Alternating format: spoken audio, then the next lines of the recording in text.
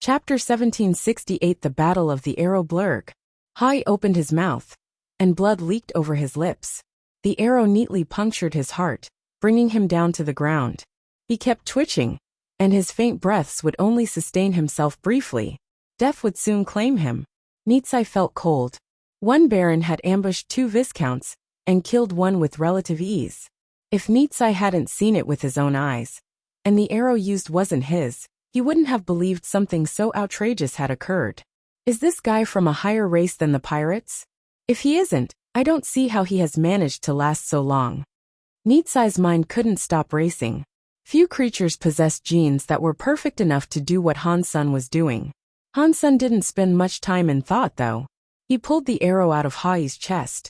As more blood continued to gush, and the man's life force waned, he brought the arrow back up to the gold feather bow, pulled the string, and took aim at Nitsai. Nitsai gritted his teeth, and pulled out another arrow, so he could take aim at Han Senator after all this. Nitsai knew there was no turning back. If he wanted to survive this, the only way to do so would be by killing Han Senator. When it came to archery, Nitsai was very confident he had to be. Otherwise, his Geno weapon wouldn't have been a bow. This was practically his life. Han Sen's arrow was strong, but Nitsai didn't think he'd lose in competition against him. That was because he could use the drill head skill as well. His power was stronger and faster because his bow was better. Nitsai was confident that if they both were able to fire, Han-sun would be the one to die. Nitsai went silent and drew his arrow. The head of the arrow possessed a halo, imbued with all the strength a Geno armament could give. It made his arrow stronger, to provide it greater piercing strength. Even viscounts with heavy shields for a Geno armament could not block the arrow. Han-sun went silent, staring down at the fingers Nitsai was using to hold the arrow in place. Slowly Han-sun pulled his string. The gold feather witch's beast soul bow was only baron class, so it wouldn't be as strong as Nitsai's. That being said, it was enough for Han Senator boing. Two arrows launched from their perches at the same time, making it sound like only one string had been drawn and released.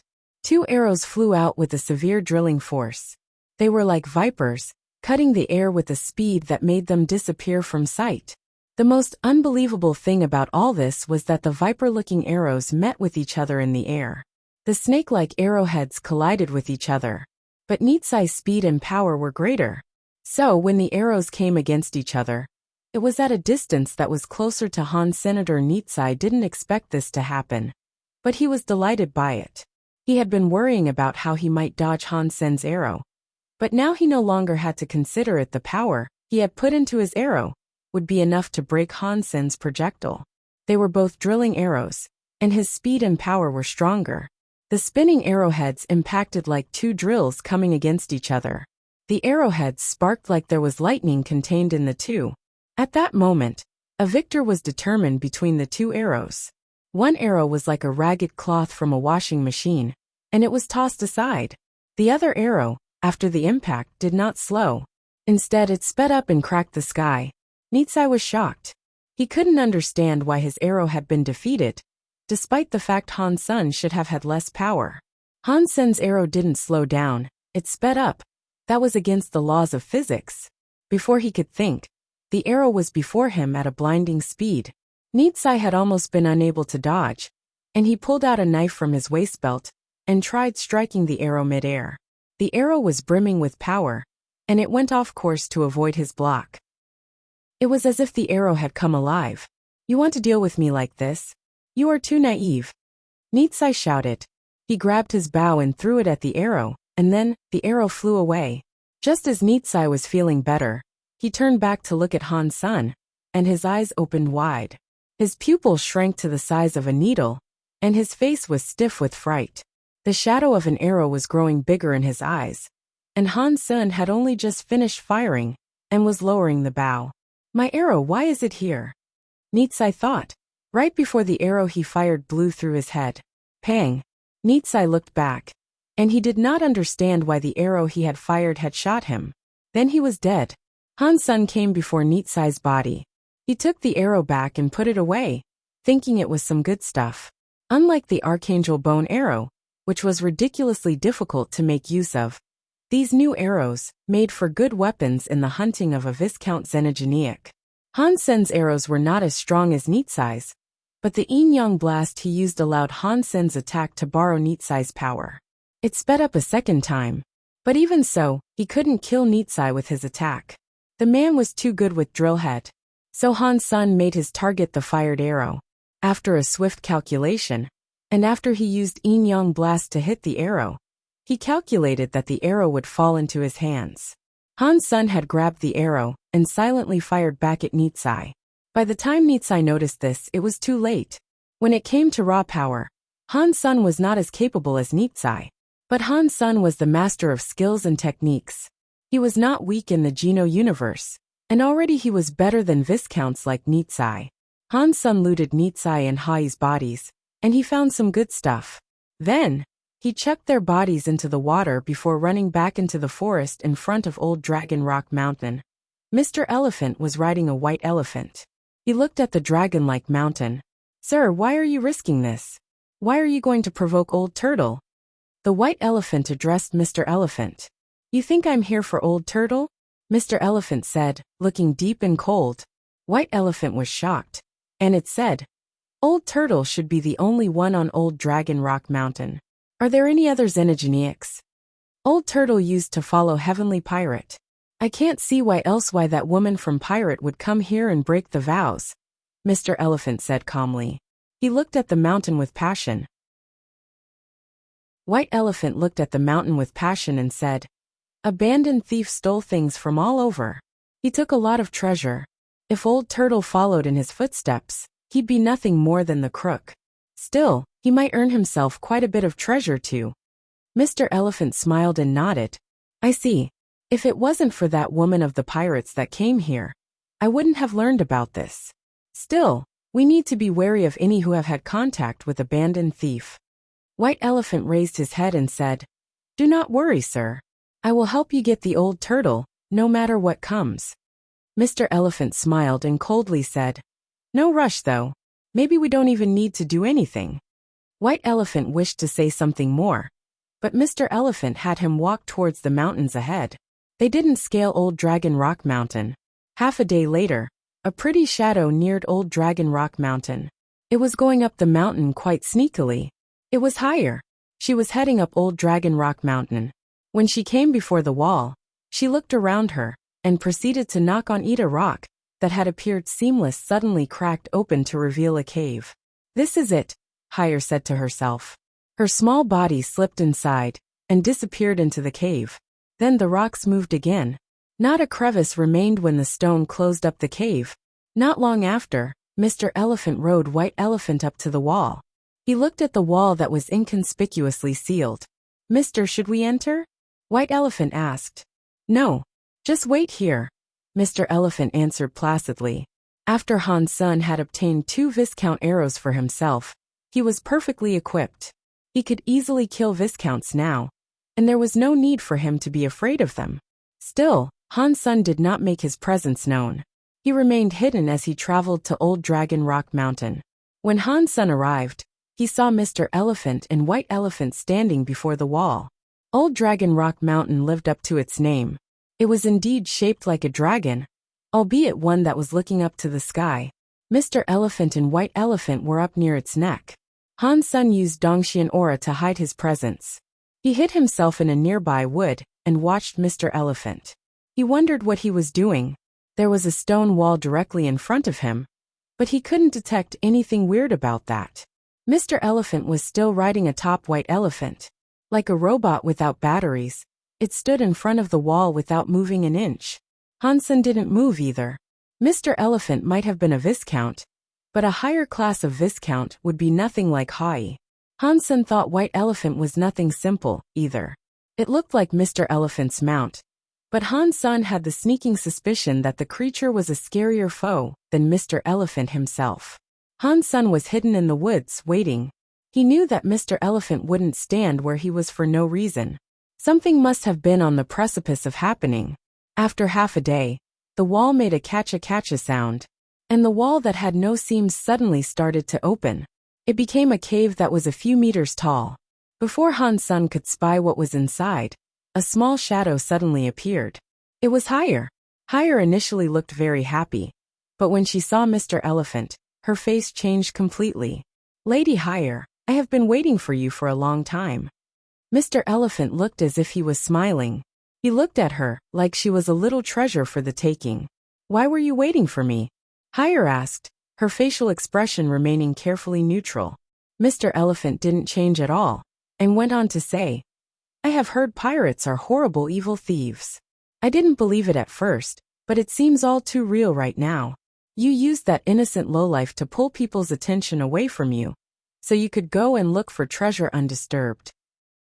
Most people would have been fooled, completely oblivious to the fact that you had stolen their treasure. I don't know what you're talking about. I have come here about a xenogenic. There is no treasure to claim. Higher stepped to the side, wishing to walk right past him. But the elephant raised its feet and stomped the earth. Rocks broke as a shockwave raced towards Higher. Higher jumped back with her path now broken. Higher looked icily at Mr. Elephant. Elephant, how dare you? Do you think you can bully a pirate? Mr. Elephant smiled. Calm down. Genius only light up one lantern in the hall.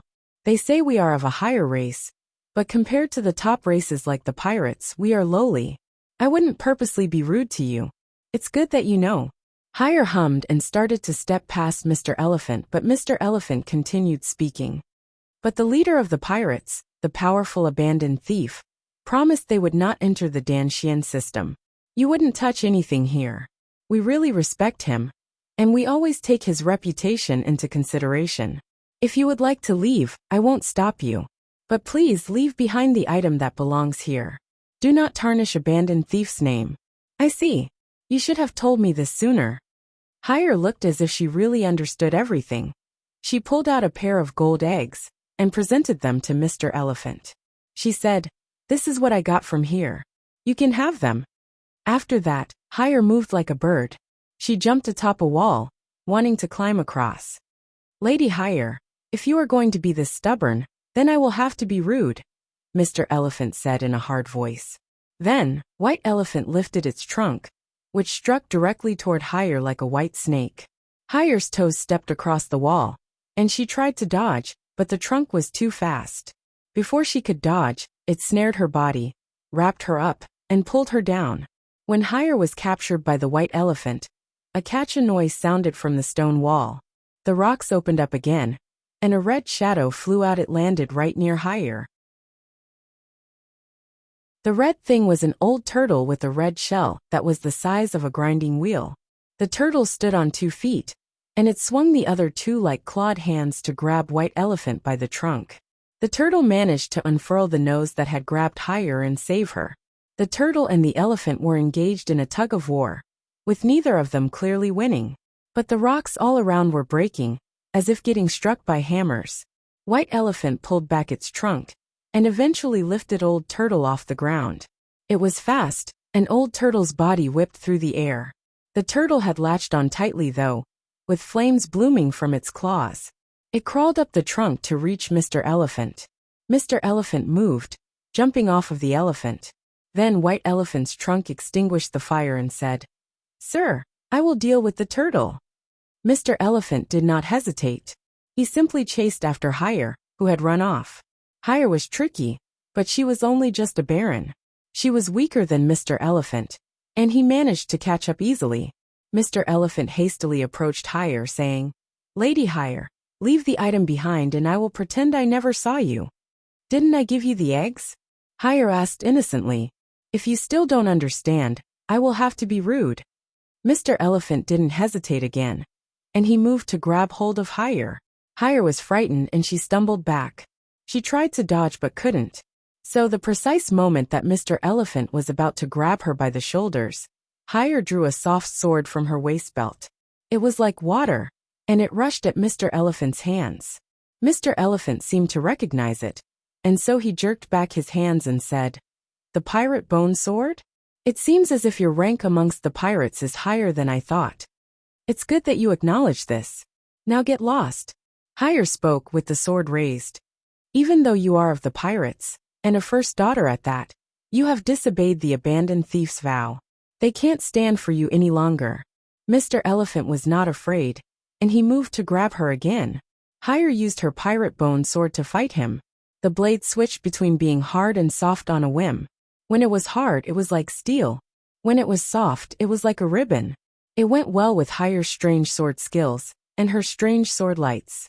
Although Mr. Elephant was stronger, it did not seem as if he could do anything. Women are born actresses. When Han Sun had seen Hire's techniques before, he knew she hadn't been trying her best. What he was witnessing now were the best skills she possessed. But most of Han Sun's focus was on the bone sword. It was composed of a very strange material. It was thin like the spine of a cactus, all soft and weird. The sword lights it emitted were even stranger. They were things that not even Mr. Elephant dared to touch.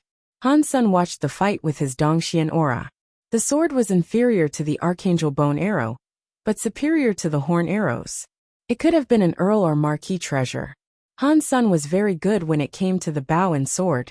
If he could find a good sword to complement his bow, he'd have a great time hunting xenogeneics. Mr. Elephant was afraid of the sword and the sword light. But he was one class above her, and his techniques were good too. He pulled out an ancient sword to fight against hers. He was careful, managing to evade every single sword light. As he tried to push her towards a stone wall she could not escape from. White Elephant was still engaged in combat with Old Turtle. Their clashing powers were sundering the very mountain. White Elephant was so powerful, but Old Turtle was very swift. It was difficult to determine which would be the victor. Han Sun looked at Old Turtle's movements. If his turtle shell had not been red, Han Sun would have believed him to be one of the ninja turtles. White Elephant and Old Turtle were xenogeneics. They were both Earl class. Han Sun took one look at their fight, and he knew that he could not kill either of them. Not even the horn arrows could pierce their skin.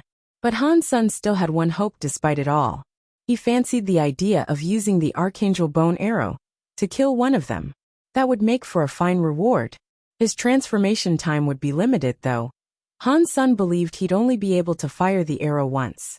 Even if he managed to kill one, he'd be unable to eat the body, but it'd at least benefit the others.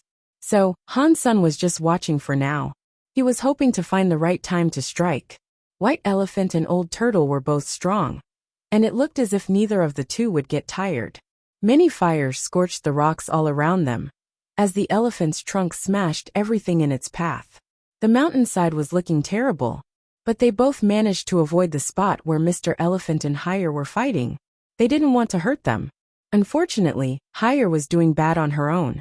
Her bone sword and skills managed to block Mr. Elephant's strikes, but her endurance was not as high as a Viscount's. Under the constant pressure of the fight, she soon exhausted all her power. Her subsequent strikes weren't half as strong, and her speed fell off as well. Han Sun could see Hire was doing poorly. If this continued, and Mr. Elephant managed to steal her item, it could be difficult to find again. Seeing White Elephant and Old Turtle still locked in combat, Han Sun had a thought. So he summoned his gold feather bow and planted a horn arrow on the string. Hire's face looked glum, and things were continuing to go poorly for her. Dong! Hire accidentally let Mr. Elephant slap her hand. The pirate bone sword fell to the ground. The pirate bone sword was rare, but he didn't dare touch it. It was a weapon that high-level pirates could wield. It wouldn't be a good idea for an outsider to touch it. Miss Hire, hand over the item. Or do you want me to do it? Mr. Elephant had pushed her into a corner, and she could no longer fight back. I have lost this time, so here. Take it. Hire pulled out an item and threw it at him. Mr. Elephant did not catch it though. He let it fall to the ground first pang. It landed on the ground and exploded. A flash of light arose, and as everyone watched the display, Hire grabbed her pirate bone sword and tried stabbing Mr. Elephant. But Mr. Elephant fell back and dodged the attack. Unfortunately for him, his chest was still cut open, and he began to bleed. Even Mr. Elephant was afraid of the pirates. He didn't want to hurt her, but he was so angry, he shouted out like a golem. His body expanded, and his muscles tightened like steel. He punched the pirate sword, sending Hire and the blade flying back into the mountain wall. Chapter 1771. The sword mind is bursting. The wall itself cracked when Hire slammed into it. The pirate bone sword in Hire's hands was knocked out of her grip. Mr. Elephant threw another punch towards Higher, but the girl's eyes were very round, and she said quietly, "Elephant, you really dare hurt me?" Mr. Elephant's punch was like that of an elephant's trunk, and a scary power traveled with it. But when the fist came right before Higher, he stopped. The Jinhua were strong, and people considered them a higher race. But he had to hold himself in check. Abandoned Thief had made them a promise, but there were limits to the protection that promise offered. If Mr. Elephant took the item from Higher, and the pirates couldn't say anything. If he hurt Higher, they wouldn't let things slide so easily.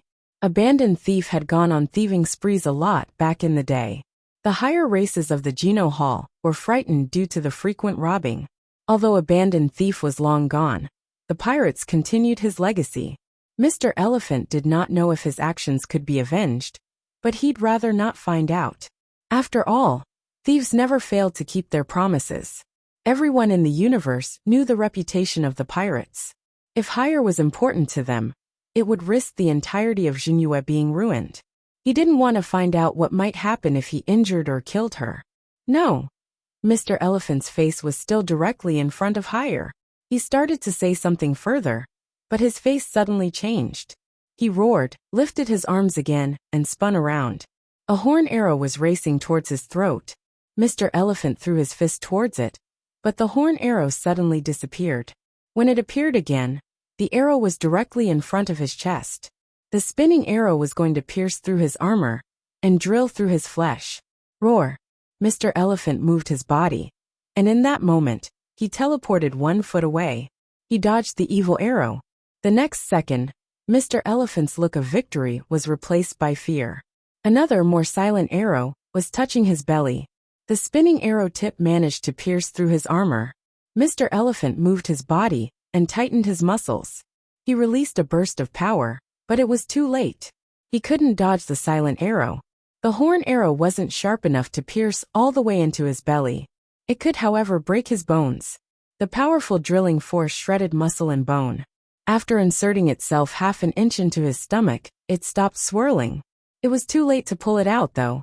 By the time he had dealt with those 2 arrows, Higher was attacking from behind. And although she had dropped the pirate bone sword, she still had a white fang dagger, and she swung it at Mr. Elephant's back. Mr. Elephant grabbed Higher, then tossed her aside. He still didn't want to hurt her. In the corner of his eye, though, he managed to catch a glimpse of his other attacker. When he saw the person clearly, Mr. Elephant was shocked. When he saw the arrow at first, 20 names and faces crossed his mind. The face of his true aggressor, however, hadn't been on the list. The person that fired at him was the creature Higher had used as bait. He was wearing black armor, and although Mr. Elephant couldn't see his face, he remembered the armor. Mr. Elephant always remembered what he saw, and this was not a mistake. He didn't expect that Higher's bait would still be alive at this point.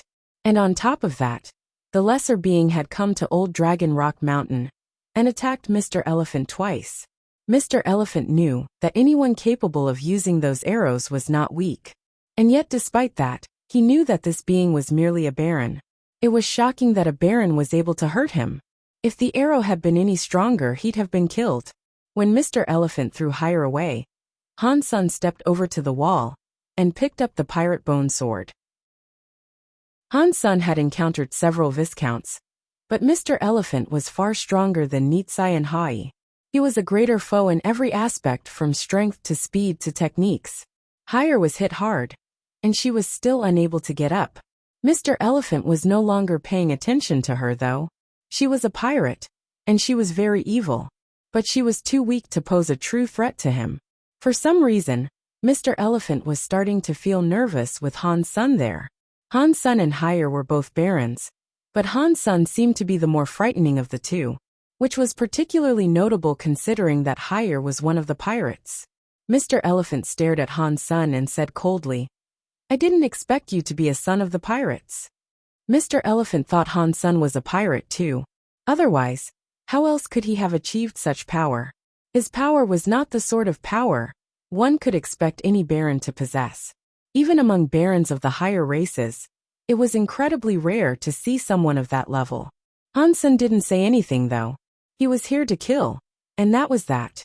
He had no interest in talking. And it wouldn't be a bad thing if people thought he was a pirate either. If the Jinhua went after him, he'd be safer that way. Han Sun lifted the sword and ran towards Mr. Elephant. He ran lightly, moving with grace. Mr. Elephant grunted, and he used the powers of an elephant to tighten and harden his muscles. He could burst with energy like that for a while. Mr. Elephant did not think he would lose, even to someone of a higher race. Since he was a viscount, there was no way he'd lose to a baron. But when Han Sun struck, Mr. Elephant regretted his overconfidence. He had heard that an elite swordsman could gather their sword mind. They could cast blasts of air without the faintest movement of their sword. Mr. Elephant had seen this before, but only from dukes that were talented with sword skills and possessed powerful sword minds. And again, this was just a baron. But when Han Sun struck, Mr. Elephant felt as if his whole world had been taken by that sword. The scary sword mind became tangible, and he almost couldn't breathe. Mr. Elephant did not believe such a sword mind could be created by a baron. He used to know one swordsman that had become a duke, but not even his sword mind was as good as this baron's. Chapter 1772 Searching for Treasure. A sword mind itself did not have power, and you couldn't kill others with it. But a sword mind represented the extent of a swordsman's skill, and it showed how much their sword skills connected with the earth. The more synergy a swordsman had with the earth, the more powerful his skills would be when they were unleashed. Someone with a strong sword mind could make even common sword skills incredibly powerful. Han Sun was not focused on the sword, but his sword mind was the best. Although it had been achieved through luck, he tried hard to practice with it too. One strike drew blood, and the second strike lopped off an arm. The sword strike went for the soul. Under Han Sen's sword, Mr. Elephant felt as if he could not use his own powers to compete. It was as if he had been restricted and couldn't do anything. He could not block anything completely. All he could do was watch his own blood cascade. Han Sun was not strong enough to seriously injure Mr. Elephant, but the pirate bone sword's ice-like light managed to cut open his enemy's flesh and bone with ease. Roar! White Elephant called angrily. Ignoring Old Turtle's strikes, he ran over to Mr. Elephant. He wanted to save him, since he was obviously in extreme danger. But it was already too late. No one would have expected a baron to use such a frightening sword mind, or such sophisticated sword skills. Catcha! Mr. Elephant's head was sent arcing through the air. Han Sun wasn't going to stop to watch it though. He held the pirate bone sword in one hand, and picked up higher with the other. Then he ran. Xenogeniac Viscount hunted. Xenogeniac gene found. Old Elephant Man. Han Sun ran 10 meters, and saw Mr. Elephant's head hit the ground. Unfortunately, Han Sun had to leave the body behind. He did not have the time to collect the xenogeniac materials. White Elephant and Old Turtle squealed. Racing into the forest, Han Sun kept on running, putting the sword next to Hire's neck. He shouted back to Old Turtle, "Old Turtle, get that White Elephant, or I'll cut her head off." "You wouldn't dare." Old Turtle shouted in the common language. Han Sun did not say a word, and he actually got ready to do the deed. "Stop. I promise." Old Turtle screamed in panic. The pirate bone sword's blade had been pressed against Hire's neck for a bit, nicking the skin to draw a few drops of blood. If Old Turtle had answered any slower, Hire would have been killed. Now, Han Sun looked like he was about to cut her neck again. Old Turtle shouted, and jumped in front of the White Elephant to fight it. "If I see you or the White Elephant, I will cut her head off." Han Sun put away the sword, and ran into the woods along with Hire. Old Turtle was a little hesitant to do as instructed, but when he tried to catch up, he could not find Han's senator. Not a trace of him could be seen. It was like the two had just vanished into the woods. The Dongxian aura was excellent when it came to hiding people. Even Earl-class xenogeniacs would not be able to track them when they were out of direct sight. Han Sun grabbed Hire and took her into a cave. Then he lobbed her onto the ground. "Brother Dollar, you are safe. I was worried about you." Hire looked so innocent. She looked at Han Sun with sincerity in her eyes. "It is a shame you didn't choose to become an actress." Han Sun complimented her faint, then proceeded to ignore her. He just reached out his hands, searching up and down her body. Hire was someone special, that much he could tell. She must have received something from Old Turtle too. When he had grabbed her back there, he hoped to threaten Old Turtle into helping him. And not just that, but also so he could nab whatever treasure she supposedly had. Brother Dollar, what are you doing? I am not an adult yet. Hire was on the floor, blushing like a shy lady. Han's son had seen many hot women in his time, so he wouldn't get turned on by her. Han's son searched her body, trying to find the treasure. Hire was evil, but she was just a woman. When Hansen touched her, she screamed, "Don't touch me. I am of the pirate. If you disrespect me, the others of the pirate will come after you. They will slay your entire family." "Sorry, I am the only one. Come after me whenever you want," Han's son said coldly, before continuing to rummage through her clothes. Han's son found a toxic Fong dagger, and then continued his search. "Brother Dollar, tell me what it is that you want and I will give it to you." Hire had tried things the hard way, so she approached him from a more pitiable angle. Han's son ignored her and kept searching. "Asshole. Pervert. I'll kill you. Slice you up like good sashimi." Hire squirmed and struggled, but Han's son put a few coins on her. She couldn't move away. Han's son was still searching, so she shouted. Hire had many items on her, but Han's son could not tell which was the treasure. He took it all anyway. Aside from her clothes, he claimed everything she possessed. After the search, Han's son looked at her to see if there was anything missing. Hire looked like a woman that had been bullied, and she weakly said, "What are you doing? If you touch me any further, Big Pirate Uncle won't let you go. He will skin you alive." Hire looked very pitiable, and while it was very attractive, Han's son said coldly, "Don't worry, I am not interested in a woman with no boobs." After that, Han's son turned around and left. He abandoned her in the cave all alone. "You asshole. I won't forget about this. If you had the balls to, you'd kill me. Otherwise." Hire looked at Han's son as she shouted. She had been humiliated and infuriated by the search. Now she was enraged. She had one sole treasure that kept her safe, but it resided inside her body. Unfortunately, it was too high class for her, and she could not control it just yet. It only worked when she was critically wounded. She wanted to lure Han's son into hurting her body and triggering the item, so she could blow him into bits. But Han's son didn't do anything. All he did was rummage through her things and leave. She was so mad that she thought she was going to get a nosebleed. Han's son had earned a lot from his venture. Aside from Hire's treasures, he also got what he earned from Hai and Nitsai. He found a few xenogenic ingredients too. It was pretty great. Chapter 1773. The use of the magnet Frui. Han's son found himself a hidden place, and with all the treasure he had amassed, he returned to the sanctuary. He planned on hiding for a little while before he returned. Then he would have to be Han's son again. No one would imagine that a commoner with Geno armor would have been able to kill Mr. Elephant and rob Hire. He took his treasure home and tallied up what he had found. The best thing he had gotten was definitely the pirate bone sword. He didn't know what its class was, but Han's son could take advantage of its sharpness and sword light. It provided a greater ceiling of power for him to utilize. The second best were the two-horn arrows, and then the toxic Fong dagger. They were weapons that had been forged from Viscount materials. There were some Baron xenogenic materials too, and some other miscellaneous things that had been owned by Hire. Among them, he found a few jade bottles filled with pills. He wasn't sure what they were for, as there were no labels on them. There were many weird items and xenogenic materials, and Han's son also managed to get some golden eggs. He had quite a heap of treasure in truth. Unfortunately, there was nothing else truly special among the various items. He thought to himself, weird. Hire must have received something from Old Turtle. I wonder what it was.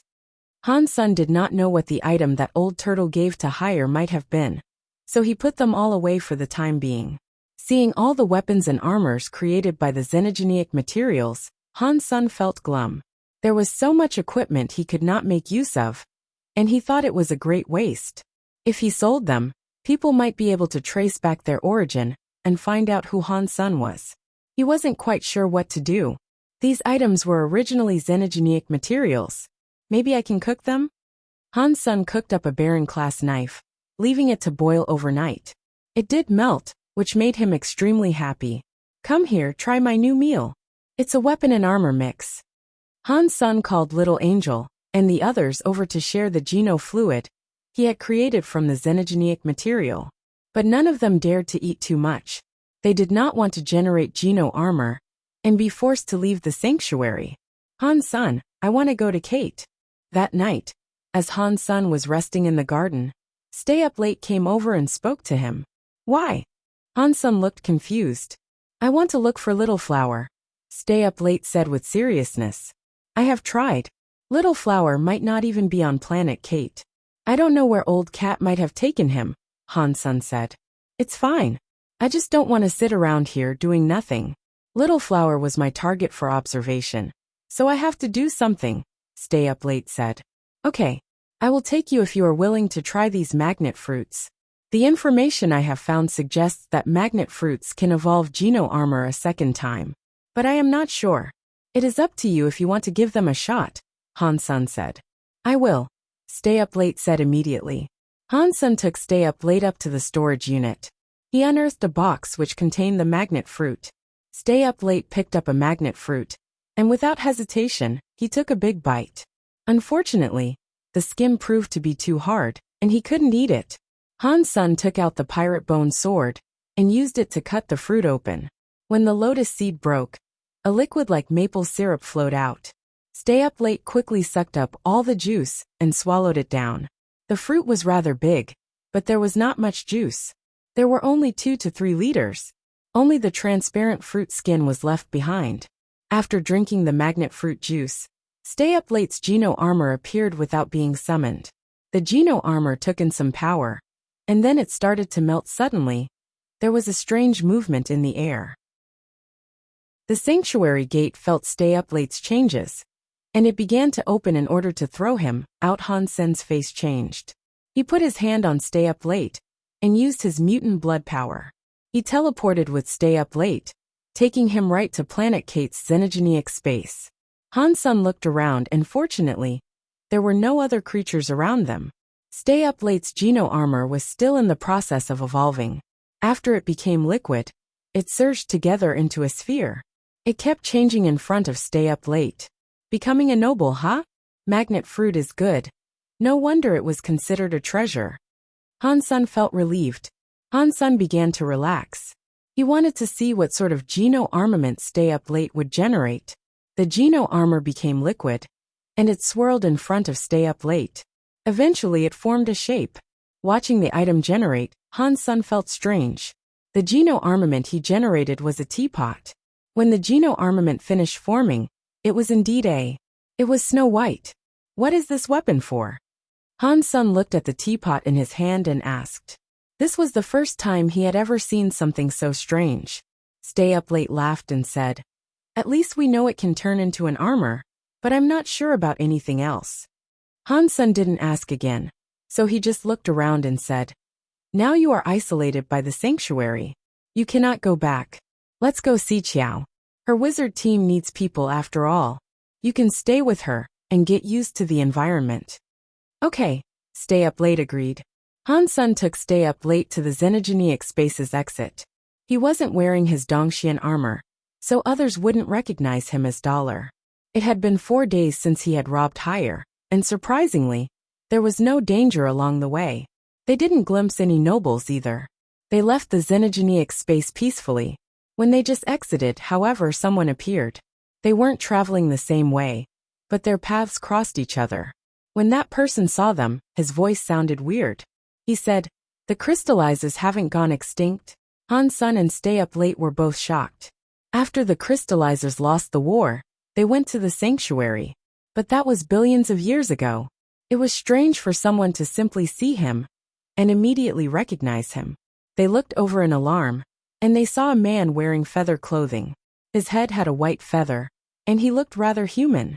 He didn't look very pretty, but he had the eyes of a phoenix. Chapter 1774 Kong Fei. Are you a crystallizer too? Han Sun asked. The man did look like a crystallizer. Of course not. How could I be one of the races that were unable to even light up one lantern inside the Geno Hall? The man shook his head, as if he had been mocked by the suggestion. The man looked at them and said, "If the crystallizers are not extinct, why haven't you gone to the Crystal Palace to practice? Why are you here on Kate?" "Crystal Palace? Why would we need to go there to practice?" Han Sun and Stay Up Late asked in confusion. They weren't too sure what the man was talking about. The man looked at the both of them as if he was looking at a couple of orphans, and he said, "It looks like the crystallizers have survivors, yes, but you don't know their proper glory. Fret not, for it is not your fault. They wagered that their race could light up a lantern in the Geno Hall. But they didn't, and they were subsequently destroyed. It is lucky for a meager few to have survived." Stay Up Late bowed before the man and said, "What is your name? Can we talk about the tales of the crystallizers?" "My name is Kong Fei. Kong means peacock, and Fei means to fly." The man then went on to say, "I wouldn't mind telling you guys, but I don't have the time. There is something pressing I must attend to. If you would like to listen and have the time, I can tell you as I walk." "We have the time, sir. Where are you going?" Stay Up Late asked Kong Fei. "Don't call me sir. Just call me Kong Fei. But I have heard Planet Kate has a mine near Mosi Mountain. There is a rarer there. So I want to try my luck in finding some," Kong Fei said, straightening his posture. Han Sun and Stay Up Late followed, for they both wished to listen to stories of the crystallizers. Stay Up Late was a crystallizer, but he didn't know much about his people's history. Han Sun was curious about the race as well. Humans came from them. "Brother Kong, you said we should travel to the Crystal Palace. Where and what is that?" Stay Up Late asked as he walked. "My car is nearby. Get in and we'll talk." Kong Fei laughed. After walking for a while, they saw a car parked on the road off the mountain, but Han Sun and Stay Up Late swiftly looked depressed. The man was actually driving a tractor, one without an interior. Kate had a very strange mix of technologies. It was difficult to find something like this anywhere else. Kong Fei started up the tractor, and he hopped onto the driver's seat. Han Sun and Stay Up Late sat on either side, clutching a handle. "How awesome is my car?" Kong Fei laughed as the tractor blazed dusty trails across the roads at high speed. Stay Up Late inched closer to him and asked something. He had to say it loudly, though, otherwise the engine of the tractor would overwhelm his voice. "I've only heard about it, but the Crystal Palace is where the crystallizers were born. If that is true, it might be perfect for you to head there to practice. But after the crystallizers lost, many other races have laid claim to the place. Now Crystal Palace belongs to Holy Heaven. It is controlled by a duke, and it is a difficult place to reach," Kong Fei said, after a moment of thought. Stay Up Late, hearing what he said, asked, "How did we lose? Who destroyed us?" "What? You want revenge?" Kong Fei squinted his eyes. "If I was capable, of course I would," Stay Up Late said calmly. Kong Fei laughed and said, "To me it does not matter." "Why?" Han Sun asked Kong Fei, while he thought to himself, "I have searched for so long on the internet, yet I was unable to find anything out about the crystallizers. This guy knows a lot, and he says things like this. Did this guy's race destroy the crystallizers? I have only heard about the crystallizers through others. I don't know if my claims have been fact-checked, but the truth in what I say is up to you to decide." Kong Fei smiled, and went on to say, "You have heard about the glorious Geno Hall, yes? All the races light up a lantern there, so that they can leave their name. It is a glory for their entire race, and it can fortify the genes of the race. It allows them all to improve and evolve easier. To be able to leave behind a name, that is something that every race desires. But the Geno Hall only has a small pit, and there aren't many locations for you to light up a fire. It is already full, and if someone else wants to light one, they'd have to claim the flame of others for themselves." Kong Fei eyed both Stay Up Late and Han Senator. They weren't stupid, and they understood what he meant. "You mean the crystallizers tried to take a spot for themselves, but they lost without putting up a fight?" Stay Up Late asked. Kong Fei nodded and said, "That is what I hear, yes. But as for the full truth, you would have to ask the crystallizers themselves, or at least those of the conquering race." "Brother Kong, do you know which race was responsible for our destruction?" Han Sun asked. Kong Fei thought for a moment, and then said, "Let me think. They were called Demon something." The three of them talked as they rolled along. Kong Fei only knew bits about various things, and nothing he said seemed to mesh seamlessly. Plus, this wasn't first-hand information. He claimed everything he knew, he had heard from others. They couldn't be sure if what they were being told was the truth. Some things he said did indeed sound ridiculous, and seemed like they came right out of a storybook.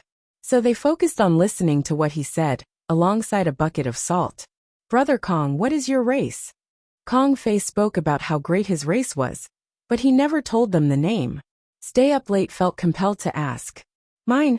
Yes, no." Kong Fei laughed. Han Sun and Stay Up Late had never heard of a race like that before, but judging from his looks, it didn't seem like one of the higher tiers. The tractor was still blitzing down the road, and Han Sun and Stay Up Late were starting to think about whether they should go back. Kong Fei had no more information, so it was pointless to follow him any further. But then the tractor came to a halt. There were lots of creatures on the road, Kate's more than others. But strangely, there were two feathers leading them. Han Sun frowned, and he didn't feel good about what he was seeing. It was strange to see feathers occupying a rather underdeveloped place. Han Sun looked at the pair, and he noticed they were both men. They looked cold like Xena had, and they stared back at the three on the tractor. Chapter 1775 White Feather Dyed Red. Do they know about Xena? Han Sun wondered to himself. He was not afraid, but Stay Up Late had only just become a baron. He could not return to the sanctuary, so it'd be dangerous if the feathers thought about going after him too. "Which one of you is Kong Fei?" the leader of the feathers asked coldly. Han Sun felt relieved by this. The feathers hadn't come here looking for him. They wanted Kong Fei. "I am Kong Fei. Why have you come looking for me? If you want me to pay you back, I have no money to do so. Killing me will be a futile endeavor." Kong Fei opened his hands in a helpless gesture. "Was it you who killed a feather on Rock Mountain in Xenogenic space?" the feather asked Kong Fei in an ominous tone. "I don't remember if I did." Kong Fei shook his head. The feather grunted coldly and said, "It is fine if you do not wish to admit it, but will still happily make you pay with your blood here and now." After that, the feather flapped his wings and flew towards Kong Fei. He performed a strike. The sword light was like a rainbow, soaring through the air towards Kong Fei. Kong Fei evaded the sword light, as Han Sun and Stay Up Late also dodged to the sides. Unfortunately, the tractor was cut in half. The feather went straight for Kong Fei, as the other feather led the Kate to Han Sun and Stay Up Late. "We have nothing to do with this. We don't even know him. And we were just hitching a ride with the guy." Han Sun shouted. "Then you picked the wrong vehicle to ride in." The feather grunted, and swung his sword at Han Sun without any hesitation. Han Sun felt dismayed by this action. Those that were considered higher races never seemed to like diplomacy and reasoning. But fortunately for Han Sun and Stay Up Late, the feather was merely a baron. The group of Kate were mostly commoners, with two barons in their midst. Stay Up Late's Geno armament became a set of armor. He went for the feather baron while Han Sun went to deal with the Kate.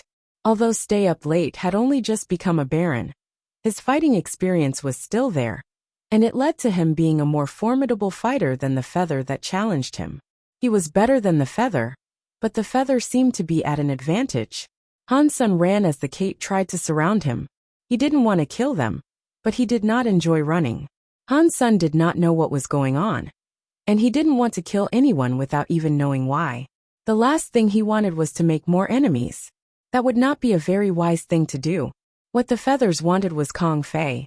The feather fighting Kong Fei was no weaker than Xena had been, but he wasn't able to damage Kong Fei in the least. Kong Fei moved swiftly, and the feather was unable to even brush his clothing. Good techniques. Han Sun was shocked. He watched Kong Fei's energy stream.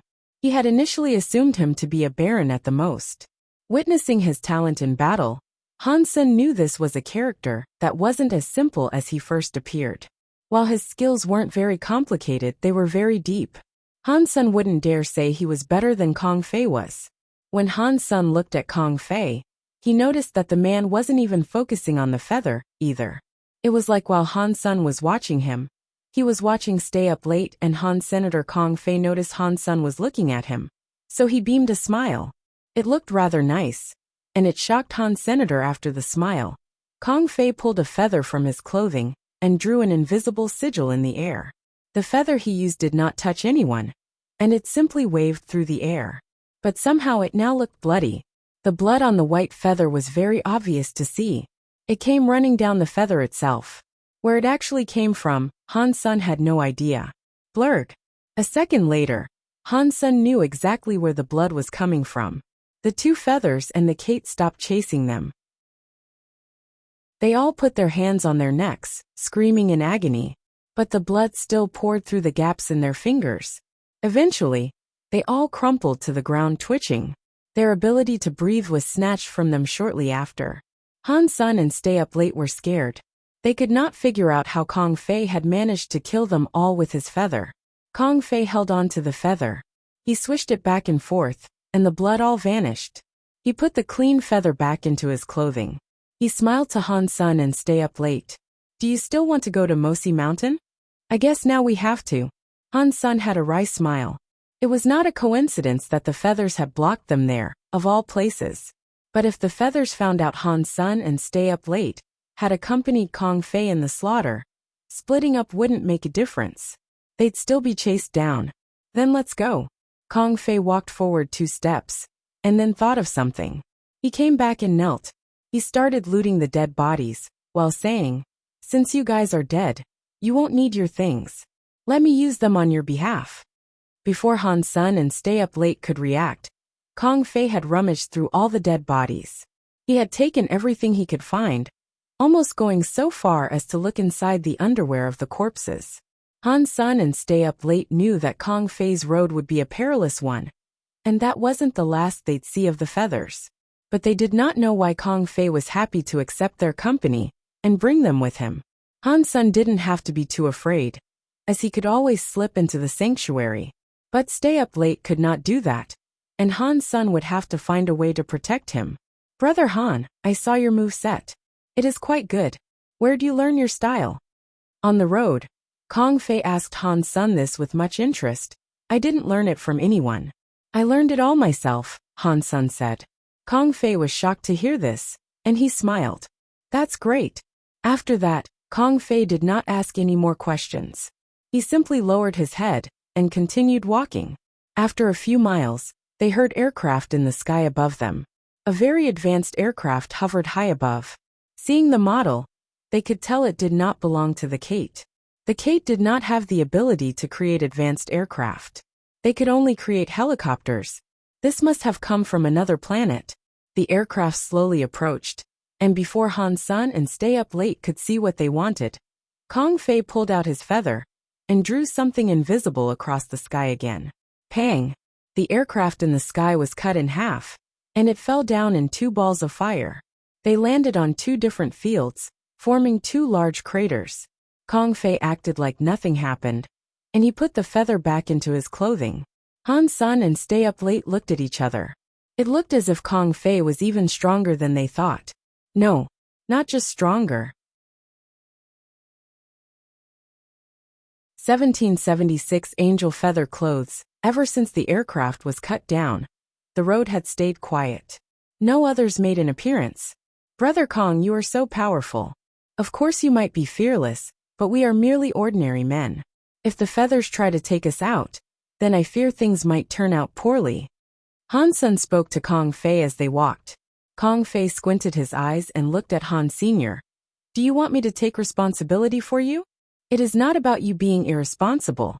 We are not girls after all." Han's son smiled, and then went on to say, "We just want you to point out a trail we can follow." Kong Fei laughed and said, I tread any trail my feet take me upon. I don't follow any in particular. So if you would like me to point out a specific road for you to embark upon, I fear that will be difficult." There was nothing more Han's son could say, so he just chose to follow after Kong Fei. He simply didn't understand what purpose Kong Fei had in bringing them both along. It would be exceedingly easy for Kong Fei to kill the pair if they displeased him. With such a difference in their power levels, Han's son was curious why Kong Fei wanted them to tag along. Han's son had even wondered if Kong Fei was one of the crystallizers. He very much looked like them. Mosi was 1,000 miles away from Western Grand City. Kong Fei didn't want to take the train there. In the beginning, they had at least been able to ride a supercharged tractor. But now it was all down to the use of their legs. The journey was excruciatingly slow. Kong Fei was not in a rush either. It was like he had gone out for a casual stroll, keen to relax. Han Sun and Stay Up Late were worried about the feathers that had seemed intent on attacking. The quieter things were, for the time being, the stronger the next assault would be. That was what they reasoned. Even though Kong Fei was not afraid of anything that might occur, they would be. The three of them walked for half a month, and nothing happened. It looked as if the feathers had forgotten about the three of them. Kong Fei was pointing towards the fields and explaining things, as if he was a professional tour guide. He recited tales to them, such as the ones featuring the Lady Mountain and General Temple. The way he spoke such fables made them sound tangible and real. Kong Fei was a man who could tell stories, and tell stories well. The legends he spoke about were stunning, fascinating.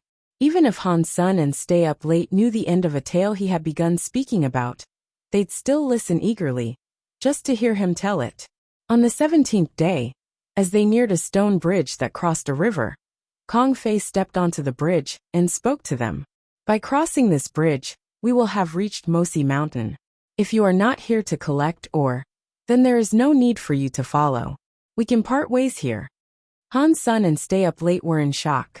They had walked together for 17 days, as if it was a journey they had all embarked upon together. They hadn't walked far, and Han Sun swore they had only walked 400 miles. They should have still been far away from Mosi Mountain. But when Han Sun and Stay Up Late looked forward to where the mountain should have been, they were shocked. On the other side of the stone bridge was a sign that said Mosi Mountain's Old Treehead Village. They were both surprised by this, as they both acknowledged the fact that they hadn't walked that far. Somehow, they had walked 1,000 miles without realizing they had, and they had now arrived. Kong Fei must have done something. It was a scary thing for Han Sun to now notice that he had walked 1,000 miles, but hadn't realized he was doing so. Thanks for walking with me for the past 17 days. It was a fateful encounter, and I would like to give these to you both. Consider it as a reward for accompanying me here. Kong Fei pulled out 2 feathers from his clothing. He flicked them forward, and they landed neatly in Han Sun and Stay Up Late's hands. 1 for each. Han Sun noticed, after the catch, that the feather was incredibly soft. They were no bigger than his hands. They were proper feathers, that was for sure. They definitely weren't xenogenic material. Do you know what these feathers are? Kong Fei blinked. Han Sun wished to say he didn't know, as many creatures had feathers. He couldn't tell them apart, but his face suddenly changed. He asked Kong Fei, "This cannot be the feather of a feather." Kong Fei laughed and said, "The wings of a feather have feathers. There are 2 feathers between the wings that are softest, and they are called angel feathers. They cherish them dearly. My clothes are crafted from angel feathers." Han Sun almost coughed up a bucket of blood. The feather clothing had at least 1,000 such feathers. If what he had spoken was true, then how many feathers had he killed to craft the garment? Now that Kong Fei had given them 2 angel feathers, was he looking to add gasoline to their dead bodies? The feathers had no reason to want to kill Han Sun and Stay Up Late. But now that the pair were holding 2 angel feathers, the feathers might very well want to. Kong Fei knew what Han Sun was thinking, and so he said, "Don't worry. If the feathers see them, they won't kill you. Brother Kong, we are actually interested in digging ore. Would you like it if we accompany you further?" Han Sun did not believe the feathers were that nice. Kong Fei looked at Han Sun as if he were smiling. "You really want to come? It is not a difficult way to go now, but there is an unfriendly guard watching." "What guard?" Stay Up Late asked. "Duke Brilliant." Kong Fei looked up towards the mountain, speaking with little sounds of concern.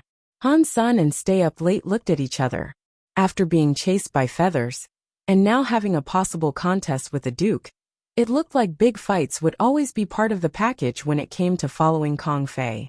If they left now, Han Sun did not believe the feathers would let them both be. "There is nothing to be afraid of, so we will go wherever you go." Han Sun thought staying with Kong Fei would be safer. Kong Fei seemed to be smiling slightly, and he said, "Come with me then, If that is your desire, you can leave whenever you wish to. I will not stop you." After that, they walked across the stone bridge and proceeded onwards to Mosi Mountain. Han Sun and Stay Up Late quickly followed. They had come that far, so they felt compelled to see what might happen next. Kong Fei didn't look entirely legit. He had brought them to danger more than once, and he provided them with 2 deadly feathers. If Han Sun did not know that Kong Fei could kill them with ease, Han Sun would have thought Kong Fei hated them and wanted them dead. After getting close to the mountain, they saw a feather standing before the entrance. It was too far for Han Sun to feel the being's energy flow, but the elegant armor and crazy clothing made the fellow look special. "I am flattered that Duke Brilliant has personally come to welcome us here." Kong Fei looked at the feather as he spoke, but he didn't actually look flattered. "Where did your feather clothes come from?" Duke Brilliant stared at Kong Fei's apparel, looking as cold as ice. Chapter 1777 The burial site of 3,000 feathers. Long ago, 3,000 prisoners were forced to mine or across Mosi Mountain. They were unable to leave until death claimed them. Kong Fei did not answer Duke Brilliant. All he did was say something that made no sense, given the current context.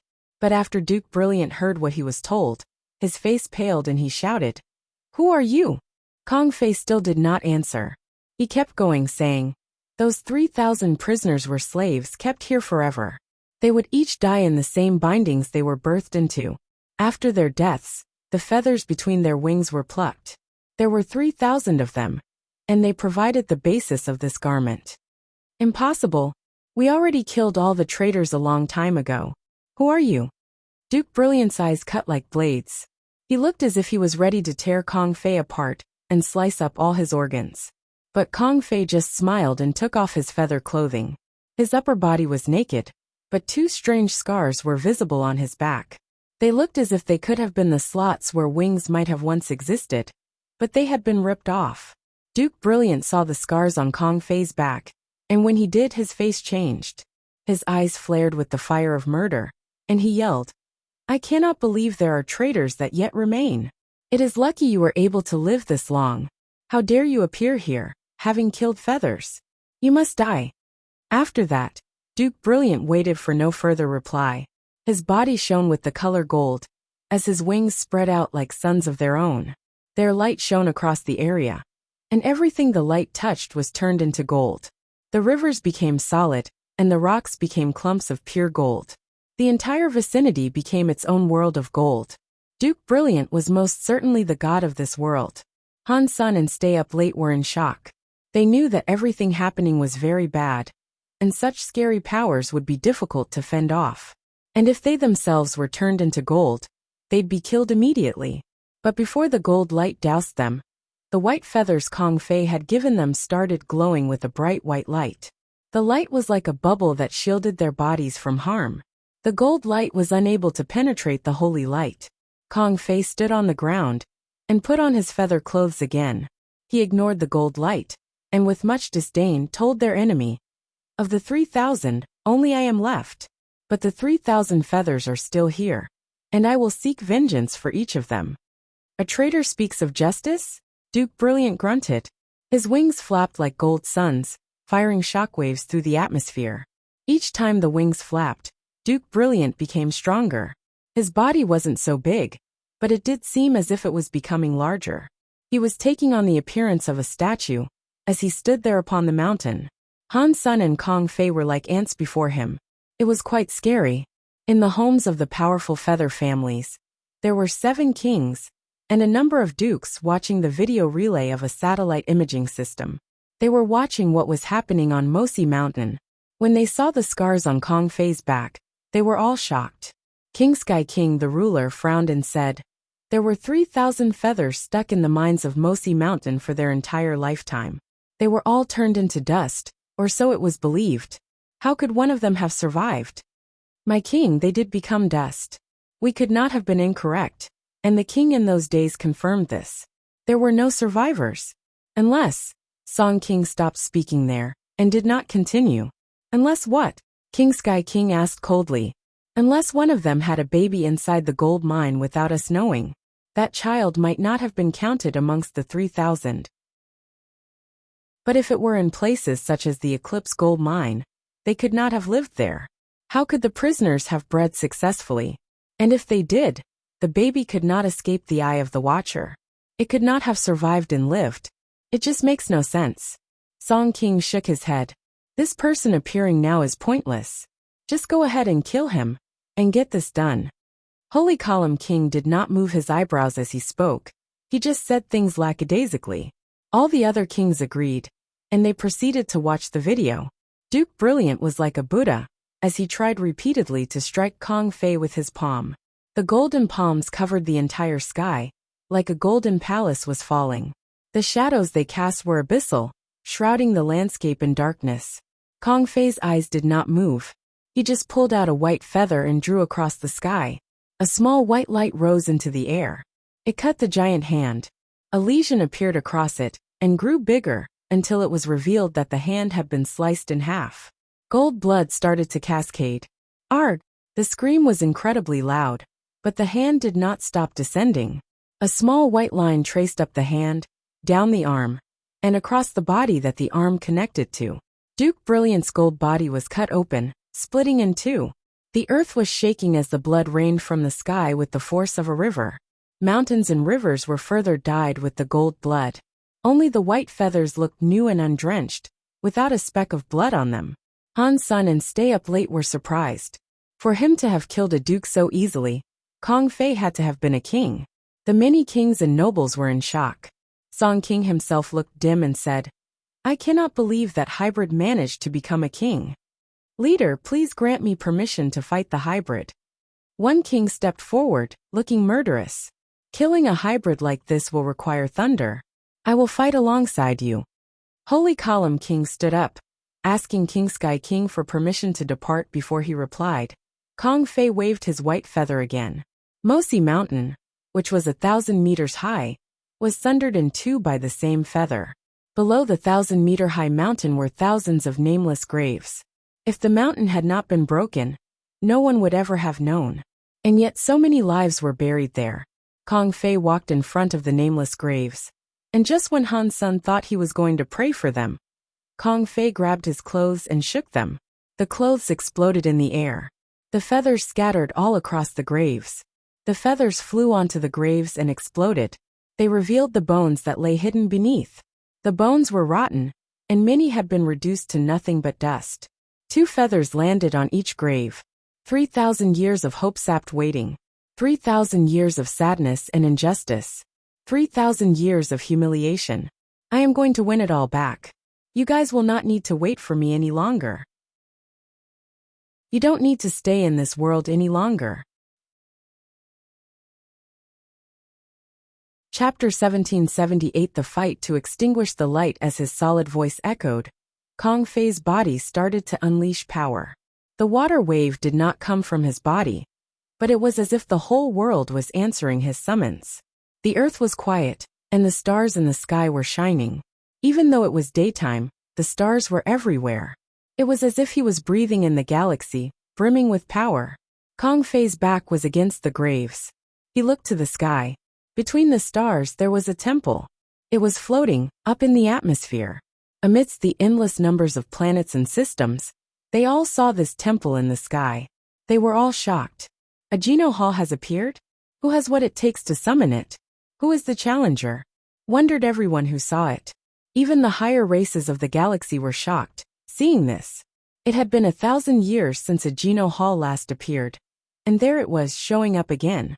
It felt like a great danger was descending once more. This was especially true for the races that had not been able to light a fire. No way! All the Feather Kings were in shock, and they stood up in response. They looked at Kong Fei, and the ancient temple that now appeared. They had a bad feeling. Kong Fei started flying up towards the ancient temple. As the ancient temple appeared, a voice came along with it. Many strange shadows surrounded the temple. But whenever Han Sun looked at the shadows more closely, they vanished. Kong Fei was in front of the door to the place. He pointed his finger at it, and a drop of blood flew forward to it. Every creature was attracted to the sight of his blood, and their eyes watched as it floated forward to touch the gate. Boom! The mysterious, ancient temple was opened by that blood. That meant the gates approved of the genes possessed by the one who wished to enter. Now he could go forward and attempt to claim a spot. But the blood still hovered right in front of the door. It was unable to enter fully, due to there being no space left inside. All the fires in the temple quivered crazily. They released a power that was a grand threat. A warning. Everyone turned to look at the naked man, hovering in the air. They were waiting for something. Kong Fei's face looked as if he was mocking something. He slowly said, "Feather." Boom. The ancient temple's lanterns became dimmer, but only one started to blaze brighter. The scary flames burst out like a volcano, all from a single lantern. It was hanging in the Geno Hall. The lantern also displayed gold lettering which read "Feather." Those of all the other races felt greatly relieved. They even found it rather funny. Only the Feather Kings and their nobles felt their faces turn green. They moved so fast that space itself crackled as they sought to reach the naked man. Interesting. A feather wants to replace a feather. Interesting. Amidst the pirates, a man looked to the sky. He looked evil. In a dark hall, a few beasts looked at the man near the Geno Hall with the feather lantern. An attractive lady in the middle of them said, "I cannot believe there are still interesting people like that around." At the zenith of Unsolid Mountain, a beast that was in the sky looked towards the lantern, quietly saying, "One of these days, the roar will be in the Geno Hall. We will be at its highest spot."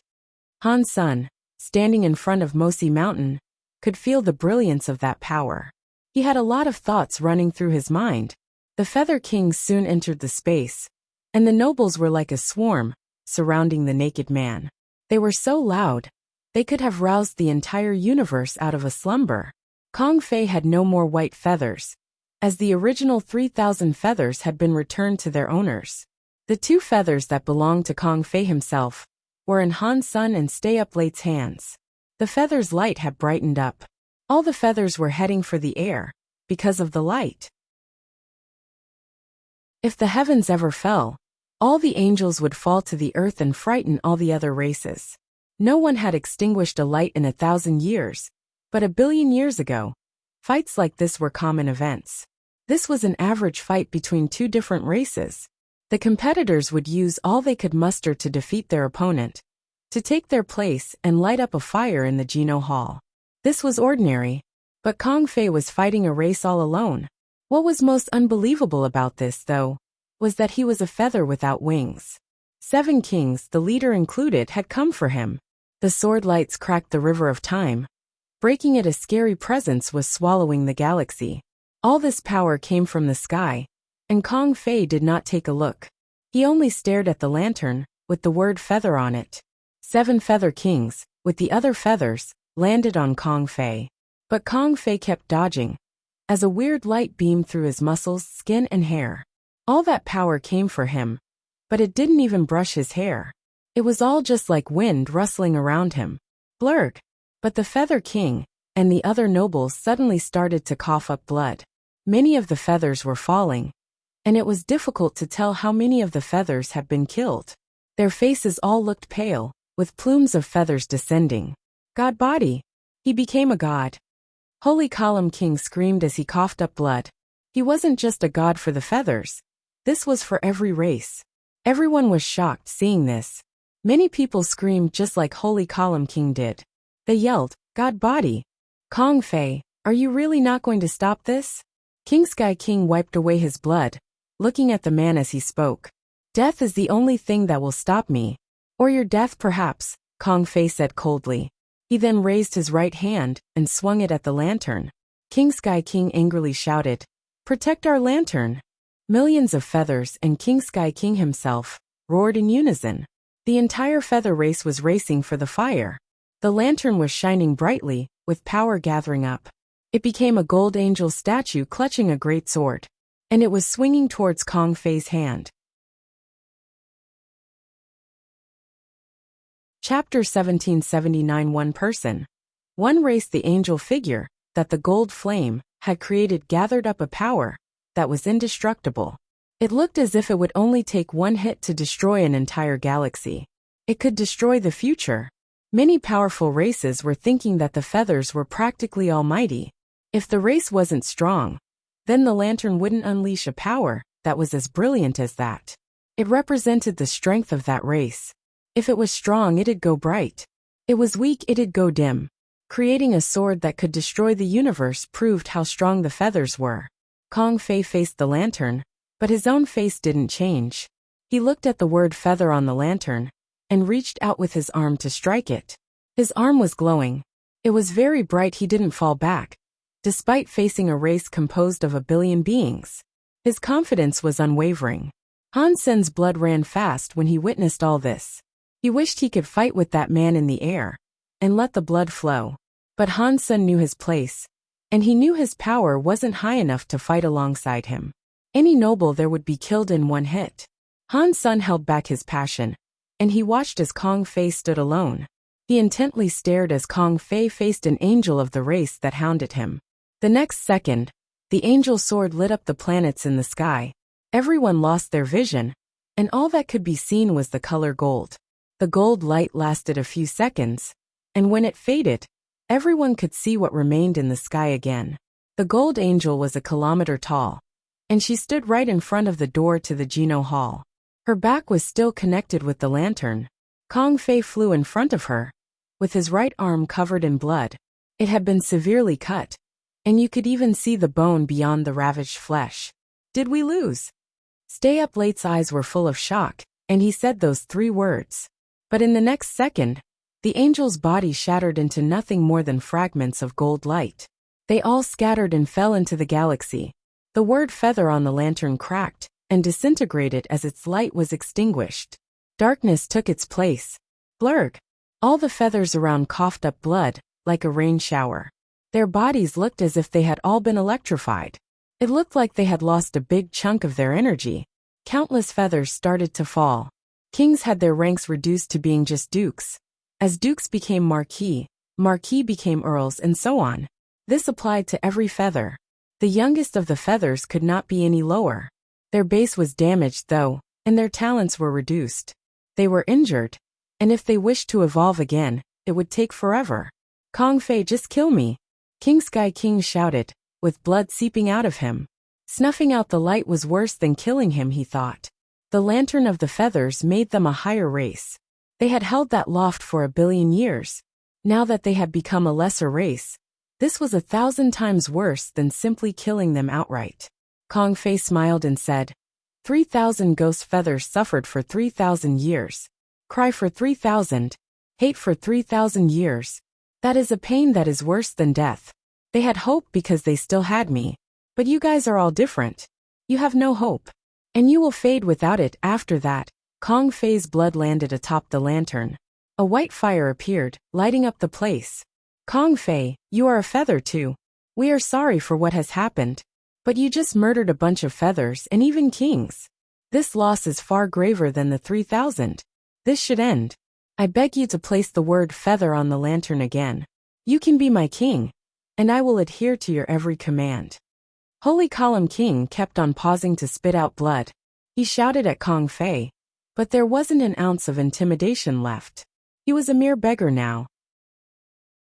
If you can write down feather, we will do whatever it is you want.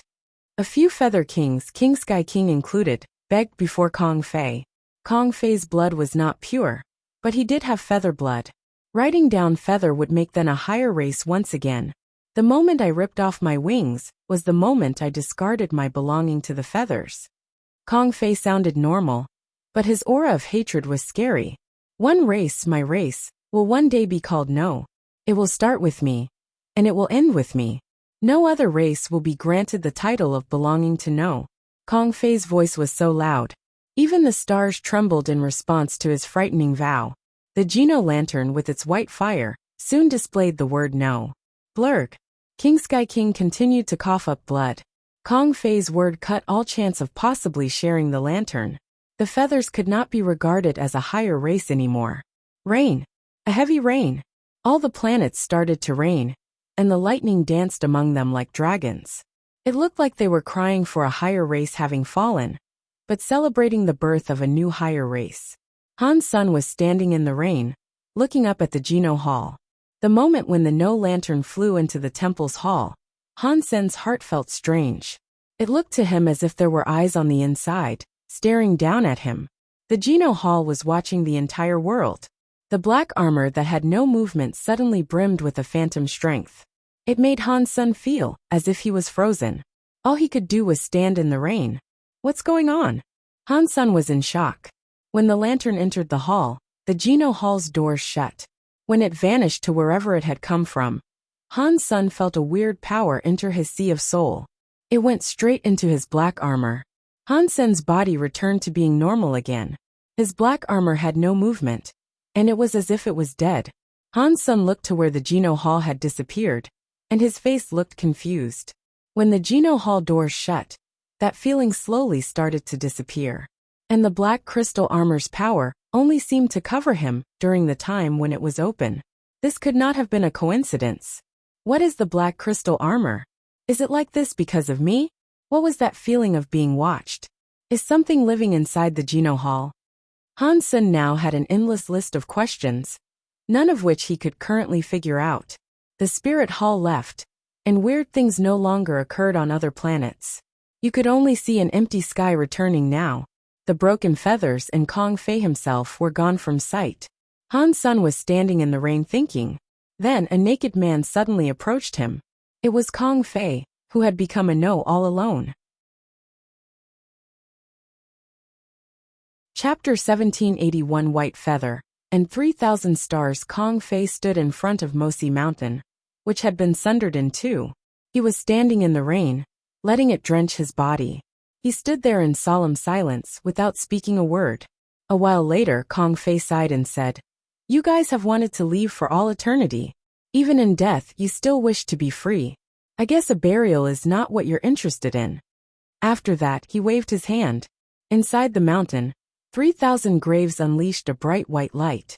Like a spring, bones burst out of the earth, headed for the skies. The bones melted in the air, becoming dust as they surged up through the atmosphere. They went up into space, disappearing amongst the stars. Quick and clean. That will save so much trouble. The only good thing about you guys was the fact you never caused trouble. Kong Fei looked up at the stars and smiled.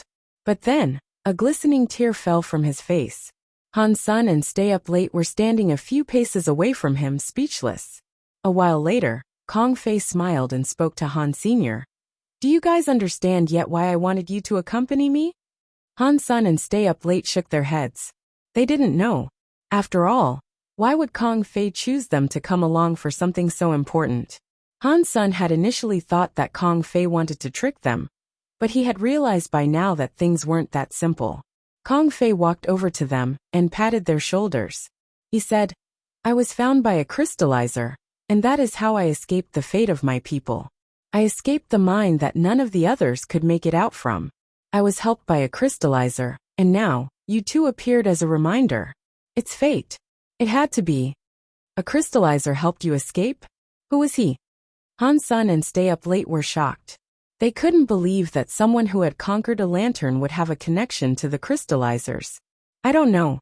He did not tell me, and I never saw him again. I do know that he was carrying a 9-life cat pendant." Kong Fei was looking down at the feathers he had given to Han Sen and Stay Up Late. "Take those as souvenirs. For as long as I live, they may prove useful. And those of higher races will definitely notice them. They're a gift, and they're yours now. You are free to do with them as you please." After that, Kong Fei left. He didn't walk away briskly, but he did disappear after a few meager steps. Just as Han Sen was going to call for him to come back, he was gone. 9-life cat pendant? Who might that crystallizer be? Han Sen wondered, as a number of thoughts now raced around his mind. This universe is big. It was a good idea to come here. Stay Up Late suddenly sighed. He had always been quiet and reserved, but now he was brimming with a vibrant passion. Han Sen was not as sensitive as he was, though. For all intents and purposes, he was a realist. But even though there were many elites, that wouldn't quell his desire to train and improve. He wanted to see the world and everything in it. "Let's go. We need to get out of here." Han Sen pulled Stay Up Late back. Kong Fei had left with no warning. He didn't offer them a way back. And to add to that, they were 1,000 miles away from Western Grand City. When Kong Fei was there, It was an easy trip. Without him, it most certainly wouldn't be. Han Sen called out for Kong Fei, so he could lead them back. God only knew what might happen to them if they traveled by themselves. When the pair reached the bridge they had crossed earlier, they saw someone standing there. The person was holding an umbrella, but due to the item's presence and the heavy rainfall, they couldn't make out who it was. But that person had a life force as powerful and bountiful as an entire galaxy. It was unfathomably large.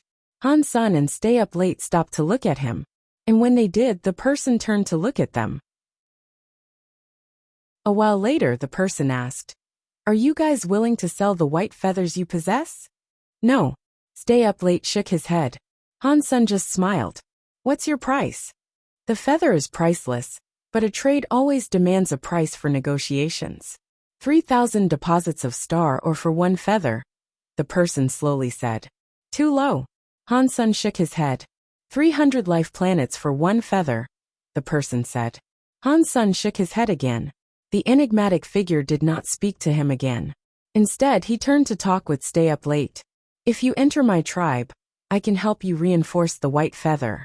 After that, you can enjoy the treatment only my kind can provide." Stay Up Late shook his head, to which the person responded, "Do you have any idea what you'll be missing out on? Even if you do have a god feather, it's useless if no one refines it for you. I appreciate your intent, but I do not wish to join any tribe," Stay Up Late said. The man grunted, and when Han Sen turned to look at him, he had disappeared. It looked as if he had never been there at all. They kept walking and crossed the bridge. Not long after, a beast appeared near the river. It was so big, it looked like a mountain from a distance away. "Are you selling that white feather?" the beast asked. Looking right at Han Senator, its voice was so loud, it almost destroyed Han Sen's eardrums. "It all depends on the price fronted," Han Sen smiled. The beast grunted and said, "The feather's lost. I will take on all of Holy Heaven in exchange for that feather." "No." Han Sen was very tempted, but he had to shake his head. Holy Heaven was a high-ranking xenogenic space. Many treasures must reside there. There had to be countless xenogenic materials. Even the feathers held that place incredibly dear. Through that, you could see how important it was. Even though the feathers had fallen, they had not been wiped out. Taking down Holy Heaven was still something no ordinary race could accomplish. The beast said he could swap Holy Heaven's existence for the feather, which was a massive prospect. But Han Sen was worried the beast might not have been serious. Still, if the beast wished to steal the white feather, Han Sen and Stay Up Late probably couldn't fight back. The beast looked at Han Sen, as if he knew that Han Sen did not want to accept the trade, and instead spoke to Stay Up Late. "Those of the beast area are willing to teach you. If you are willing to join us, I can teach you how to refine it. If you can become a king, I can give you 12 god seats." Chapter 1781. Meeting Old Cat again. Stay Up Late shook his head and bowed before the beast, apologizing. "I appreciate the offer, but no thank you." The beast, hearing Stay Up Late reject the offer, stopped talking. He moved his body and flew up into space. He disappeared into the cosmos. Stay Up Late and Han Sen continued their travel, meeting many more powerful creatures as they went. They all wanted to buy the feathers, or at least have the pair join their tribes. Each and every single offer was rejected by the duo, however. Han Sen felt depressed. All the elites sought to buy the white feather he possessed, but none invited him into their tribe. It seemed all such offers were exclusively reserved for Stay Up Late. As they walked, they met 5 different race elites. After that, no more interrupted their journey. It was not as if no one else was interested in the white feathers. It was just that those 5 represented the biggest factions and had drummed up the biggest offerings. There was no point in any other races making an offer, as whatever they could muster would not be enough to rival the Big 5. The rain still hadn't stopped. After walking half a day, they found an abandoned house they could seek refuge and shelter in. But as soon as they entered, Han Sen's eyes opened wide. A beast that was red, that looked like both a fox and a cat, was lying across a crummy table. It was staring right at the two as they entered. "Great! It's you, old cat, you asshole. How dare you show yourself to me again? I'm going to skin you alive." Han's son was immediately enraged, and he threw a punch towards Old Cat's face. As the fist traveled, he yelled, "Where's Little Flower?" Old Cat teleported to the rafters in the ceiling, smiled and said, "Little Flower is being looked after very well. Do not worry." "Don't worry my ass. Bring me Little Flower." Han's son jumped up and tried chasing after Old Cat. Old Cat was too quick, though, and he disappeared once again. When he appeared, he leaped atop the table again. Slowly he went on to say, "I took him away for his own benefit. It's good for him. You can't even look after yourself. So how do you think you could take care of Little Flower? How can you expect him to grow naturally? That is my family's business, not yours." Han's son kept on chasing after Old Cat as he spoke. Old Cat's body kept flashing, as Han's son's fists kept failing to touch him. Haha. I felt sorry to see someone so special and great have their potential buried. Now he is living well. Perhaps it'll only take another 8 years before he becomes a king. There's every chance he could become a god.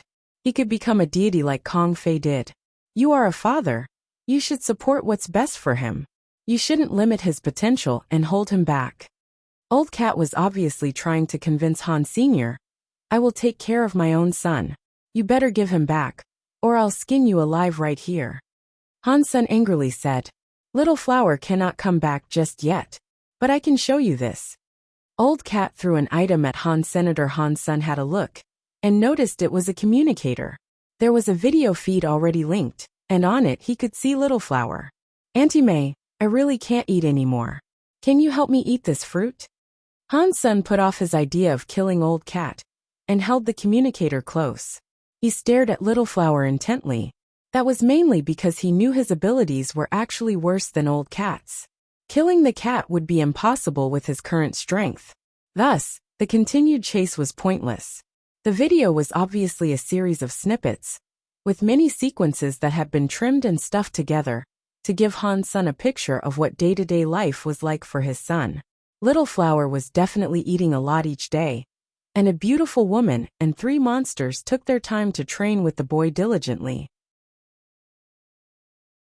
Han's son could tell they were teaching Little Flower some skills, and that Little Flower was improving quickly. Each day his abilities grew. How does that look? If you kept Little Flower close to you, he wouldn't benefit from any of this. He wouldn't get the training and strength he needs. You should be thanking me. Old Cat spoke with a cocky tone. To hell with thanking you. I am warning you right now. Give me Little Flower. Otherwise, I'm not done with you. Han's son, still looking at the video, threw a punch towards Old Cat. Han's son really hated what Old Cat had done, and he could only catch a glimpse of his son through the video.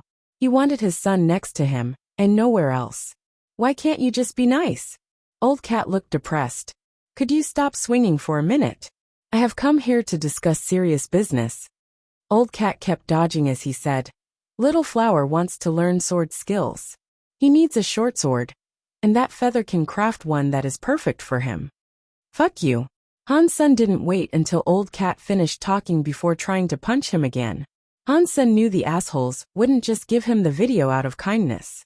All Old Cat wanted was Kong Fei's feather. Stay Up Late said, Old Cat, if you take me to see Little Flower, I will give you the feather. When he said that, Old Cat and Han's son were both shocked. The 5 elites had offered so many deals, and yet Stay Up Late hadn't spared a second thought of accepting any. Now to see Little Flower, he was willing to give up the priceless feather. It was an extremely touching moment. Old Cat shouted, See? This is what you call a real man. And who are you? A father, supposedly. After that, Old Cat walked up to Stay Up Late and smiled. It's not that I do not wish to take you, but ordinary people, when they go there they cannot survive. I wouldn't have brought Little Flower if I didn't know he was special. So, how about you just give me the feather, and I will pass it along to Little Flower. Unless I get to properly see Little Flower, I won't spare it another thought, Stay Up Late said calmly. Old Cat felt depressed. How do I make you guys believe what I'm doing is for the good of Little Flower? If anyone could go, I'd have taken you both there already. I can't see Little Flower, so nothing changes. Han's son stopped. He stopped chasing Old Cat because he was unable to catch him. Old Cat sighed and said, It's fine if you choose not to give me the feathers. I'll find another way. But I'll tell you right now that you are both so weak. Carrying those feathers is like carrying ticking time bombs. If you don't give them to me, I suggest you get rid of them. I don't believe anyone will come and steal them. Han Sen lifted his lips. They are afraid of Kong Fei, so of course they haven't tried to steal the feathers yet. But some creatures will be more reckless than the beings you have encountered so far, Old Cat said. He looked up at Stay Up Late and said, I say Beast Area is a great choice. You'd be fine there, and you can keep the deified feather. And you can find a home with that faction. And about you? Old Cat stared at Han Sen with a look of remorse. Chapter 1782 Uncertain Future. Old Cat went silent for a bit, then went on to say, humans are a branch off the crystallizer tree. Because human blood is not pure, and the sanctuaries force them to grow up fast, their genes aren't very stable. The future is very uncertain for them, lacking the stability of pure blood. Old Cat paused and said, the few elders that you met on the road made Stay Up Late offers of tribe membership because they wanted a king. It wouldn't happen overnight, of course. It would take a lot of work. And they would also have to help you refine the deified feather. Even to a big faction like Beast Area, it would be asking a lot of them. So, it's fairly easy to see why they would choose Stay Up Late. They'd favor a guaranteed success, as there is a lot more risk choosing you due to your instability. That sums up why they didn't dare to invest in you. If humans are that bad, then give me back Little Flower, Han Sen said. Old Cat laughed and said, that's different. You are the first generation, and we aren't certain how far your development can go. Little Flower is different because he's a second gen. He's rich with potential, and his genes are stable. He was born like this. Some of that might have been because of you, but you are first gen, and if you want his results, you'll have to work for them yourself. Han Sen was too lazy to talk much more, so all he did was look coldly at Old Cat. But don't worry. If you do well enough, you can still become rich. Old Cat rolled his eyes and went on to say, but if you want a big faction like Beast Area to spend on you, that's asking the impossible. Big factions like that tend to avoid risks and liabilities. It's not too different from those investors of yours, back in the Alliance. They will sometimes invest with high risks, but they invest little and expect high returns. You can't put all your eggs in one basket. Investing in you is asking too much of them. No one can ask them to make bets and risks on something so uncertain. I heard you the first time. There's no need to repeat yourself. Han Sen rolled his eyes. Old Cat laughed and said, so, I do have a suggestion to make. You can go to the Wuxia treasury with the feather. Wuxia treasury? Han Sen frowned, not sure what that place might be. He had never heard of it before. Old Cat explained, it's like Holy Heaven, or the Beast Area xenogenic space. The race that claimed that place, however, is called Thousand Treasures. It is a powerful race, and it has a very high rank in the Geno Hall. They love to collect treasures, and they are famous businessmen and collectors. They are very honorable about it all too. If you take the feather to the Wuxia treasury, you can sell it for whatever you want. There's no chance of losing out there. But I do suggest that you don't sell it for money. Use it to find membership within Wuxia treasury, Old Cat said. And what would I be joining there for? Han Sen felt bad. People were begging Stay Up Late to join, and Han Sen would have to give up his feather for membership to one. Han Sen didn't want to join the ranks of another race though. Even if he didn't want to get in with them through material trades. Old Cat quickly said, keep in mind that joining them doesn't mean you become one of their race. It doesn't mean you'll completely give up your deified feather either. Thousand Treasures adore treasure. They have a special rule. If one from another race has an item that they really want, and if the person wishes to, they can go to the Wuxia treasury and become a member. It doesn't mean you become one of the Thousand Treasures. If you want an example from the Alliance, think of it as a clubhouse. You can have some protection and authority, and you get to keep the feather. There's no need to worry about others potentially taking it away. You'd be safe with them. Thousand Treasures, is that generous? They protect me and the feather for nothing? Han Sen asked Old Cat skeptically. Of course, there's no free lunch. When you store your feather there, you become a member. When you take it out of their storage, you lose membership privileges. The treasure you store there will be watched by the 1,000 treasures. But don't worry, they are solid and reliable. You can reclaim your stuff whenever. And they wouldn't conduct research on anything of yours without explicit permission, Old Cat said. Seeing Han's son remain silent, he continued and said, the feathers were just beaten by a lower race. Their power has been lessened. A planet like Planet Kate, that was previously enslaved by the feathers, might find itself in a bit of a mess. So, I advise that you leave and attend to what you need to do. There is a way to contact the Beast area and the Wuxia Treasury. And if you do contact them, they are bound to come and pick you up. Think about it, kid. The Beast area is good. It is better to join them and level up through them than to do everything by yourself. Old Cat said to stay up late. After that, Old Cat disappeared. Han's son called out to him, but he was already gone. Han's son was very excited to take the video back to the sanctuary, and when he went back, he showed Little Flower to Ji Yanran and his mother. They felt much safer. Learning Little Flower was somewhat safe. There was no need for them to worry, but they only felt a little bit better. They wouldn't feel completely safe until Little Flower was back with them.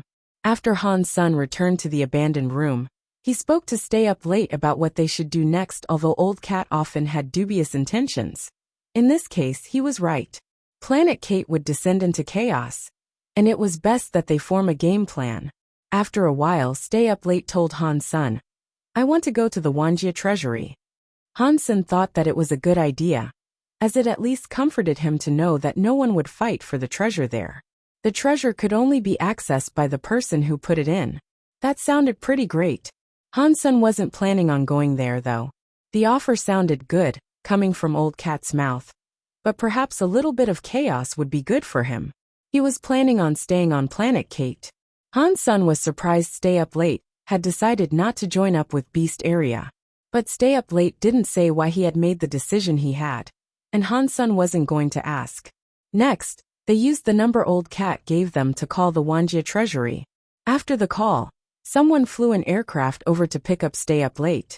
Because Han's son and Stay Up Late each possessed a deified feather, everyone knew. 1,000 treasures knew too.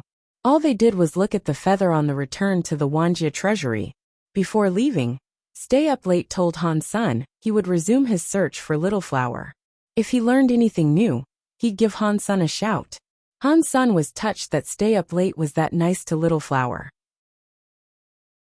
But it was something that Stay Up Late considered to be his duty. He thought he had failed before, and that finding Little Flower now should be his ultimate goal. 1783 Picking up the treasure after Stay Up Late was gone. Han's son went back to Grand City by his lonesome. He walked for half a day, and then he saw many ships soaring through the atmosphere. He also heard many explosions. Planet Kate really is in a mess. I hope Xiao Lansei and Mr. Tiger are okay, Han's son thought to himself. Han's son quickened his pace until he reached a smaller city. He wanted to find a public transport service to take him back quickly. But unfortunately, that city was also in chaos. There had been a fight at the train station, resulting in its destruction. And aside from that, there were no other means of public transport active. So Han's son sought to leave town. He was stopped by a group of creatures before he could though. Friend, let us walk together. The leader smiled at Han Sr. Why would I follow you lot? Han's son looked at them, and noticed that looked almost like the centaurs of ancient myth. Their upper bodies were human, but their lower bodies were those of bulls instead of horses. Do not misunderstand our intent. We are not hostile, and we merely wish to establish friendships. If you would like, you can visit our place for a while. We don't want to hurt you while we attack Planet Kate. The leading centaur laughed. Thanks, but I can take care of myself, so don't worry about me. Han's son walked around them with the obvious intent of leaving. They may have said that they wanted to keep him safe, but who knew how their intent might turn later on. Han's son did not think Kong Fei's name would make him invulnerable. The centaurs had to be after the feather, he wagered. Please come with us, and do not make things difficult. The leading centaur waved a command, and a dozen centaurs swooped forward to halt Han Sen's departure. 2 centaurs were directly in front of Han's senator. They tried to grab him. So we're playing hardball, huh? Han Sen thought so. Han Sen moved his legs like the wind and evaded them both. He shot away through the residential district, leaving billows of dust behind him.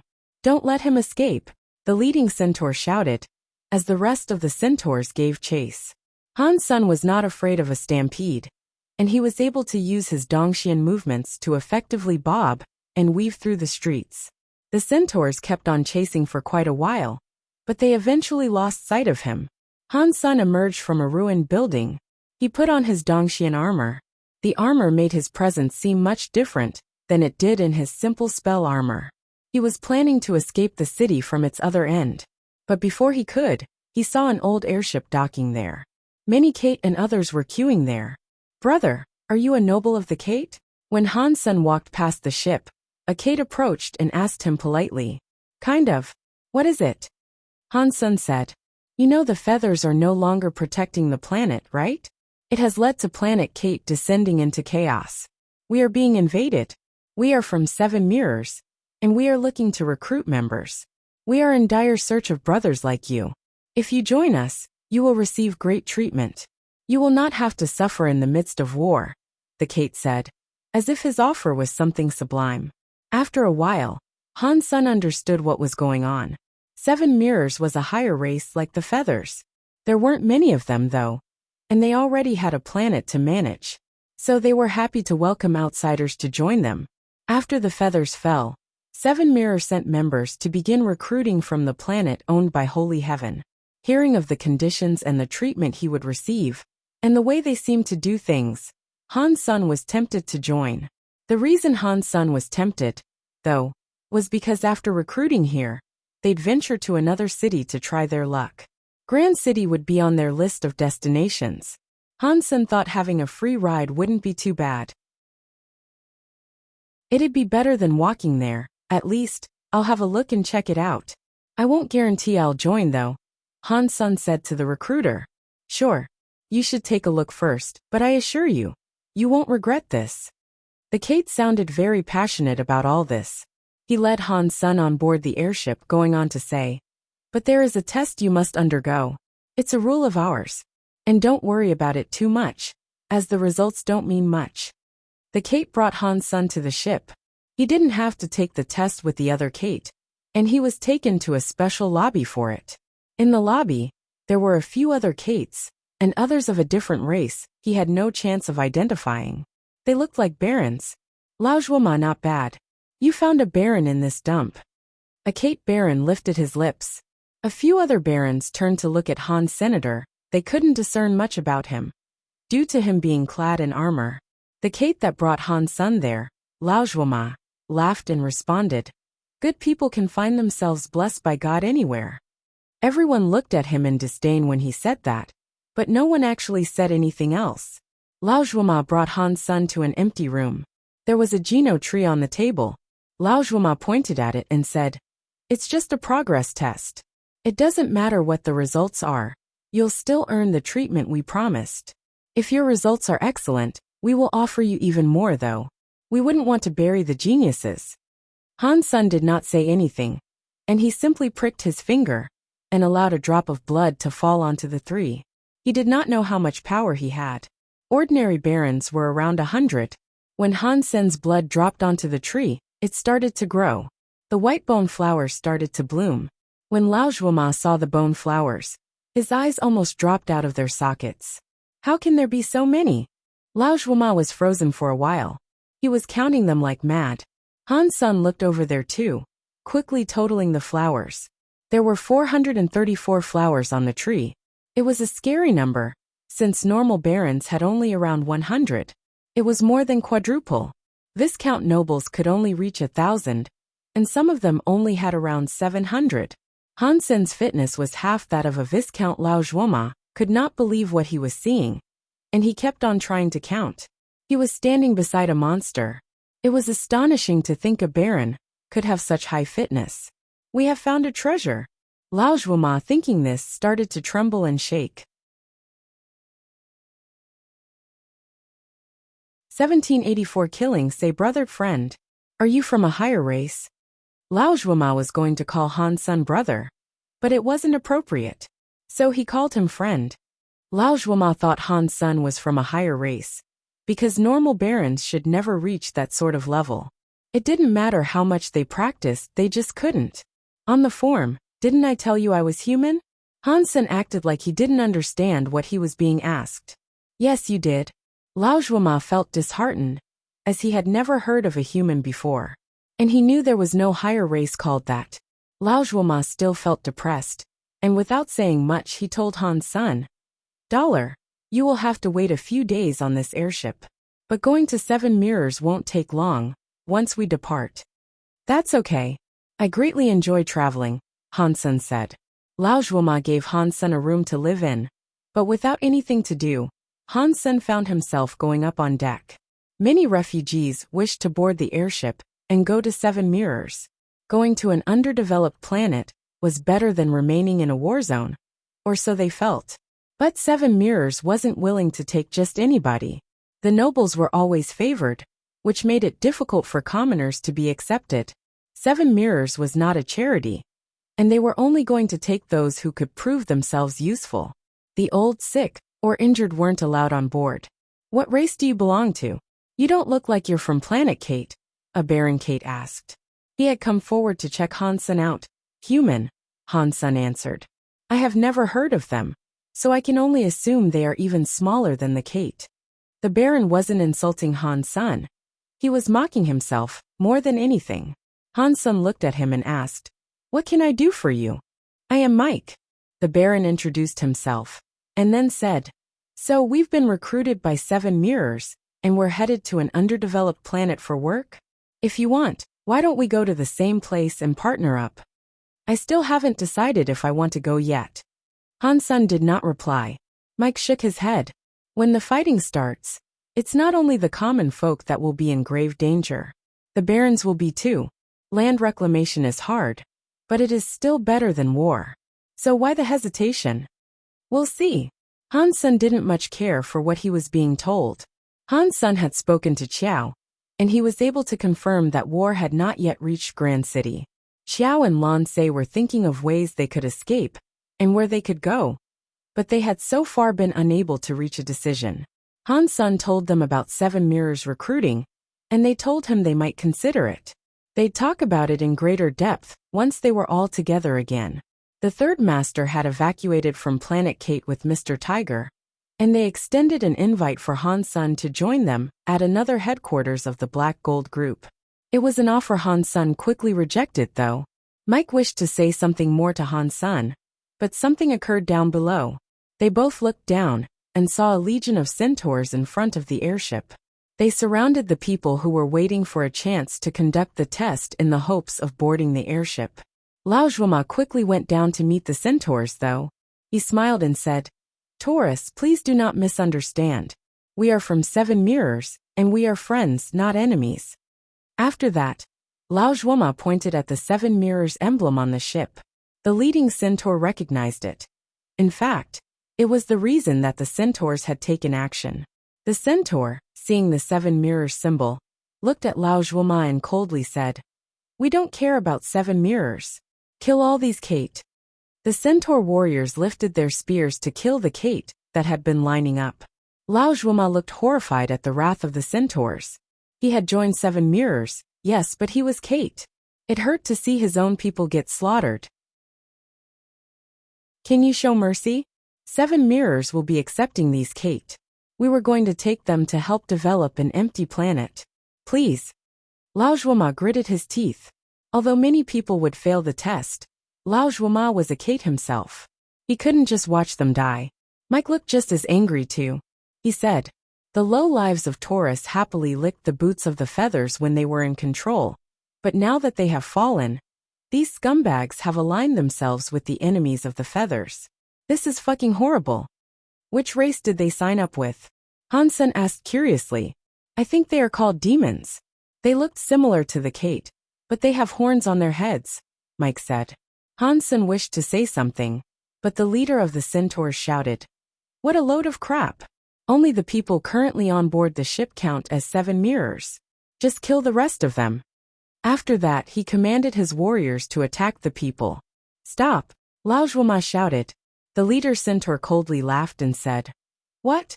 Would you like to fight us, as a representative of 7 mirrors? No. We are merely recruiting. Please be nice and let us take these people. 7 mirrors has bought their services, Lao Zhuoma said politely. 7 mirrors was not weak, but they weren't the sorts to engage in conflict.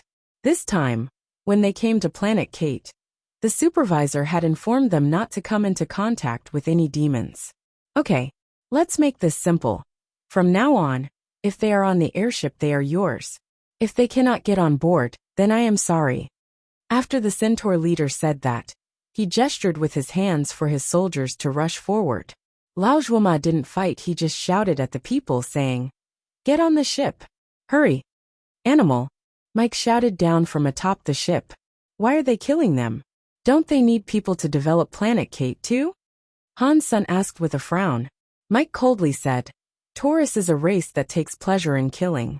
They have a grudge with the Kate, due to the Kate beating them once before. Now they've got a clear chance, they aren't so willing to let us leave. There was some crying heard from the crowds, as people tried to rush forward and get aboard the barge. The entryway was narrow though, and if many more people boarded, it would overload the airship. The centaur warriors thundered into the crowds, butchering merrily.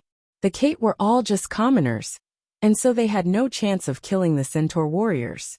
They were not trained for anything of the sort. In moments, a dozen of the Kate had been killed. Lao Zhuoma called for everyone to hurry, but there was not enough room for everyone to get on. 1785 Killing centaurs. The leader of the centaurs looked murderous. He was gleefully watching his men commit happily to the slaughter, as the droves of people began screaming and crying. This wasn't war, this was a massacre. Ordinary Kate had Geno armor, but they could not fight, they could not resist the onslaught. A centaur warrior struck a woman down with his spear. She grabbed it with one hand while pushing her daughter away with a blood-curdling scream. Run to the ship. The centaur warrior tried to pull his spear back out of the woman's body, but her grip was firm. She held tightly to the spear that was deep in her blood-dyed chest. A little 4-year-old girl came running over to her mother in tears. She hadn't run to the ship as she had been instructed to. Even if she had listened, though, she'd have been unable to penetrate the crowd. Another of the centaur warriors smiled cruelly. He swung his spear down towards the crying little girl. No! The woman's voice broke. Pang! A horn arrow appeared, punching through the centaur warrior's head, then pinning the beast to the asphalt. Han's son held his gold feather bow as he leaped off the ship. He ran in front of the fallen warrior and pulled the arrow out of its head. Han's son had seen a lot of life and death, and his mind didn't care. But sometimes his body didn't listen. The other centaur warrior screamed. He pulled his spear out of the woman and tried cutting Han's son down.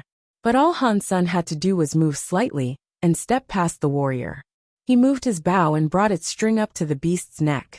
Then, the severed head fell off and bounced across the ground. Damn you! The centaur leader shouted furiously. His muscles flared up as he suddenly chucked his giant spear. It crossed a few dozen meters, coming right at Senator Han's son, didn't even seem to look at the spear as he stepped around it. He pulled his gold feather bow and fired 2 horn arrows. Each arrow neatly punctured the head of a centaur. The closest warriors ran towards Han's son, but he was able to swing around with his bow and use the string to decapitate several of the beasts. The heads barreled through the sky with bloody trails. 1 step, 1 kill. He pulled his horn arrows from the corpses and immediately fired them at another 2 centaurs. How dare you kill my Taurus warriors? I'm going to skin you alive. The centaur leader roared and jumped towards Han's senator as this occurred. A few other warriors blew on horns to gather more reinforcements. It was really loud, echoing through the sky. Han's son had been quickly killing the enemy. He had 1 bow and 2 arrows, but that didn't stop him from being a complete killing machine. Everywhere he went, the warriors lost their heads. That dollar is a nice person, but he sure is reckless. The Taurus HQ is fairly near. He must have a death wish. The barons on the ship came on deck and talked as they watched the action below.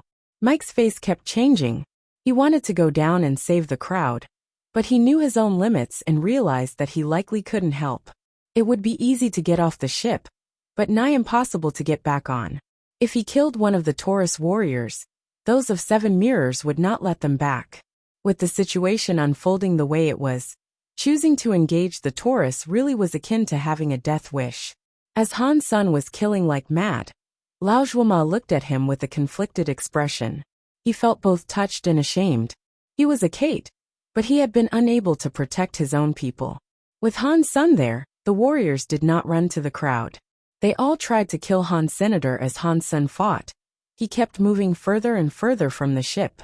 He knew it was pointless to kill the warriors, but he just wanted to buy some time for the Kate to get on the ship. The Centaur leader was finally in front of Han Senator. The beast swung his spear, and it was most certainly stronger than what the other warriors could do. The leader was a baron, but Han Sen's face did not change. For some reason, his movements allowed him to dodge the attack. When he walked past the leader, the string took off the leader's head, just like it had with the other warriors. The barons and Lao Zhuoma on the ship all sighed. The Taurus were very good at killing, and their barons were much greater than Kate barons. Watching Han Sun cut off the leader's head was quite scary. This guy is so strong. He said that he's a human? What is that race? Is it a higher race? A baron asked in shock. It is a shame. If he was allowed to live, he might have been able to do a whole lot more. But he is too reckless. Another baron shook his head. As this occurred, a flurry of footsteps was rushing Han Sen's way. A centaur warrior was coming, but it was twice as big as the average centaur. It was also clad in metal armor. The forelegs could cross 12 meters in one step. It was different from the spear-wielding warriors, and it was holding a 2-meter-long greatsword. Despite that, it carried the sword lightly, like it wasn't heavy at all. But seeing the texture of the blade, it was obvious that the sword was made from heavy steel. There was no way it was actually light. Oh no, this is a Taurus greatsword-wielding Viscount. It is a really high rank amongst the Viscounts. He is so strong, and he can wield the element of fire to incinerate foes, explained a baron on deck. I hope he can hold out a bit longer, since he is going to die anyway. Holding out another few minutes will allow a few more Kate to get on. Another of the barons sighed. Han Sen saw the greatsword centaur coming, but he still remained oh so calm. It wasn't as if he hadn't killed a Viscount before. He had already killed 3 of them after all. He kept moving forward, trying to lure the warriors away from the ship. When the greatsword-wielding centaur got close, Han Sun sped up a little more. The creature was only 100 meters away. Die! The greatsword-wielding centaur's feet were like thunder. It jumped a few dozen meters with the greatsword swinging towards Han Sen's head. The steel suddenly blazed with red fire, radiating enough power to sunder a building. Chapter 1786. Angry Steel Army. In a town in the north, the Taurus Viscount, whose name was Angry Steel, was looking at the image in front of him. He was watching the 7 Mirrors airship. Next to Angry Steel, there was a man. He had purple eyes and hair, horns and white clothes. He too was watching the video stream. If Han Sun had seen that white-clothed man, he'd have been very shocked. And that was because the man looked like a Shura from the Alliance. Angry Steel looked glum. He was standing next to a master of the demon bloodline. And Angry Steel had been wanting to show off the Angry Steel Army's power. He wanted to impress the demon, and perhaps be considered for placement as one of the higher races. But before he could show the man anything, this unfortunate event had transpired. Killing the Kate people was not the mistake. The biggest mistake was for so many warriors, Baron Leader included, to be ruthlessly murdered by another Baron. It all happened so swiftly, it was embarrassing. Mr. Viscount, Taurus warriors do seem to be a little special, as you have been keen to express. Many of them surrounded a Baron, and all of them were haplessly murdered. They don't look strong, I'll tell you that much. Next to the Demon Master, there was a woman with 2 horns. But her horns were golden, and they were different from the Master's horns. Angry Steel Viscount lowered his head to the Master and said, I am sorry, Mr. G. It was me merely being useless. Mr. G shook his head and said, "That person is a baron, but he is good. This isn't entirely your fault. Order your 10 captains to go there, and keep him busy." Angry Steel Viscount quickly said, "My best captain, Greatsword Viscount, is already there. He can kill the person with ease." Mr. G looked at the video but did not speak. The Lady Demon sneered and said, "Why are you talking so much crap? Are you really that stupid? We need 10 of your captains to go, not just this single one."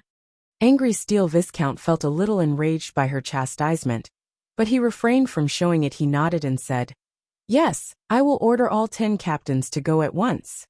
Angry Steel Viscount thought Greatsword Viscount was enough to deal with the Mystic Baron, but he still gave the order to send everyone out there. Greatsword Viscount was already there, and he was running at Han Senator. Angry Steel Viscount thought to himself, "If Mr. G says I have to do this, then I have to do this. I definitely don't want to upset him, but Greatsword Viscount can definitely kill that person. He doesn't need anyone else. It'll just be for show." Angry Steel Viscount watched the video feed confidently, as Greatsword Viscount rushed straight at Han Senator. Its powerful body had considerable momentum, and it was very shocking to witness. It was like the very planet was shaking. And in regards to his performance, Angry Steel Viscount was satisfied. Greatsword Viscount was not the strongest leader amongst Angry Steel Army, but he was most certainly the most intimidating one. Otherwise, Angry Steel wouldn't have selected him to become the top-ranked captain. Greatsword Viscount jumped a distance of a few dozen meters. A large flame enwreathed the greatsword he wielded. His strength and speed were perfect, and the sight of it was beautiful. "This is it. Kill that baron. Let Mr. G know that Angry Steel Army is strong." Angry Steel Viscount thought to himself. Mr. G was looking at Greatsword Viscount when he suddenly smiled. Lao Zhuoma looked pale. He was worried for Han Sun and the Kate that had not yet boarded the ship. The door was too narrow. There was a limit to how many people could get on board, all at the same time. Only half of the group had successfully made it inside the ship. The other half were still out in the open. There were mostly old people, women, and children outside now. Only a few young men were valiant enough to help them get in. If Han Sun was killed, the army would return to finish them all off, and the deaths would be many. Lao Zhuoma looked on strangely. Why Han Sun was fighting Greatsword Viscount was a mystery to him. And if he had decided to just evade the foe, he'd surely survive longer. He could have even run off. But Han Sun was heading towards Greatsword Viscount directly, with no thought of escaping. When the onlookers saw the greatsword swinging down, they knew the blow would be something not even a steel airship could withstand. Han Sun did not move. His left hand held onto the gold feather bow as his right hand clutched the horn arrows. He pulled the string back as far as it could go, and he took aim at Greatsword Viscount. The bow was a weapon that exceeded expectations at range, but Greatsword Viscount was within melee distance of Han Senator. The burning steel greatsword was going to come against the bow, and Han Sun had yet to fire. "Die!" Greatsword Viscount roared, as the muscles in his body tightened. He unleashed a scary power that looked like it would crush Han Sun and the ship. As this occurred, Han Sun unleashed the arrow. The whoosh of its travel sounded as the arrow rushed forward like a toxic cobra strike. It seemed too late to fire now, though. Greatsword Viscount's greatsword was going to come into contact with the horn arrow, then probably carry on through to hit Han Senator. Greatsword Viscount wore a horrible smile, and he kept roaring. He gripped the sword tightly as he pushed more of his rage into the weapon. He was 3 inches away from the arrow, but the horn arrow disappeared right before Greatsword Viscount. Nothing collided with the steel greatsword. Han Sun turned and went right past him like a butterfly. He ended up at the foe's side. Greatsword Viscount wished to strike again, but it was then that the creature noticed the vanishing arrow had reappeared. Before he could react, the horn arrow raced through his mouth as he was shouting. The arrow was spinning incredibly quickly. It came up through his throat, bulldozing its way into his brain. It came out again, spraying brain matter and juice all about. Han Sun kept on going past Greatsword Viscount, not even concerned enough to look at the beast. He reclaimed the arrow and moved forward.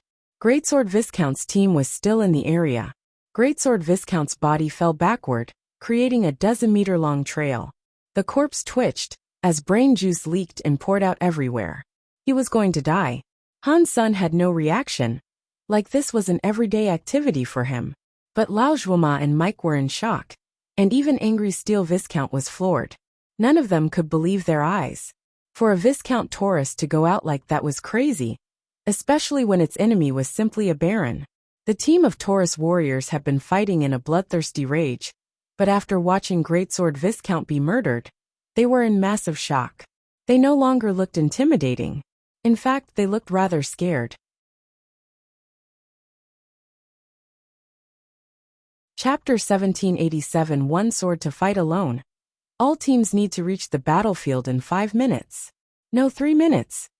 Angry Steel Viscount shouted down the communicator. His face had turned green.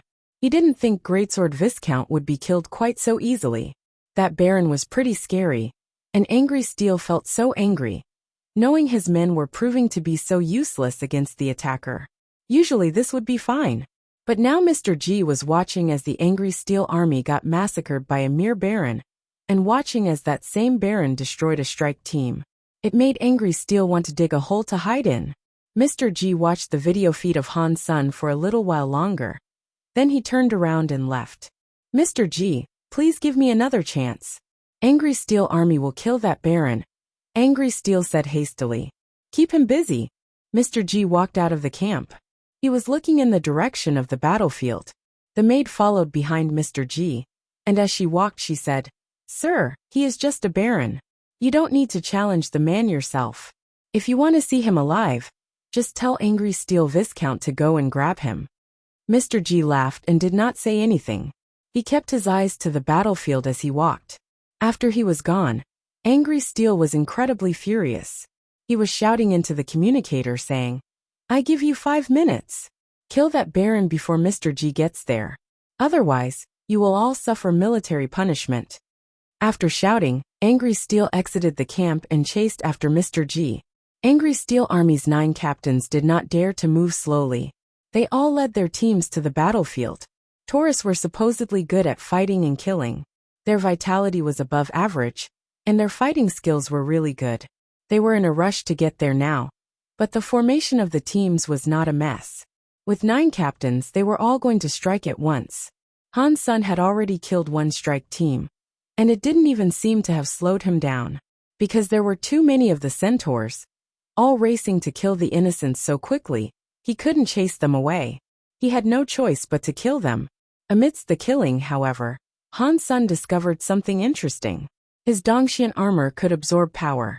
Han Sun already knew that it gave him energy to fight non-stop. But now he was feeling something more in the energy flowing out of the armor. If the armor usually had 1 water tap providing energy, then he could now feel many more open faucets. Han Sun's life was stronger, and his power had increased. This increase happened after he dealt with the strike team. Does this mean the Dongxian armor absorbs the power of the earth? Just like my coin Geno Core could when I use collecting taxes. The more creatures there are around me, the more power I receive? Han Sun thought to himself. Han Sun soon received an answer to this. When the 9 teams arrived, Han Sun felt his Dongxian armor give a vastly greater surge of energy. This went beyond merely recovering the energy that he had lost. So it's true. Han Sun was quite happy about this discovery. But he didn't know if it was a result of his Dongxian Sutra or his Dollar Geno Core. This was not something Han Sun could ponder now, however. He had no time, due to 9 Taurus Viscounts headed his way. They all looked pretty past. Han Sun was merely a baron, and even with the Dongxian armor's buff, he still wouldn't be quite as strong as a Viscount. If he missed a single strike, things would turn out very poorly for him. Lao Zhuoma had watched Han Sun kill Greatsword Viscount. He had been stunned when that happened. But now, there was a whole army of centaurs coming. Han Sun was like a small rowboat amidst a sea of tumultuous waves. It didn't seem like things would end well for him. "Get on the ship quick!" Lao Zhuoma shouted distractedly at the Kate still trying to board the ship. Mike had seen Han Sun fighting from the upper deck, and he watched with a complicated expression. Buzz! Before the centaur army reached Han Sun, they all lifted their spears and threw them at him like javelins. There were so many of them, they looked like a cloud in the sky. Han's son looked up at the spears that were falling like rain. As he did, the gold feather bow disappeared. His right hand touched his waist, and when he did, something white appeared. A white sword light blazed out from his hand. Under the black rain of spears, it looked like a sun that was swelling to life. Han's son ran into the ring of spears he had cut down, and wherever he went, countless spears were broken. None of the spears could cut through his net of sword strikes. Amazing sword skills. Everyone who witnessed it was flabbergasted, whether they were friend or foe. But the tourists were not going to retreat, and the 9 captains were still leading their teams towards Han's senator. They surrounded him by keeping their formations tightly knit. The sword air travels 30,000 miles, and one sword can puncture 9 layers of the sky. I thought that any man who can do such marvelous things must be a sword master. But he is just a baron. I was certain that he possessed a higher rank. Talk about shocking. From a broken building not far away, Mr. G was watching the swordlight performance with admiration. Very good. I have followed you and have borne witness to many higher races, but none have used such excellent sword techniques as this baron here. Even the maid gave Han's son a compliment. Angry Steel continued to look terrible. All 10 of his teams had arrived, and all they had to do was kill one baron. But they were being destroyed. The sword air cut through his army like a sickle through field grass. What made him angriest, though, was that the man didn't have as much power as any of the captains. And yet, despite that, the baron was invincible. Angry Steel's soldiers had been unable to do anything to him. It was fortunate the person was only a baron, so he couldn't use more sword lights. He could only kill one warrior at a time. If this hadn't been the case, thousands would have died in mere moments. Chapter 1788. Killing a Xenogeniac amidst 1,000 soldiers' roar. One of the viscounts amidst the 9 captains roared. His armor cracked, and his muscles inflated. His skin looked like steel, and his eyes became red. He was turning Xenogeniac. Han's son was not surprised by this, though. In fact, he was quite happy about it. Han's son used his Dongxian movements to avoid fighting all 9 of them at the same time. But that did not mean he couldn't kill them. It just enabled him to scope out the right time to strike. In the Xenogeniac universe, killing Xenogeniacs was widely approved. It was the only way he could nab beast souls too. The Greatsword Viscount was just a noble when he was killed. Because of this, the sanctuaries did not get involved, and he wasn't able to receive any decent loot. The Xenogeniac Greatax Viscount went mad. He shouted, right as his steel-like body took off running towards Han's senator. His hands clutched a greataxe. Hansen's body moved like some sort of weird bird. When he dodged the greataxe, his own sword struck the Xenogeniac Viscount's neck. The pirate bone sword was very sharp, and not even a Viscount's body could withstand its edge. If the pirate bone sword found its target on the enemy, the Xenogeniac Viscount would be beheaded. But the Xenogeniac Greataxe Viscount was blisteringly fast. When the greataxe was only halfway through its swing, its operator was able to pull it back swiftly. Then, it came at Han's son again, but at a speed that was even faster than his own sword. In the air, Hansen's body had no protection. He was exposed. He borrowed the strength of the air, though, and moved 3 feet to the side to dodge the raging axe. The other viscounts pulled out their spears and threw them. They came at Han's son from every single angle. And even though Han's son was moving like a bird, it was difficult to dodge. He was not a real bird after all. The Dongxian armor's energy kept on surging. He wasn't a bird, but his body seemed light as a feather. He was like a phoenix soaring through the sky. He evaded the spears as the pirate bone sword was swung towards the Xenogeniac's neck again. The Xenogeniac Viscount used his greataxe to block.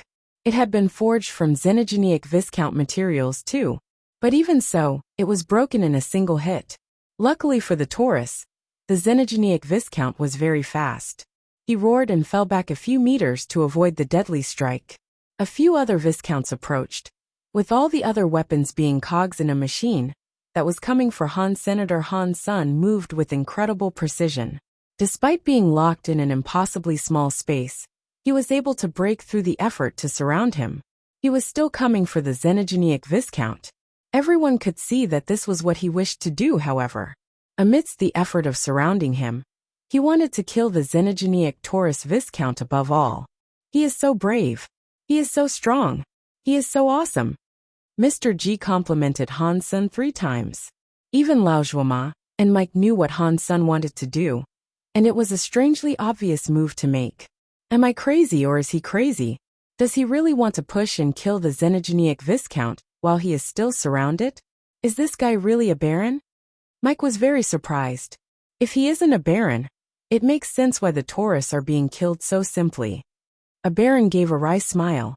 Before Han Sen got off the ship, no one could suspect things might turn out this way. No one believed a baron could truly go up against an army as accomplished as this one. And this was something not even a baron from the higher classes could achieve.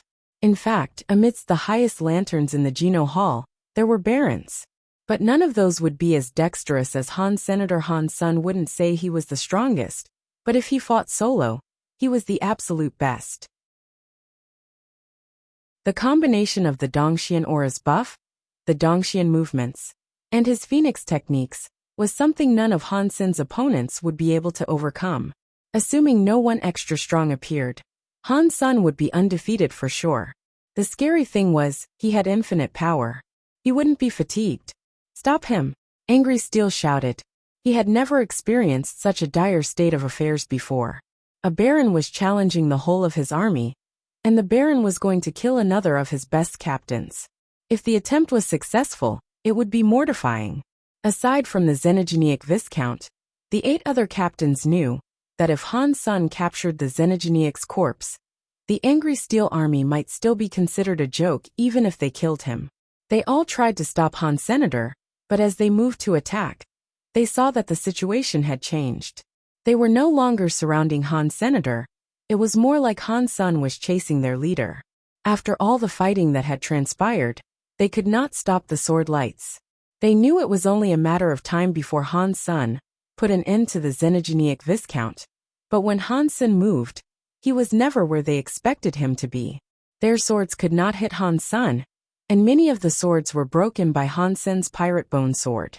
They watched as Han Sen quickly approached the Xenogenic Viscount, but no one could stop him. Roar! The Xenogenic Viscount shouted. The muscles across his body were huge.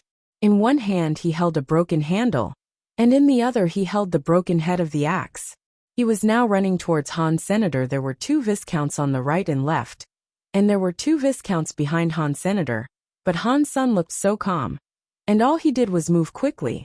He jumped up, and with a sword light he spied an opportunity. He came out from the ring surrounding him, twisted his body, and slipped past the Xenogenic Viscount. Then he drew his sword. It was so fast it was like lightning. A sword mind appeared that was difficult to understand. It was right in front of the Xenogenic Viscount. It was too late though. The Xenogenic Viscount shouted, and threw his weapons away. As his blood vessels almost burst, he used both hands in an attempt to stop the pirate bone sword that was quickly approaching. Han Sen was not as strong as the Xenogenic Viscount, and when his sword was grabbed, he couldn't push it onwards. Angry Steel and the Taurus warriors were all filled with happiness for a change. But the next second, their mood and color changed. The straight blade of the sword that the Xenogenic Viscount had grabbed suddenly curved like a crescent moon. It created a weird angle, piercing into the Viscount's head.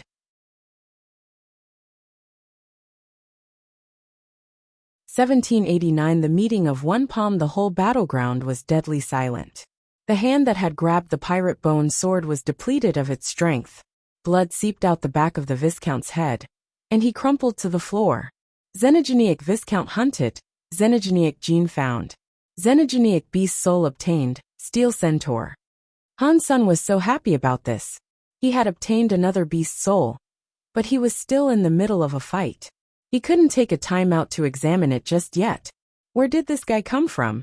Mike and the other barons were frozen. They couldn't believe any of this. A baron was surrounded by the Angry Steel army. He had not been killed, and he had managed to kill a Xenogenic Viscount.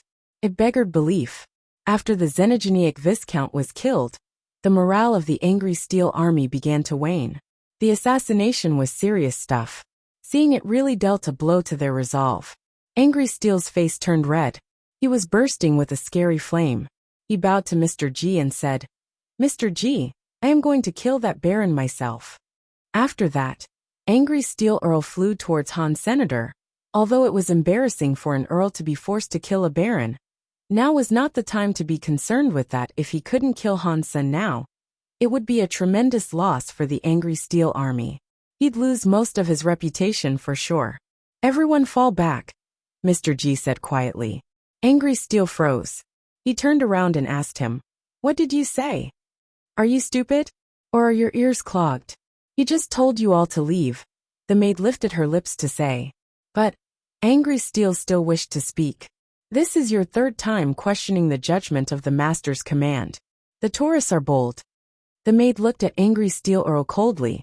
A cold sweat broke out on angry Steel Earl's forehead. He quickly bowed and said, "Please do not be mad. I am wrong. I will tell them to retreat immediately." After that, he commanded his entire army to fall back. The centaur warriors were all shocked, but they didn't want to fight anymore anyway. They were all happy to listen to the command and swiftly abandon the battle. "You get lost too." The maid looked at angry Steel Earl with disdain. If he wasn't useful, she would have killed him already for questioning Mr. G 3 times.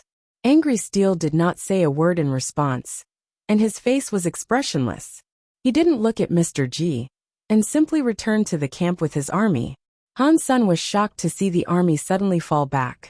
When the Kate that were boarding the ship saw the army retreat, they began to cheer. Lao Zhuoma and the barons, seeing what happened on the battlefield, looked nervous. They saw a shadow. Mr. G walked slowly onto the battlefield, along with the maid. Han's son, seeing Mr. G and the maid, looked shocked. They looked like Shura. Mr. G walked in front of Han's son and bowed before him, saying, "I am of Demon. My name is Luo Ji. May I ask what yours is?" When Lao Zhuoma and Mike saw Mr. G, their faces grew pale. They did not know who Mr. G was in particular, but they knew what the people of Demon looked like.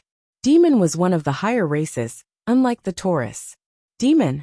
Han's son looked at Mr. G, and then said, "I'm human. The name's Dollar." "Dollar? That's a good name."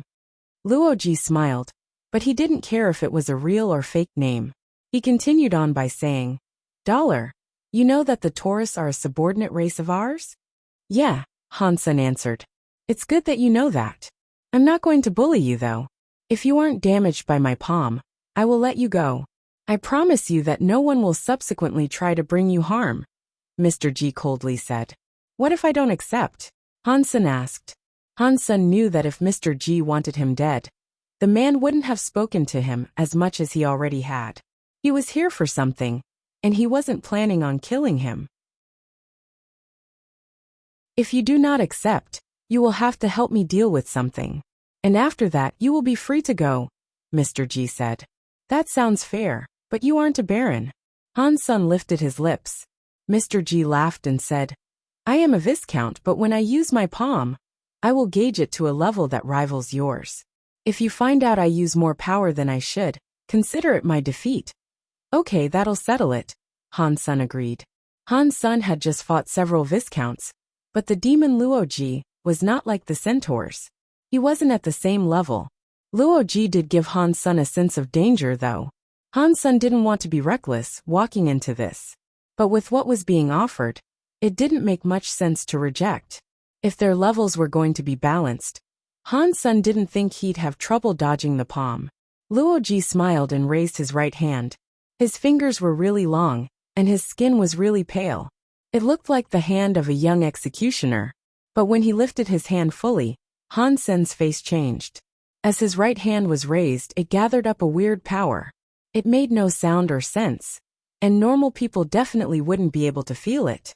But Han's son was very familiar with this power. Many people had this power in his family, and he recognized it. The falsified Sky Sutra? Han's son's heart jumped. He looked at Luo Ji's hand in shock. Without a shadow of a doubt, the man was using falsified sky powers. Or the Shura version of those powers. He knew he wasn't wrong. When Mr. G heard Han's son's voice, he laughed and said, "This power hails from the annals of my race. It is Sky Demon Sutra. If you can block it, I will never bother you again." Han's son wasn't familiar with the Sky Demon Sutra, but he knew it must be the same thing as falsified sky power. And Han Sun also knew why Luoji was so confident in his ability to hurt him. Falsified sky powers never missed, and no ordinary combatant could ever block them. After Mr. G said that, he put his hand in front of him. He swung it like an orchestrator with a baton. It looked rhythmic, and it didn't even look as if there was much power in it. Not many people could block falsified sky powers. If that man used Viscount power against Han Sun, he didn't think he could beat it, but Mr. G was using power that equated to Han Sen's level. It was the hubris of arrogance.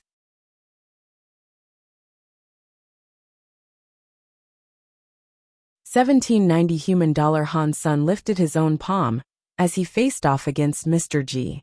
The maid behind Mr. G smiled and looked on with disdain. She thought to herself, this person is arrogant. He thinks he is so great just for killing a few centaurs. He's actually using his own palm against the master Pa. How dare he think he can compete with the Sky Demon Sutra? As she thought this, both palms collided, and because the power was equalized, they were both sent reeling back. Han Sun knew this would happen, but Mr. G wasn't prepared. It looked as if he couldn't believe it. The maid's eyes and mouth opened wide, and she screamed, "How is that possible? Do you still mean what you said?" Han Sun calmly asked Mr. G. That calm was only on the surface, though. After that strike, he knew he had just gone up against falsified sky powers. Does Demon have a connection to the Shura? Is Demon a race formed by the Shura in the Geno universe? Or are the Shura a part of Demon, perhaps? Han Sun mulled potential answers for these questions over and over. It was difficult to say. Mr. G wore a conflicted expression, and he said, "I spoke the truth. You can leave, and no trouble will pursue you when you depart." After that, Mr. G said, "And if you are willing to, we can make a trade. If you succeed, not only will trouble not follow you today, but you will never have trouble on planet Kate ever again. Furthermore, you will be granted a fine reward." "What sort of trade?" Han Sun asked, looking at Mr. G. The implications were clear. Mr. G wouldn't touch Han Sun for one day, but unless Han Sun got on that airship, he couldn't run very far. Demon would control the entirety of planet Kate soon. If Han Sun didn't want to get killed, he'd have to make this trade. Han Sun was not afraid of being chased, but he wanted to at least hear what the terms might be. Han Sun was also interested in learning why those of Demon were able to make use of falsified sky powers, and why they looked so similar to the Shura. This is not a place for talking, so let us discuss this somewhere else. Mr. G waved for Han Sun to follow him, and without hesitation, Han Sun accompanied him, and they both left together. After they left, all the Kate felt as if they had escaped death. Someone had recorded the fight and uploaded it to the internet. It created quite the fuss across many different races. It depicted a baron turning the streets into a killing field. Han Sen's movement and sword skills garnered a lot of attention. In particular, they all wished to guess who he might have been. Many people knew about the pirate bone sword he had wielded. So, many guessed that he belonged to Pirate.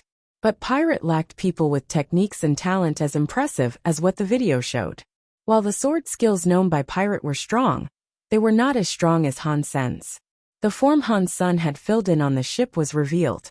It identified his race as human, and his name as Dollar. No one had heard of humans before, so no one knew where Dollar might actually be from. But many creatures remembered that human and Dollar combo from that day onwards. It's that asshole. On a pirate ship, a beautiful young lady was watching the video. She gritted her teeth. It was Higher. After she had been robbed, she set out in search of Han Sun, but all traces of the man had vanished. She believed it would be extremely difficult to find him, and the last thing she wanted to hear was that a baron had made such bloody use of her pirate bone sword and killed a xenogenic viscount amidst it all. Higher watched the video and recognized both Han Sun and the sword. She was so mad, she really wanted to kill him. Higher, this Dollar stole your sword. A man was also watching the video, and he looked greatly surprised. Yes, Uncle Rog. You need to teach him a proper lesson and get the sword back, Higher said to the man in a voice that she thought would sound cute. Although Higher hated Han Sen's guts, his display of power had impressed her. It would be difficult to find another fighter that could equal him, especially among the barons. She knew if she was to exact revenge, she couldn't do it alone. Rog sucked on a lollipop contemplatively. As he watched the video, he said, "Powerful guy. I'm afraid someone of the same tier would not be able to kill him. He is just a baron. If you want to kill him, it shouldn't be difficult for you." Hire clutched his arms tight. Rog blinked and said, "My little Hire wants help, eh? But you do know that if one of us pirates seeks vengeance, we must do it by ourselves. Unless you die or something, of course. If I help you, Grandpa Pirate will kill me." "Rog, Uncle, it is only the two of us.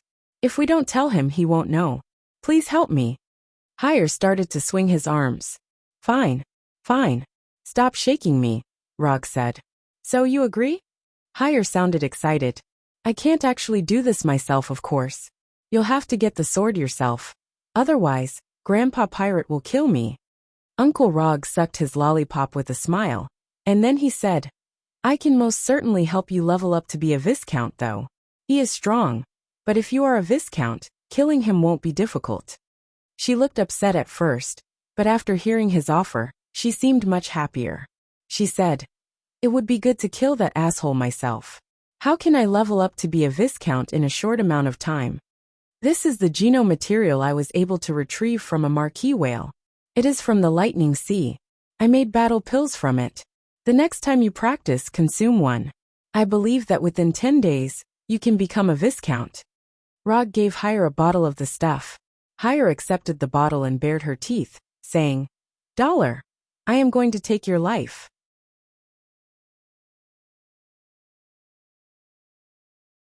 "1791 Demon Grave. Han-sun frowned and looked at Mr. G. Mr. G nodded and said, "Yes, Demon Grave. It was an ordinary xenogenic space, but a battle once transpired there. Something went awry. Anyone who enters there now has their powers suppressed to the level of an ordinary bumpkin in Geno armor. Even a king would be like a commoner there. And the same applies to any weaponry that enters." "There's a place like that? What happened there?"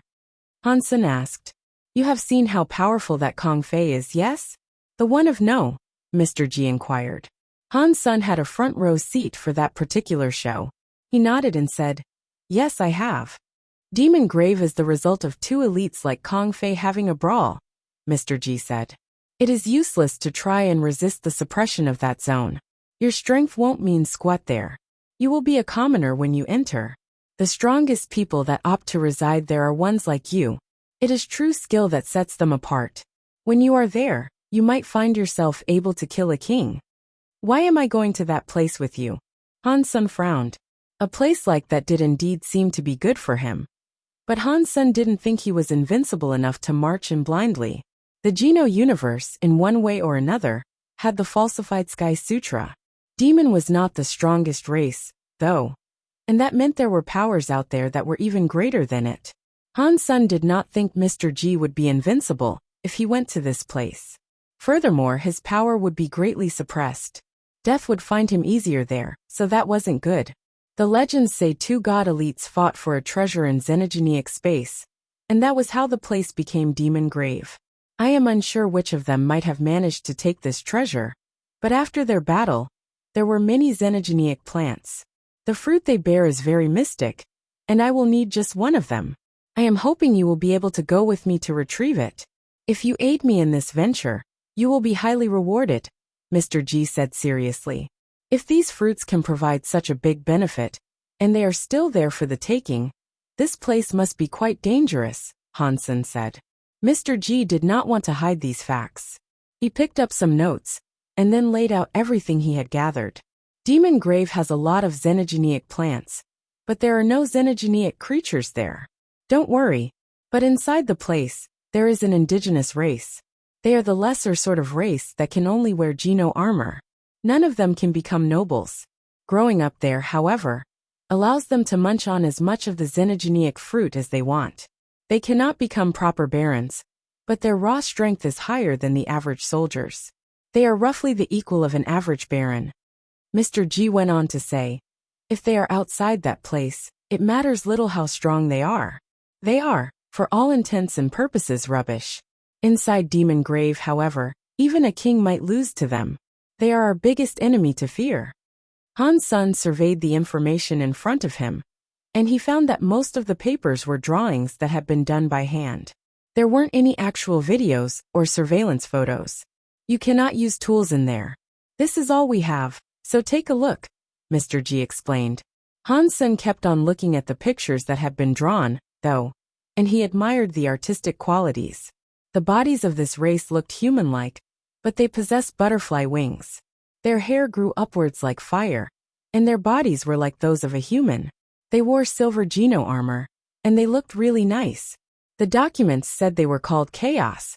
They were not nobles, and nor were they xenogenics. But their power could definitely be compared to that of a baron. They were nothing when they were out in the world, but they were scary inside their territory. Chaos ate the xenogenic fruit. While many others had ventured there, hoping to collect some, even dukes, they were mostly killed. But when Han Sun read the effects of those fruits, he was tempted. Han Sun had 86 Baron Geno points, and that was because he consistently ate the materials and weapons he found. He hadn't cooked the horn arrows or the pirate bone sword. He did eat the toxic Fang dagger though, and after everything he'd consumed, he was still a while away from 100. He killed Greytax Viscount, but there were no materials for him to retrieve. He couldn't get the dozen Baron Geno points he needed. After seeing the description of the xenogenic fruit, Han Sun thought that maybe he'd be able to increase his own genes. If he could, he'd become a Viscount. But still, it depended on the fruit itself. And fruit aside, there was already a fairly good motive that could prompt him to go on this venture. If he was able to get a few of the fruits, he could at least swap them for materials too. Aside from the one I need, you can keep any others you collect. If I get the fruit I want, I will give you a Viscount armor that was forged from xenogenic material. The defense of the gear is as good as it gets. When Mr. G said this, Han Sun was unbelievably tempted to join him. Not only was it the prospect of Viscount armor, but being able to keep collected fruit was wondrous too. Han Sun really wanted to go. Mr. G, seeing Han Sun not saying a word, still looked hesitant. So he took out his phone and showed Han Sun a visual of the armor. The armor was blue and made of scales. It looked like a fish scale armor set. Mr. G smiled and said, "This Viscount armor is called Aquascale armor. It is made from the scales of Viscount Aquascale snakes. Each snake only has one scale, so it took 265 to make this set. If you think I'm worth all this, then sure. I will come with you." Han Sun smiled and agreed to the trip. He looked calm and composed, but inwardly, he was drooling over the potential rewards. 265 Viscount materials was incredible. Seeing the armor, Han Sun didn't want to wear it. He wanted to eat it. That set of armor could take him from Baron to Viscount, and from Viscount to Earl. That was not an armor set. That was a recovery soup.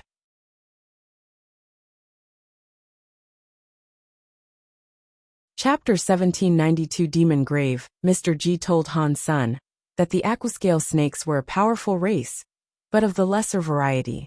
They were strong enough to challenge the higher races that were in the Geno Hall. They had tried once, but fell short of being able to claim a lantern. The high race had killed almost all of them in return for the boldness. The Aquascale armor was made from the xenogenic snakes that had died in the battle. It eventually came into Demon's possession, and then Mr. G's personal ownership. This trip to Demon Grave was important, and it had been very difficult to find someone of Han Sun's caliber to help. Therefore, the price was of no object.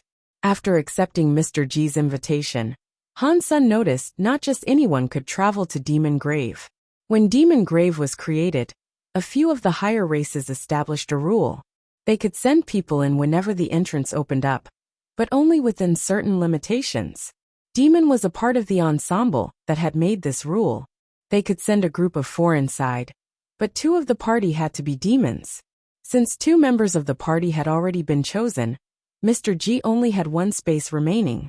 He was originally planning on bringing his maid, but after seeing Han Sun, he changed his mind. He'd prefer to bring Han Sun instead of her. Mr. G wasn't stupid though. He had insurance to make sure that Han Sun tried his hardest. The maid was an Earl Elite, and there'd be other demons on standby outside. Things wouldn't turn out very well for Han Sun if Mr. G didn't return alive. Demon Grave's entrance was near Planet Kate. But because it was not yet open, Mr. G had been waiting around, observing how the tourists attacked. He could not believe that he had stumbled across someone like Han Sun here, of all places. 2 days later, Mr. G took Han Sun with him to leave Planet Kate's surface. They didn't go far though. The entrance to Demon Grave was on a natural satellite that orbited Planet Kate. Because of the fight, the energy of Demon Grave was erratic and volatile. Sometimes Demon Grave would suppress elites so strongly that they would die before they could even set foot on the ground. So the only option was to enter during a fluctuation of the atmospheric energy. They would enter when the energy was weak, and leave before it became strong again. Han Sun followed Mr. G to a base that the elites had built. There were no other higher races there. The guards in the base said that one demon had already taken a person into Demon Grave. Mr. G took Han Sun out of the base, headed for a barren planet. Mr. G told Han Sun he had arrived late on purpose, and so they wouldn't be entering with the others. The natural satellite was the size of the moon, so it wasn't big. It was very empty too. It was covered in yellow sand and cactus-like plants. When he stepped out of the base, he noticed that the sands stretched out to endless horizons. Rather than being on a tiny moon, it just felt like he was in a random desert somewhere. Han Sun knew he had entered Demon Grave, however. This was the result of the xenogenic space's dimensional twisting.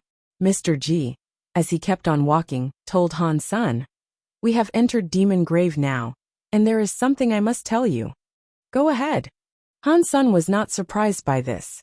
Before he had agreed to come, he knew some sort of information had been kept from him. The fruit that we're after this time is special, even for Demon's Grave. But it also means we have to go in deep. It is in the land heavily ruled by chaos. So we need to ensure we are prepared, Mr. G said. Han Sun shrugged his shoulders and did not say anything in response. Even though Mr. G had not told him this before, it was something he already expected. He was offering a lot to Han Sun, so there had to be something unusually dangerous involved. That meant Mr. G wouldn't have been very confident in the venture, either, if he was to go alone. He really wanted Han Sun to go with him. Inside Demon Grave, our lives are tethered. If you die, I die. If you live, I live. So if there is anything I need to know, it is best you tell me now. Don't hold back something that will bite us in the ass later, Mr. G said. Han Sun smiled and said, "Don't worry. This is a trade. You're paying for the service, so we each have an obligation. You, money. Me, effort. We humans have standards." Hearing him say that, Mr. G did not respond. With Han Sun in tow, he continued moving forward. Not long after, Han Sun felt a little sick. He was feeling weak. After a few dozen more miles, he was feeling extra tired. Demon Grave suppresses outsiders a lot. We are weakened a considerable amount. Be careful. If you see the chaos, hide. It is best to try to avoid fighting them. Mr. G was not faring any better either. He was sweating, and he was visibly struggling against the suppression. After a dozen miles more, the desert turned a little green. They were approaching an oasis, and it spurred them to walk a little faster. "It looks like we're on the right path. The map said we'd encounter an oasis. There's a chance we can get some xenogenic fruit here without trouble." Mr. G looked excited, but they were still very cautious as they walked forward. They didn't want to stumble into the chaos.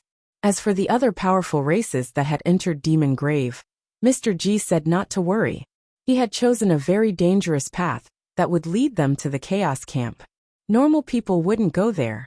They didn't sense anything living in the oasis as they approached. When they entered, they found many grape-like fruits, which were reddish-purple in color. They were so heavy, they bent the vines they grew upon. And there were a lot of them. "Are these the xenogenic fruits?" Han Sun looked at them with surprise. "They're not. They're just ordinary fruit. We'll have to look deeper.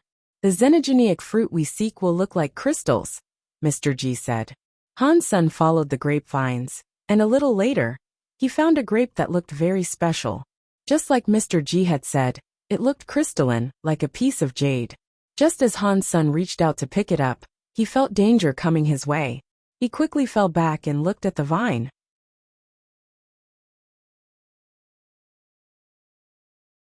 1793 Sha. When Mr. G saw Han Sun jump back, he immediately put himself in battle mode. He looked toward the grapevine ahead of them. Mr. G, you are good. Even your mere servant is so sensitive. A voice sounded from the grapevine, before someone walked out. Han Sun observed the body approaching, and noted it was a woman wearing a battle suit. The mask she wore obscured her face, however. On her head, she had white bunny ears. Han Sun and Mr. G were facing her, so they couldn't see if she also had a tail. Hanging on her back, though, was a saw-like knife. It was a little savage, especially when compared with her body shape. Mr. G looked at the woman and said coldly, "What is one of the rebate doing here?" The woman, still sounding casual, said, "Whatever you're doing here, I want to do too. That means we're enemies." Mr. G gave Han Sun a signal before approaching the woman slowly. His hand hovered above the sword attached to his waist. Han Sun understood the signal and moved to flank the woman. He walked toward her from the other side. The woman remained where she stood, as if she hadn't seen the pair coming toward her. She merely said, 3 miles to the north of the oasis, there is a group of chaos. If I shout, or the sounds of your weapons ring, they will be drawn here. Are you sure you want to do this now? I don't stand for bluffing. Mr. G laughed. If there were no chaos, why would I be here? Go ahead if you don't believe me. We can all die together. The woman didn't buckle easily to the implied threat, and she held her ground resolutely. That made Mr. G hesitate a bit too. He stopped approaching her, and gestured for Han Sun to keep an eye on her. Han Sun nodded. Mr. G started sneaking in a northerly direction, until he was out of sight. You don't belong to Demon, the woman remarked. She didn't sound hostile when she spoke. You're right, I am human, Han Sun answered. How did you know I was here? The woman asked Han Senator. She appeared to have been confused. The woman was definitely not an ordinary rebate. If Mr. G knew her true identity, he'd have been shocked. And he wouldn't have believed he was seeing her here of all places. Han Sun didn't say anything more, and he simply continued to look at the woman. The woman picked a grape and reclined back against a giant vine. She skinned the grape and placed it in her mouth. As she ate it, she said, "What is Mr. G giving you? Whatever it is, I can double the offer. If you help me later, of course." Han Sun was shocked that the woman so boldly wanted him to betray Mr. G. She had made the offer so casually, as if it was entirely normal. Seeing Han Sun not give her an answer, the woman went on to say, I'm afraid I am uncertain what Mr. G is hoping to accomplish. He's told you that he wants a xenogenic fruit. Am I right? If you believe that, you are dreadfully wrong. I can tell you right here for free that this xenogenic fruit he has told you about is not the only thing that he wants. This place is extremely dangerous, so I suggest you think about this, lest you go and get yourself killed. This is none of my business, Han Sun said calmly. Even if the woman hadn't said anything like this, he still had his own suspicions. You are an interesting fellow. My name is Isha. What's yours? The woman looked at Han Sun with genuine interest. Dollar, Han Sun answered. The woman's expression said that she had never heard of humans, nor a person named Dollar. The video of Han Sun laying waste to the centaurs hadn't been circulating for very long. Perhaps she hadn't gotten around to seeing it yet. The woman seemed to think of something else too, but she then appeared to quickly shelve the idea. The grapevines began to rustle, and a little later, Mr. G came marching out towards them. Mr. G looked grim. It seemed as if Isha had not been lying, and he had seen the chaos. How long have you been here? And how long have the chaos been in this area? Mr. G asked the woman. Is that how you ask people for information? This is the grace and etiquette of the demons on full display? Isha asked sarcastically. Mr. G looked at Isha. He had seen the rebate before, but he didn't know a ton about them. What is your name, lady? Mr. G asked politely, not seeming angered by her questions. Isha, Isha answered. Mr. G receded into thought for a moment, and he tried to imagine where he might have heard that name before. Mr. G smiled and went on to say, Lady Isha, if we have come here for the same purpose and waltzed into the same predicament, why don't we cooperate? How? Isha asked emotionlessly. We deal with the chaos, of course. And once that is done, we can go our separate ways. Finding the reward will be up to our individual effort again. What do you think? Mr. G smiled with his suggestion. Okay. How would you propose we deal with the chaos? Do you think the three of us can take down 4? Isha asked. Mr. G shook his head. They might come at us in a group, in which case their numbers advantage will be difficult to deal with. So what is the plan? Isha said. I have heard the rebate excel in both speed and agility. You are the best of the higher races in those fields. If you can lure the chaos into the oasis, Han-san and I will strike. If we can take down 2, the other 2 can beta-kin out easily. Mr. G looked sincere. Mr. G, that is such a great plan. Minor suggestion. How about you lure them out, instead? Isha said drily. Mr. G responded quietly. We don't have the movement capabilities of the rebate. And if we detected you when you were attempting to go unnoticed, the chaos definitely will. It is best that Han-san and I perform the sneak attack. Isha frowned in thought. Then surprisingly she said, Okay, I will lure out the chaos. But I want half of the spoils. The other half goes to you too. Sure. Mr. G smiled. After the 3 of them settled on the plan, Han-san and Mr. G went into hiding. Isha was going to attract the chaos. After Isha left, Mr. G told Han-san, When Isha lures them here, don't do anything. We will slide out of the oasis without being noticed.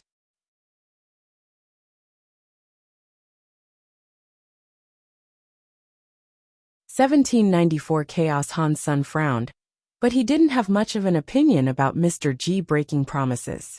Mr. G and Isha's purposes were similar, so that did make them competitors. It was to be expected that they would fight and trick each other when cooperating. The reason Han-san frowned, however, was because of Isha.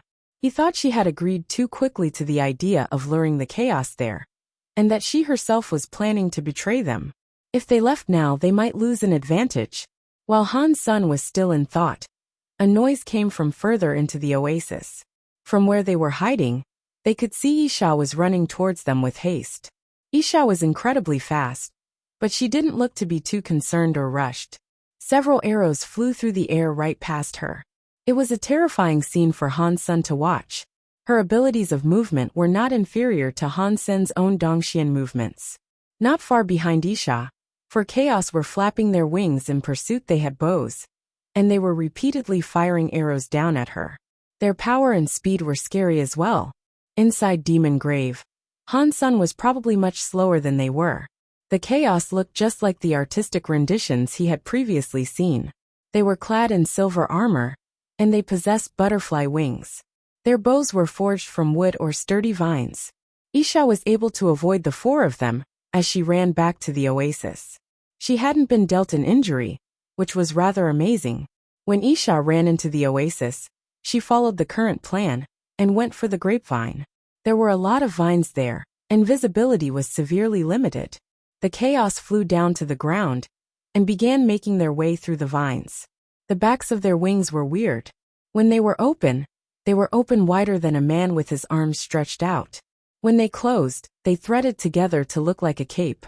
The 4 chaos were next to them now. Han-san looked towards Mr. G, who was looking back at him, shaking his head. He was telling Han-san not to do anything. The 4 chaos did not notice Han-san or Mr. G's lurking presences. But after they had passed, Mr. G signaled for Han-san to go to where the chaos had initially come from. Han-san followed Mr. G out of the oasis, but not long after they left, they heard an angry shriek from behind. The 4 chaos suddenly appeared, coming right for them. Mr. G and Han-san's hearts jumped. There had been no fighting in the oasis, and yet, the monsters were now coming right for them. Isha was nowhere to be seen either. That was weird. They did not know how Isha had gotten rid of the chaos, but the 4 creatures had obviously reversed direction. They were clearly coming for Han-san and Mr. G now. The pair couldn't spend much time thinking it over, though, and so they focused on trying to run. While they might not have been able to outrun the creatures, they couldn't just stand around doing nothing. After running a few steps, Han-san quickly realized that they couldn't escape this predicament. He shouted at Mr. G and said, "Run back to the oasis. We can't proceed like this." "Okay," Mr. G agreed, and he quickly turned around. Han-sun turned around too. He wanted to return to the oasis. There would be foliage and other things that could be used to block and confuse the creatures. Han-sun ran for a while, but Mr. G did not come back. He kept on running the other way, using Han-sun to get rid of the chaos. Han-sun stayed silent though, and he did not turn around. He kept going back towards the oasis. The chaos were moving incredibly fast, and Han-sun had been running for a while, hoping to breach the oasis from another side. All of a sudden though he slid to a stop. Many arrows came flying forward. Han-sun quickly employed Heavenly Go and his Dongxian movements. As he bobbed to evade each arrow, he continued heading for the oasis. The four chaos had been unable to shoot Han-sun, so they instead drew their swords and swooped closer. They wanted to stop Han-sun from entering. Han-sun didn't use his pirate bone sword though. A xenogenic weapon like that would be weaker in such a place. Using it here would be a great waste. And if it ended up getting broken, that'd be terrible. Amidst Han-sun's dodging, he decided to try to pick up the wooden arrows that had been fired at him. He threw them back at two of the chaos and rolled. Then he picked up another two wooden arrows.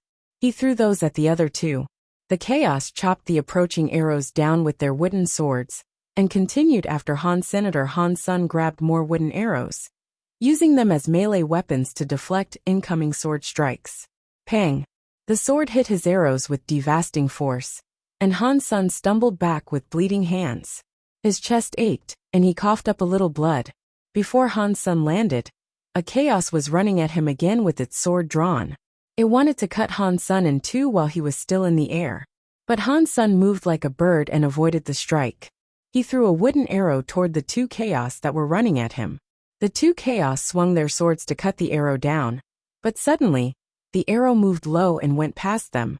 Han-sun thought Drillhead could be of benefit since he was using the arrows at such short range. But the speed and skill of the two that came against him now were too much. They dodged the arrow that had come right before their throats. These guys are hard to deal with. Han-sun thought in his heart. He didn't stop moving though. And while those two dealt with the arrow, he went to face the last chaos ahead. That chaos was a woman. Her wooden sword was not heavy like those of the other three. She swung her sword like it was a banyan branch.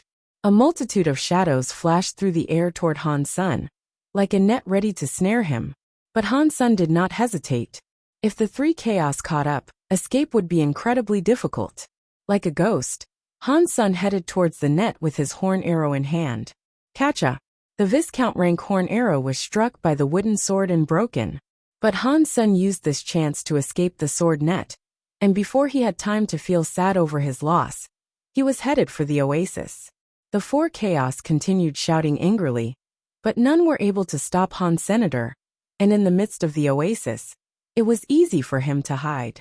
After a few more dodges, he was able to race into the grapevines.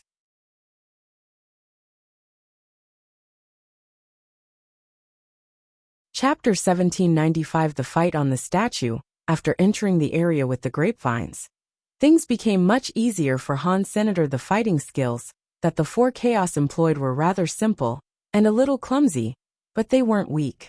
1 versus 1, Han-sun might win, but against four of them at the same time, there was a high chance he could stumble and fall. Han-sun used all the judgment, prediction, and movement that his skills gave him. He did this so he could fight them more effectively in the grapevine area. Han-sun kept escaping in the direction that Isha had fled. But Isha herself was now headed in the direction Mr. G had gone. So Han-sun was unable to see her. If she had not been killed, she should still be in the grape area.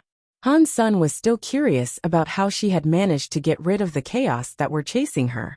The four chaos ardently pursued Senator. He was able to kite and keep them at bay, though, keeping them from dealing any damage to him.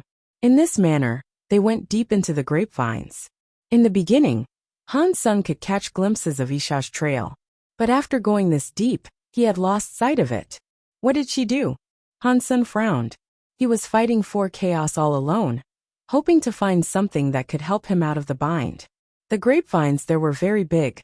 They were as thick as a man's leg, and they tangled together like snakes.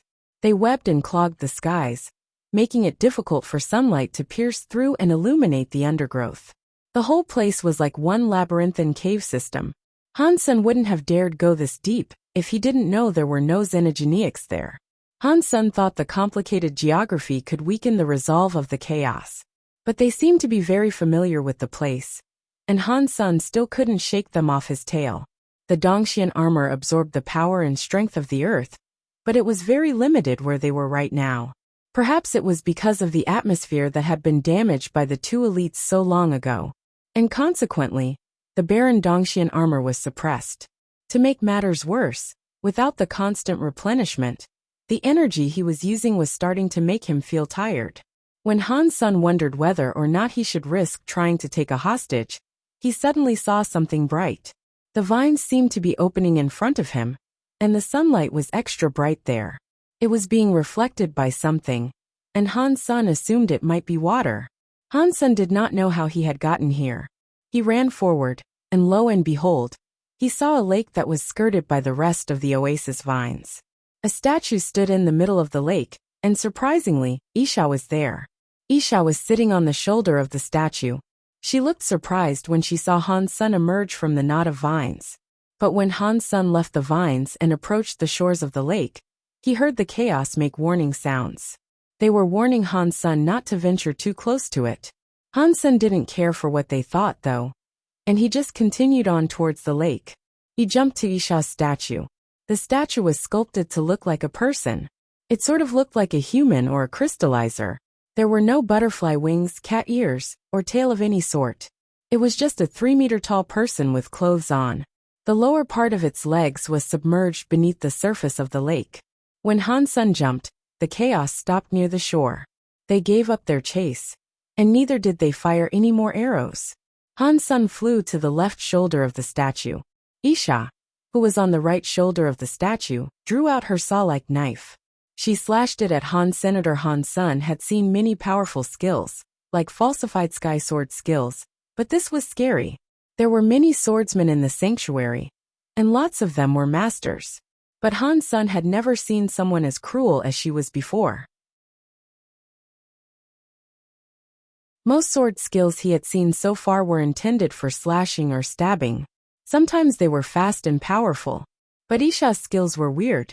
It looked like she was slashing and stabbing at the same time, like some toxic snake, or the fangs of a hungry wolf. She was so fast, Han-sun could not determine the track of her attack. Han-sun didn't spare much time thinking this over, though. He used his powers to take to the air like a bird. He tried to dodge Isha, but he was suppressed and unable to tell where she was attacking from. The suppression slowed him down, and while he did manage to mostly dodge the strike, he was slashed across the arm. Han-sun did not know what that savage saw knife was made of, but it cut straight through his armor and sliced him deeply enough to expose his bones. Luckily, Han-sun's blood was crystallized. Melting his blood would be difficult under the suppressive atmosphere, so no actual blood seeped through the wound.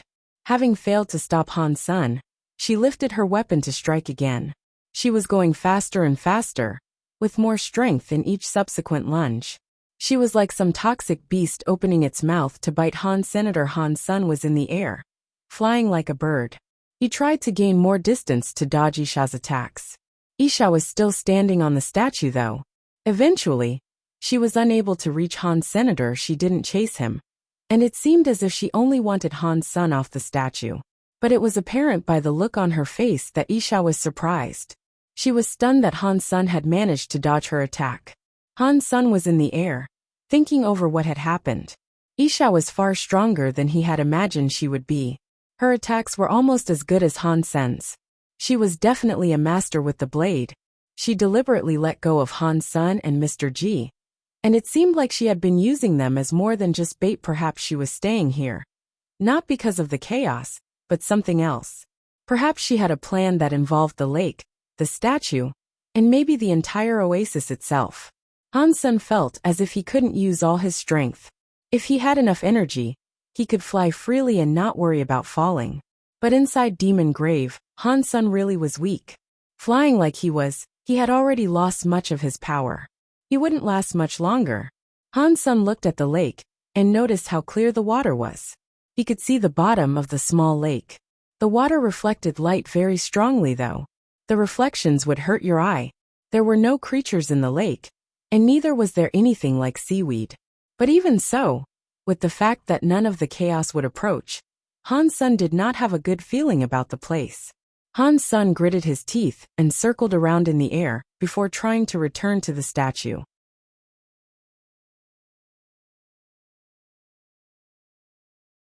Chapter 1796 Super Jean? Isha saw Han's son coming back for the statue and swung her sword again.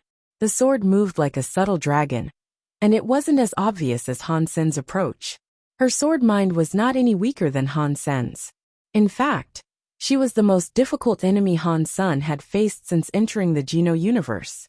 He didn't have a weapon, and he didn't dare to use his pirate bone sword to challenge her saw knife. All he could rely on was his movement abilities as he flew around the statue, trying to get on it. But Isha's agility and sword skills were in no way inferior to Han's senator. When she waved her saw knife, she prevented Han's son from being able to reach the statue. Han's son flew around the statue 3 times, eventually feeling as if he had exhausted all the power in his body. If he didn't borrow some power from another source soon, he'd likely fall into the water below. Let's try this and see if it works. Han's son summoned something in his hands. The light became a steel shield. The steel shield was 1 meter high, and it was made of good steel. In the front, there was a carving of a centaur roaring up to the sky. This was the Viscount Beast Soul Steel Centaur. It was a shield beast soul. Han's son had not tried it out yet, and he didn't know if it would be weakened by Demon Grave. But he had to do something, and using it now seemed like the best idea. Han's son lifted the steel shield to cover his entire body. He forced himself onto the statue's shoulder. When Isha attacked this time, Han's son did not retreat. Not that he could, as there was no space to move backward. If he could not maintain a position on the statue, he'd stumble back and fall into the lake. Dong! Isha slashed the shield and heard a metallic noise ring out. Han Sen's body moved back a bit, but he still managed to recompose himself and stay firmly on the statue's shoulder. Isha looked shocked by this. Her eyes looked at Han Sen's shield, unable to believe it had managed to block her saw knife and save Han Sen's life. The serrated knife was like a mouthful of teeth, heading right for Han's senator, but Han's son had already regained his footing on the statue, and now his stance was firm. He had a shield to block Isha's saw knife. He wasn't afraid anymore. They were both fighting atop the statue, and Isha's sword skills still proved themselves to be tremendously spooky. But Han's son was hiding behind the shield. She slashed dozens of times, but she failed to break the steel surface of the shield. Han's son was thrilled. Apparently, Demon Grave's suppression had no effect on beast souls. Therefore, beast souls were very handy to have in that place. Han's son hated himself for not having any other beast souls right now. If he had a bunch, he'd practically be invincible in this place. Isha continued fighting for a while, but eventually stopped. She stood on the right shoulder of the statue, staring at Han's son, who stood atop the left shoulder. She said, "Why aren't you following Luoji? Why did you come back this way?" Han's son shrugged his shoulders. Keeping himself behind the safety of the shield, he sat down carefully and said, "Mr. G ran off, so I decided to come back here." Isha stared at Han's son and sat down as well. She felt exhausted after doing so much fighting too. She was a noble belonging to one of the higher races, but the Demon Grave had an even worse effect on her. Her body was no greater than Han Sen's in this place. Now that Han's son had the time to look over the statue properly, he noticed that there was a word engraved on the statue's neck. The carving was a little rough, as if it had been added after the statue was made. Han's son looked a little closer, and when he did, he was given a shock. He knew those words. They weren't Kate characters. It was a language belonging to ancient humans. Super Gene. 2 words followed by a question mark. When he saw those words, Han's son was shocked. The most shocking thing was how familiar the writing looked. Han's son had previously seen a note written by his great-granddad Han Jinji. It had said Super Gene. Now the same words and question mark were on this thing. The handwriting was identical too. Han's son looked at the words as his mind raced. Han Jinji was here. Why did he write this down? Why is there a question mark? Why is Isha here? There were so many questions racing through Han Sen's head, but he could not come up with any answers. Do you know these words? Isha suddenly asked Han. Senator Han Sen was wearing his Dongxian armor, so she could not see his face. But Han Sen had jerked slightly when he saw it, and he had stared at it for too long. I can read a bit. Han Sen did not deny it. Isha looked happy and asked, what does it say? Han Sen looked at Isha and her smile, and said, what's written there is not complicated. Tell me why you are here. Isha immediately frowned and said, I know something is strange about this place. Perhaps there is treasure waiting to be found. Do I look retarded? Han Sen asked, looking at her. No. Isha was shocked. Hen, don't treat me like I am. Han Sen lifted his lips. The scene went quiet. Han Sen began looking over the statue to see if he could find any other writing. If Han Jinji really did write those words, he wouldn't have done so for no reason. Han Sen looked everywhere, but there were no other words. It was quite disappointing. And furthermore, he could no longer see the chaos. He wasn't sure where they had gone off to. Who does this statue represent? Is it be a human or a crystallizer? Han Sen wondered. Suddenly, the sound of bubbles was heard from down below. He looked down to the lake, and it seemed as if the water beneath them was boiling. But Han Sen didn't feel as if the lake was getting any hotter.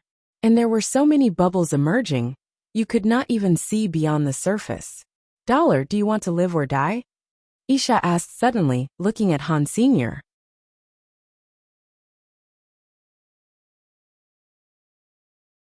What do you mean? Han Sen asked with a frown. If you want to live, listen to me and follow my instructions closely. If you want to die, death can come easily. Just take a look at the wound on your arm for assurance, Isha said coldly. Han Sen was shocked, and he looked at the wound on his arm. The tear on the Dongxian armor was still there. It was difficult to recover in that place, but despite that, his wound had already healed. Han Sen's healing abilities were remarkable. He had a xenogenic body, so he wouldn't bleed. His healing abilities were better than the average Viscounts. After examining his wound, he determined that his arm was in good shape. His wound was going to be fine, and there wouldn't even be a scar. But just as Han Sen started to answer her, he felt pain stem from his wound. Somehow the mostly healed skin had come undone. In a second, the wound had reopened as if he had just been injured. He almost cried aloud. Isha said quietly, you were hit by my teeth power. If I want to, I can ensure your body never heals, and any recovery you make can be broken. I can do this repeatedly until your entire body breaks. Even if you leave Demon Grave and find a king-class elite for aid, not even they will be able to break my teeth power. Not that you could find someone like that, but it would only take 2 weeks for me to rip up your whole body.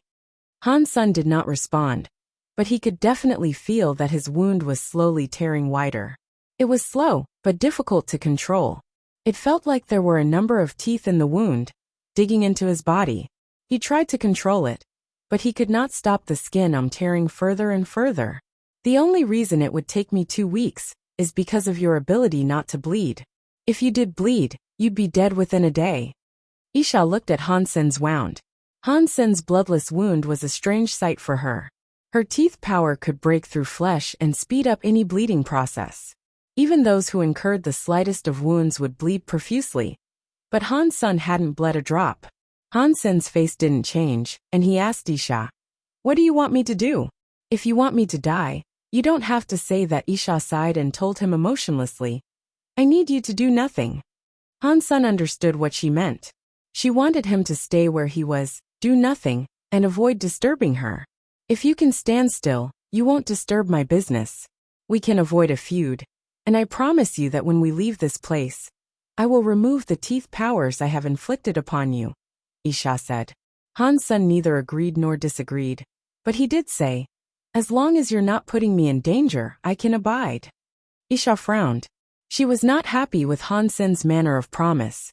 More and more bubbles were appearing in the water, like a large jacuzzi. The bubbles had lovely acoustics, with their constant popping. But amongst the many bubbles, Han Sen saw a black bag. What it was he did not know. Remember what you have told me. Otherwise you'll be wishing you were dead, Isha told Han Sen threateningly. She stared at the black thing in the lake, then, ignoring Han Sr., "What is that?" Han Sun looked at it. Isha ignored him.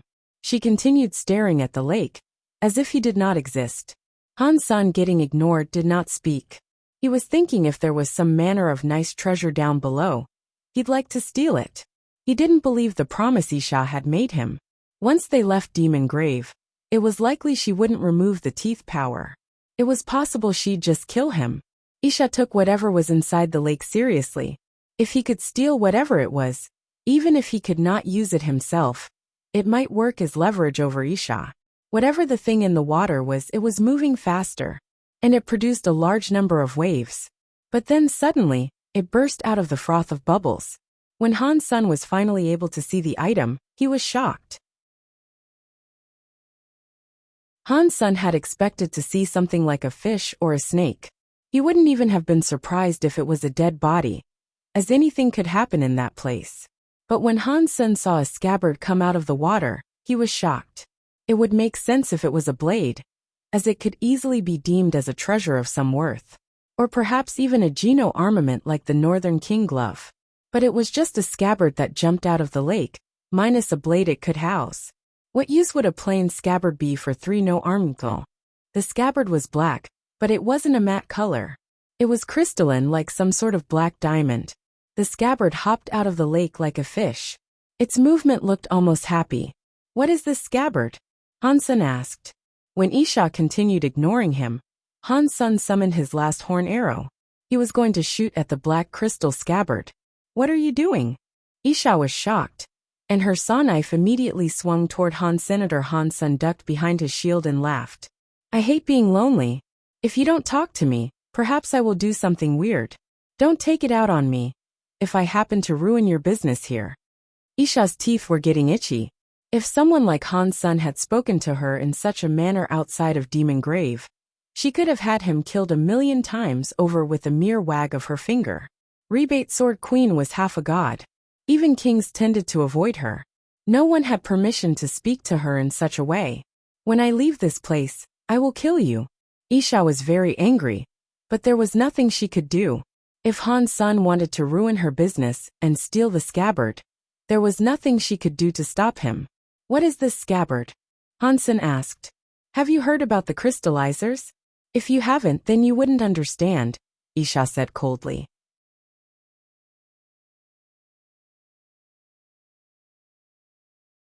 "Of course I have heard about them. Is that scabbard related to the crystallizers?"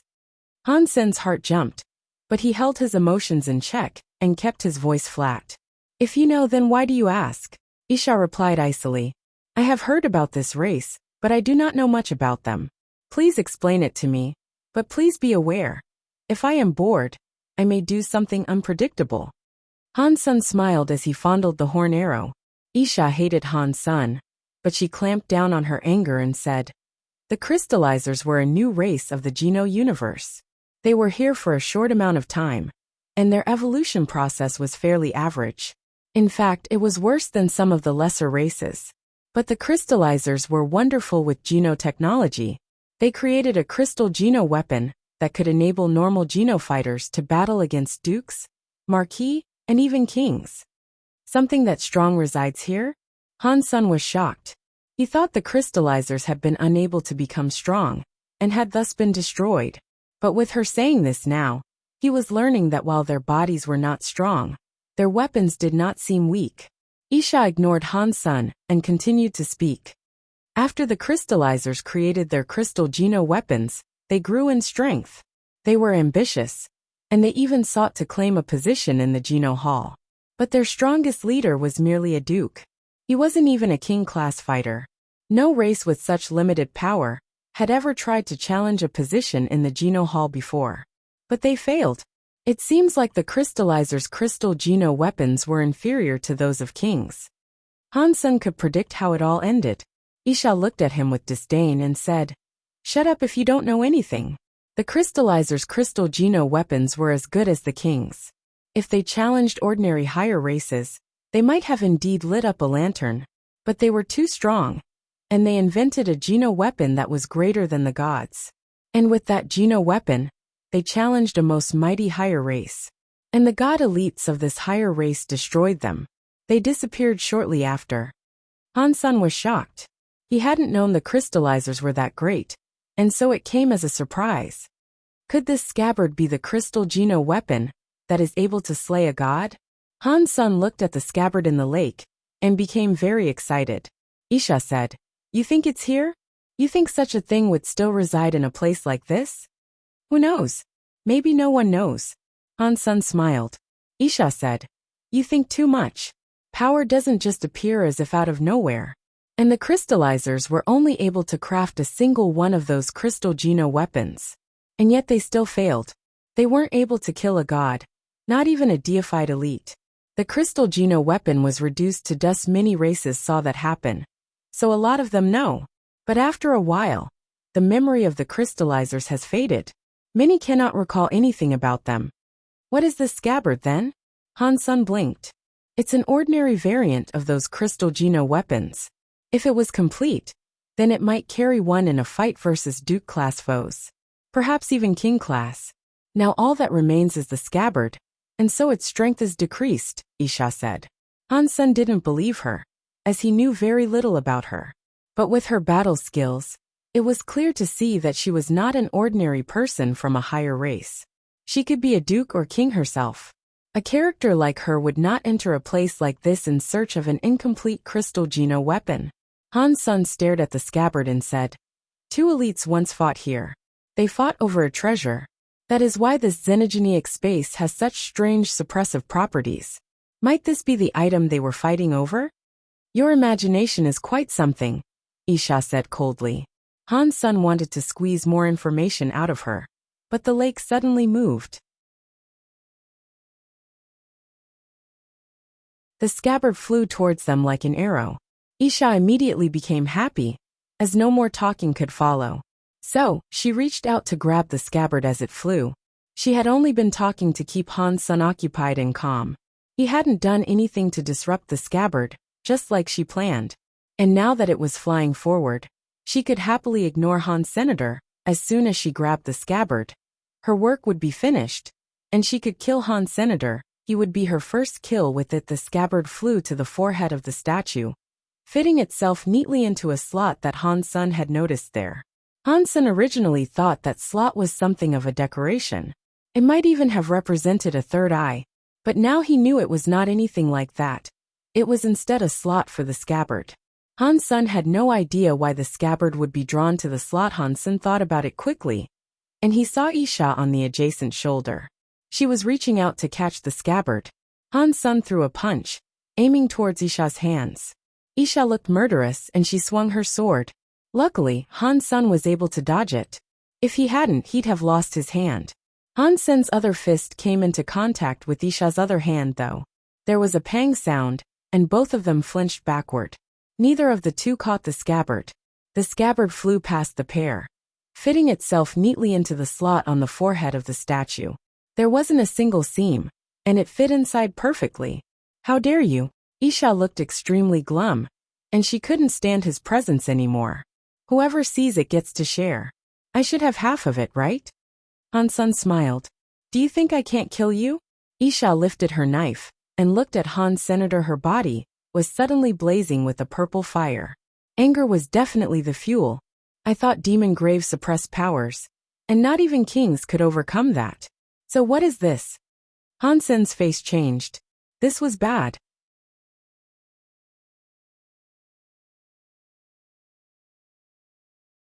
Chapter 1799 Archery. Queen Isha hated Han Senator. Her power was amassing, building in strength.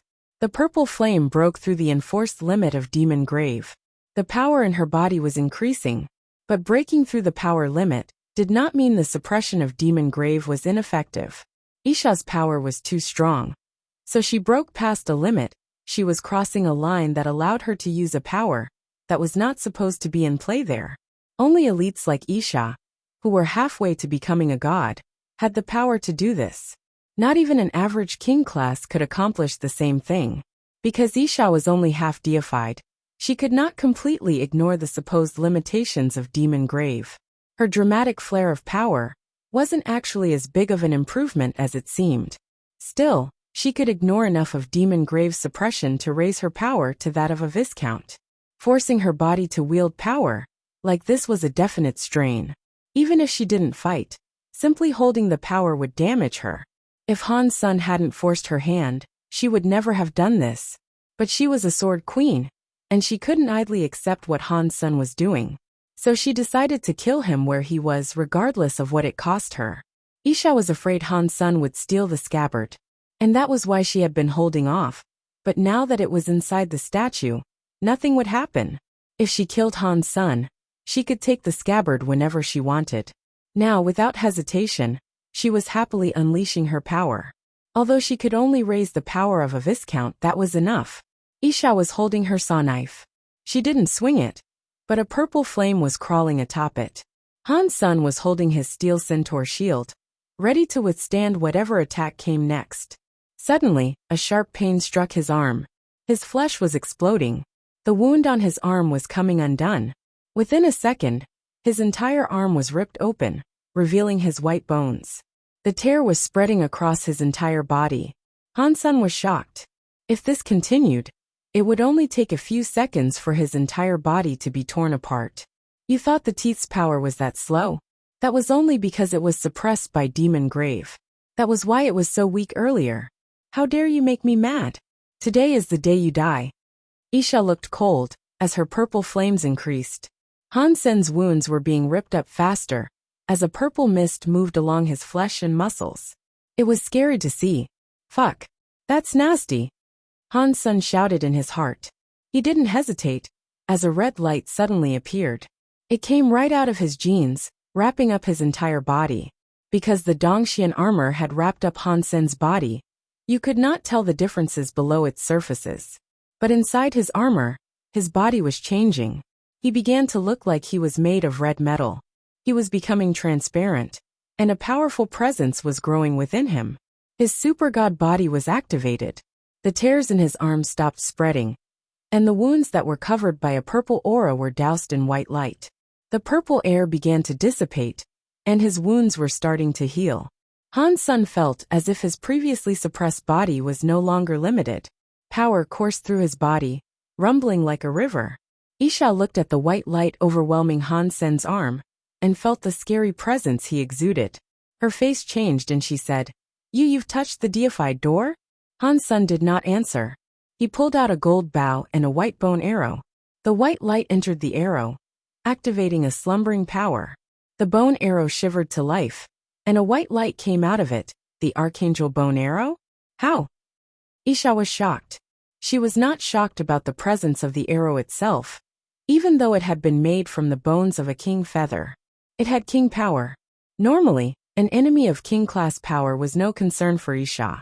She wagered she could block it. But inside Demon Grave, she had damaged her own body to achieve the power of a viscount, yet the Archangel Bone Arrow had the same power that it would on the outside. It was not affected, so it was scary. Retrieving the scabbard was no longer Isha's highest priority, so she flew away from the statue and departed the lake. An Archangel Bone Arrow with full power was not something she could trifle with. Buzz! Han Sun moved his finger and fired the bone arrow. It reached Isha's chest the instant it left the string. She couldn't evade that projectile. Isha was a deified elite. Even though her powers were suppressed, her reaction was still quite fast. She lifted the saw knife in front of her chest, and the bone arrow hit the blade. The holy light raged with the intensity of a volcano. It exploded against the knife when the arrow came into contact with it, and a catch noise quickly followed. The saw knife that was still a bit powerful in there, made of an unknown material, suddenly broke. The bone arrow plunged into her chest and rocketed out of her back. It went through another dozen grapevines before its flight was halted. Blurg! Isha coughed up blood. A huge hole had been blown through her heart. She was not dead, though. She was still gathering up power. She ran into the grapevines and disappeared. Han Sun wished to give chase, but his body was feeling weak. He exited Super God Spirit mode, as he could only use it for a limited time. What a scary woman. She didn't die. Han Sun sighed, giving up on pursuing her. Han Sun turned around and looked at the forehead of the statue, and the scabbard within. He grabbed the part that was sticking out slightly and tried yanking it out. When Han Sen pulled on it, it refused to budge. After a few more pulls, it still didn't come free.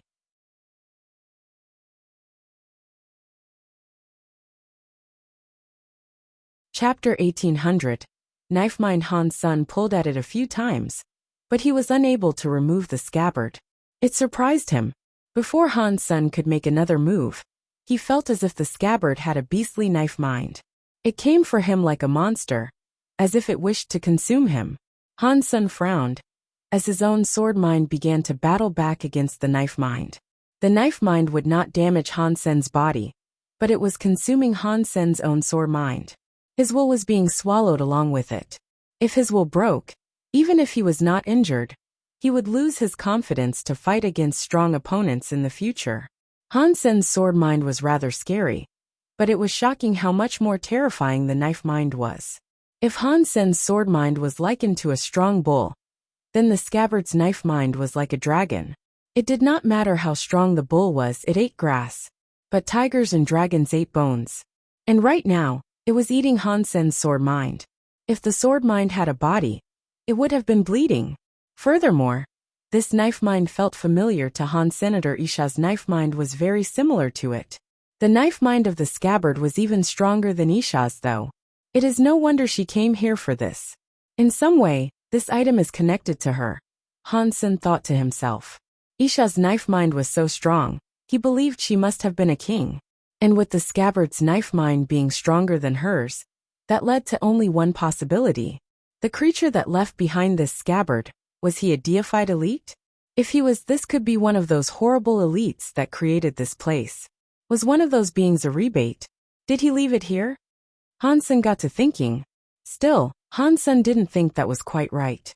If it had been left behind by one of the rebate, why would Isha wait until now to reclaim it? After all the years that had passed, why now?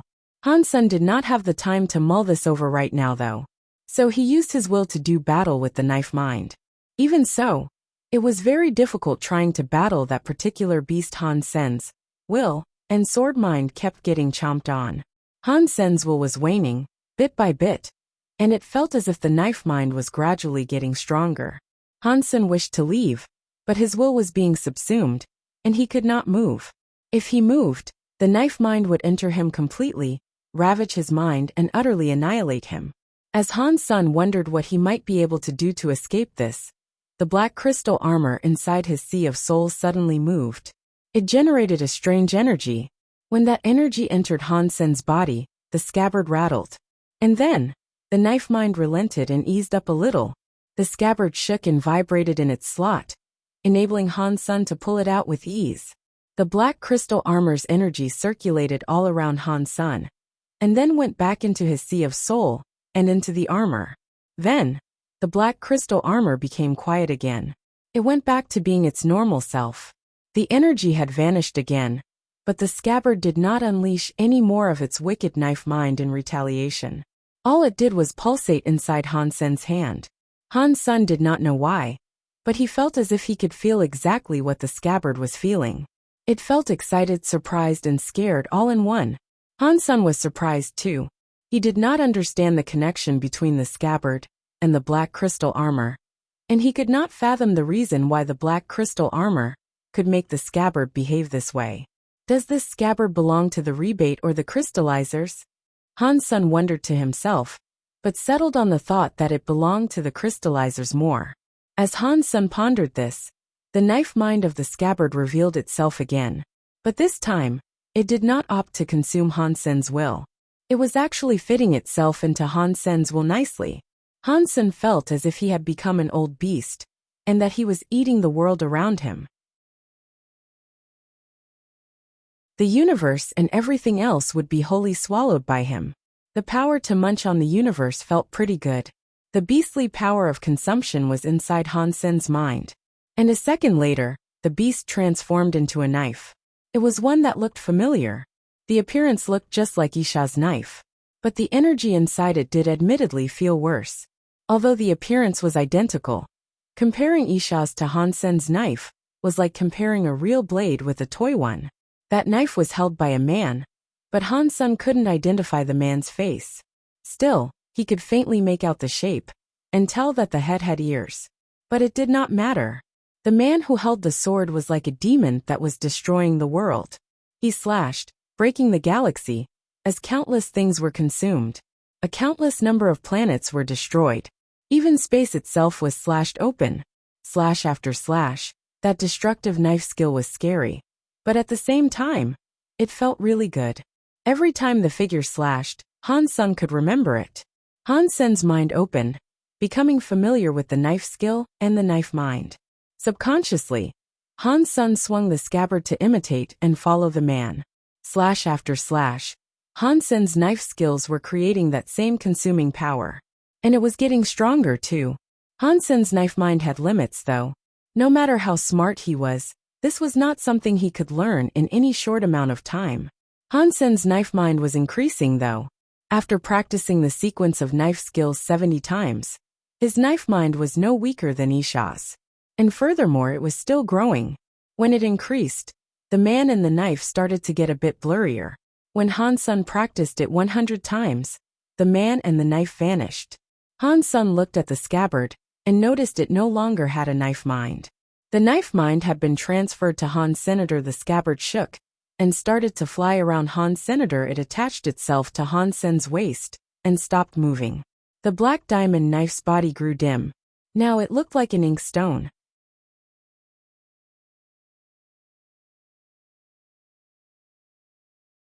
Chapter 18:01 Siege. Han Sen touched the scabbard and picked it up. It felt comfortable in his palm, but it was quiet like it was dead. There was nothing more special about it. Han Sen didn't think Li's scabbard would be a completely dead object though. It might not have given off an animal-like sensation, or possessed a knife mind anymore. But its soul was still there. It couldn't have been completely dead. There had to be a reason why the scabbard was so quiet. Han Sen could not discover what that reason was though. He put the scabbard away, and then went to examine the statue, but there was nothing of particular note. The lake had stopped bubbling and become peaceful again, and there was no sign of a knife that belonged with the scabbard. There was only the scabbard itself. Shouldn't there be a knife for this scabbard? What kind of knife could suit this sort of scabbard, I wonder? Han Sen thought to himself. And as he did, something crossed his mind. Was a whole knife supposed to be stabbed into this statue? Perhaps someone took the knife. Han Sen's mind returned to the words Super Gene on the neck of the statue. The person who had carved those words might have been the one who had taken the knife. But that was merely a wild guess. There was nothing going on now, anyway, and so Han Sen thought it would be a good opportunity to catch his breath for a minute. He flew away from the lake and returned to the grapevines. He picked up the Archangel Bone Arrow, then gathered some grapes to sate his hunger. He also wanted to get back to searching for the xenogenic fruits.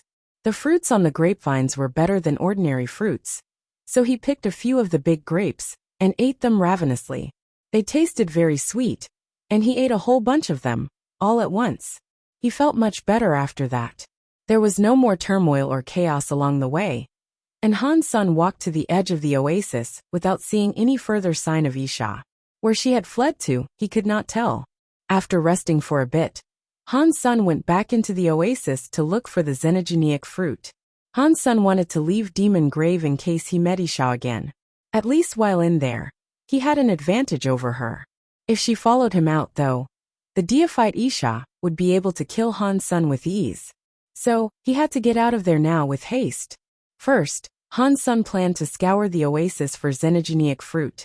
If he couldn't find it, he'd have to get going before Isha could stop him. But even if he did leave before Isha did, the biggest problem was that he'd be leaving without Mr. G. He didn't think those of Demon would let him walk away so easily. Han Sen couldn't worry about that at the moment though. He had to leave first. So, Han Sen walked around between the grapevines. Eventually, he found a grape that looked like agate. Han Sen picked it up and pocketed it. Han Sen looked over the whole area of grapes and found some green ones and red ones, and then nothing else. Han Sen didn't stay any longer though. He walked right out of the grape area, wanting to leave the oasis. Unfortunately, he could see clouds of yellow sand rising up ahead, out in the desert. Many creatures were now approaching the oasis. They were coming from the direction that Han Sen would need to go to exit the place. After having a look, Han Sen noticed there were many races amongst them. There were those of demon, and those of the rebate. There were some Han Sen could not identify either. Half of the races were there now. Weird. Mr. G said that only a few members of higher races could enter here based on the agreement. So, why are there so many? Did Isha get these people to come and deal with me once she escaped?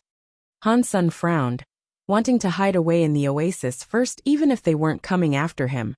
Their presence would be dangerous for Han. Senator Han Sen started to move, but a member of a higher race amidst that group had exceptional vision. Before Han Sen could retreat into the oasis, the man shouted, "Hey kid, stay where you are. Answer our questions and we won't trouble you. Otherwise, don't blame us for what might happen. Unless you think you can escape us all, of course." "What do you want to ask?" Han Sen asked coldly, keeping his distance. "Were you the person accompanying Luo Ji?" Someone from Demon asked Han Sr. Yes. Han Sen nodded. "Where is he now?" The members of Demon asked, looking happy. Han Sen didn't hesitate to tell them about Luo Ji running off when chaos ensued. He made no mention of Isha though. "Okay, take us to him," the demon said. Han Sen frowned. "I only know he went that way. I don't know where precisely, so it would be pointless for me to go." "We told you to take us to him. Stop talking crap." The higher race that first spotted Han Sen looked annoyed. He was afraid Isha was still out there somewhere, so he didn't want to go and find Mr. G with them. Han Sen ignored him and kept walking. If they had been outside, any of the people present would have been stronger than Han Senator, but within Demon Grave, everyone's body was suppressed and nearly equalized. Therefore Han Sen was not afraid. When the bird-face-looking higher race man was ignored, it enraged him. He shouted and pulled out a wooden stick to try to hit Han Senator. The wooden stick looked familiar. It looked like the wooden weapons the Chaos used. It must have been an item retrieved from this place. But Han Sen ignored him and continued walking. The man attacked, and while the wooden stick moved like a striking dragon, it didn't even manage to brush Han Sen's clothes. Those of the higher races looked surprised, but they didn't want to let Han Sen go. They all surrounded him and drew their weapons. Han Sen noticed that those weapons had all been carved from wood. They were originally chaos weaponry. "Take us to Luo Ji and you'll be rewarded. Otherwise, no one here will let you go," the demon said, trying to bluff. Although Han Sen was curious why they were in such a rush to find him, he was more afraid of Isha getting into position to intercept him at some point down the road. He did not answer, and instead rushed forward. The higher races were angered. They swung their weapons, wanting to drop Han Senator, so Han Sen pulled out the scabbard and held it like a sword. Then he summoned his sword mind.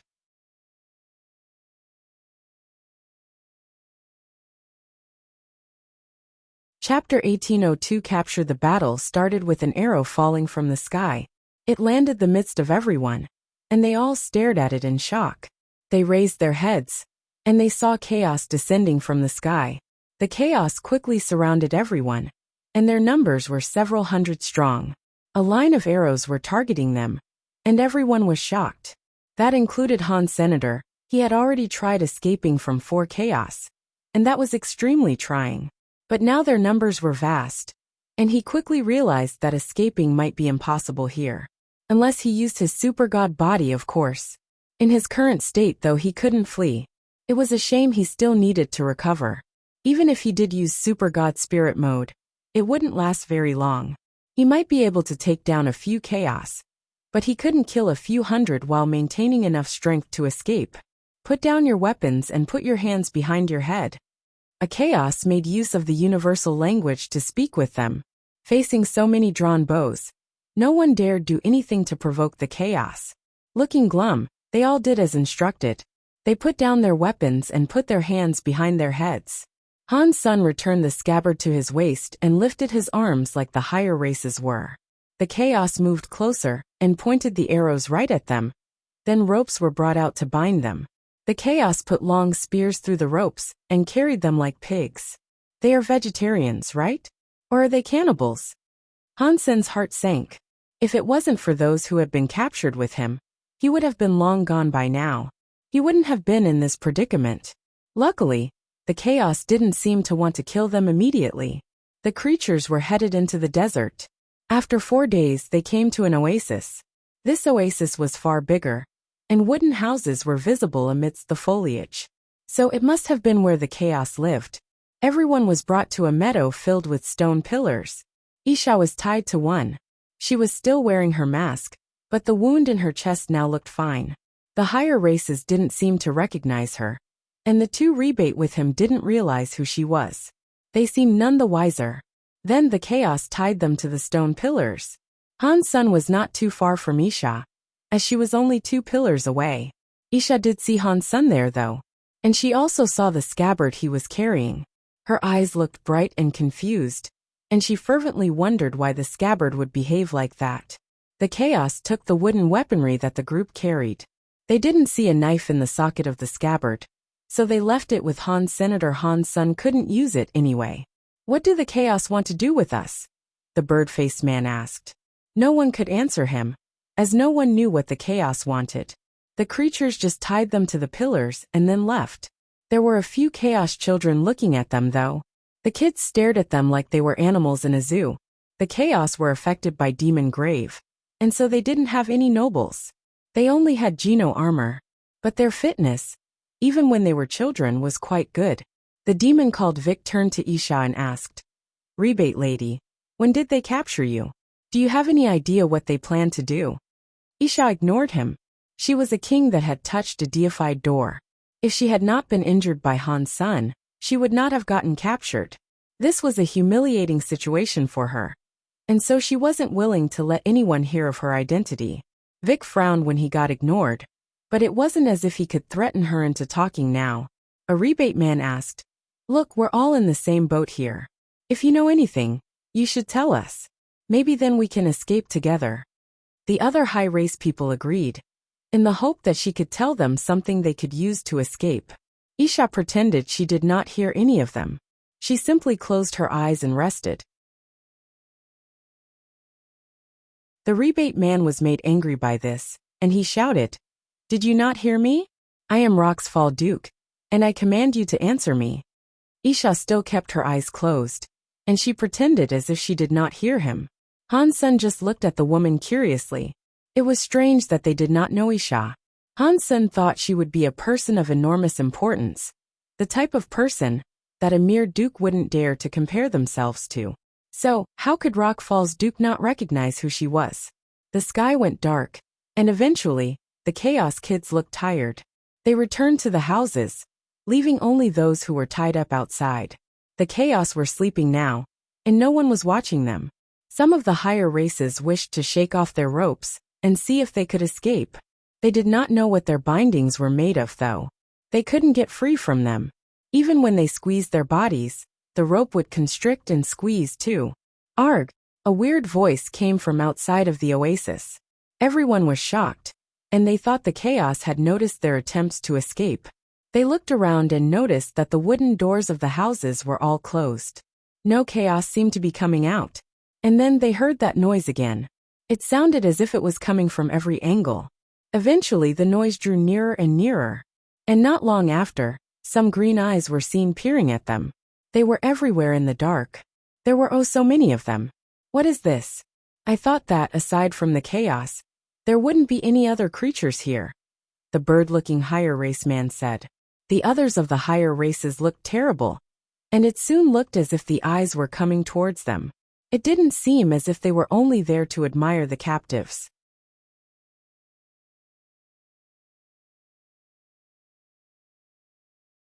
Chapter 1803. Chosen by the monster. Han's son looked at the green eyes, shining in the dark. Quickly he recognized what they looked like. They belonged to creatures that looked like lizards, but their heads were much bigger, like a bull's. Their skin was gray like rocks, enabling them to blend into the darkness. It was difficult to make out the shape of their bodies. The creatures were close to the stone pillars now.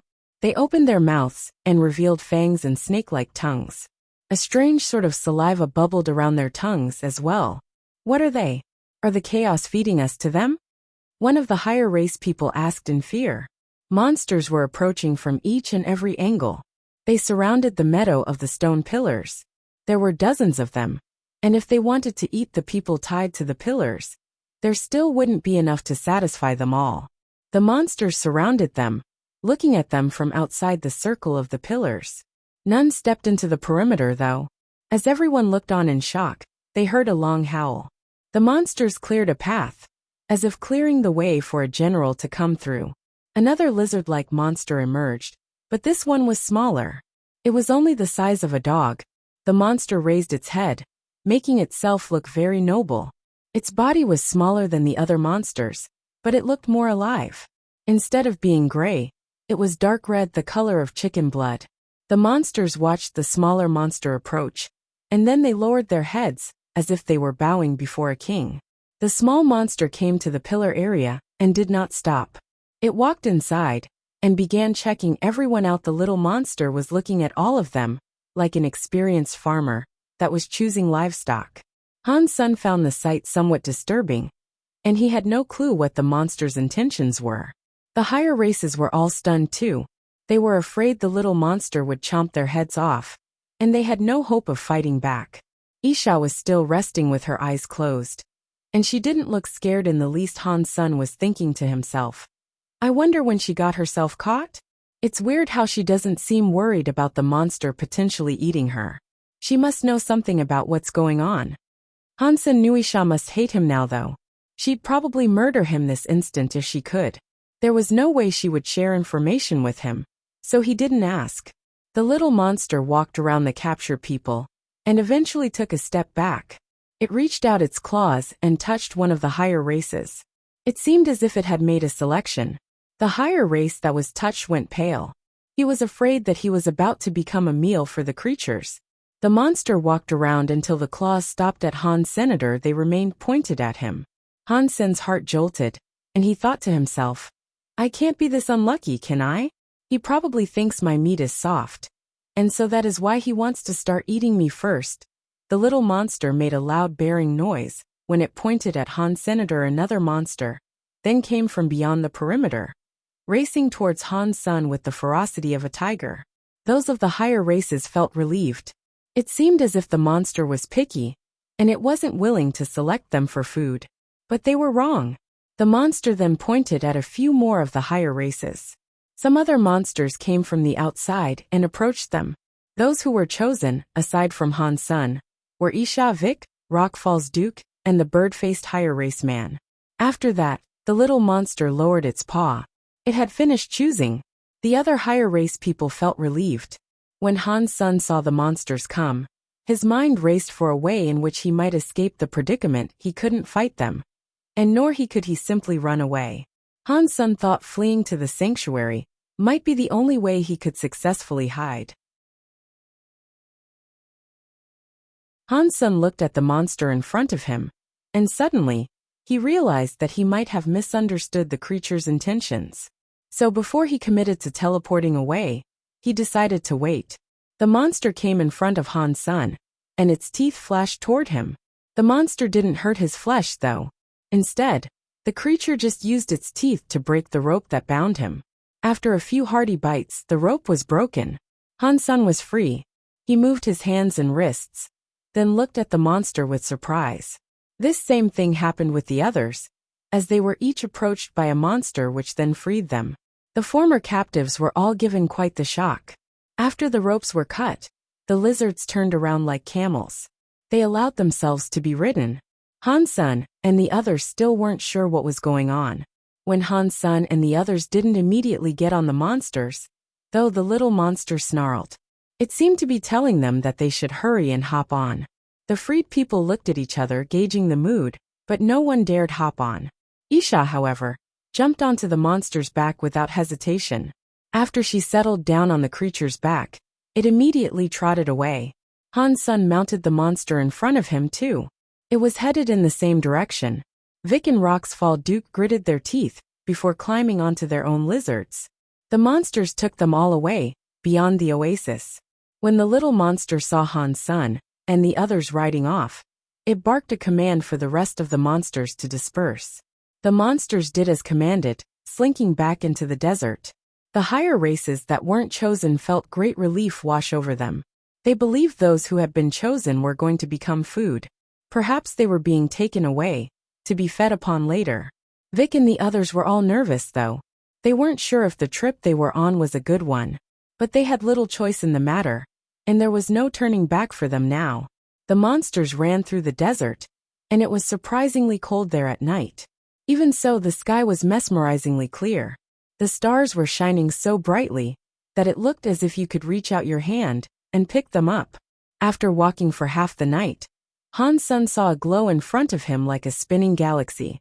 There were countless snakes ahead, lit up like a tangle of glow sticks.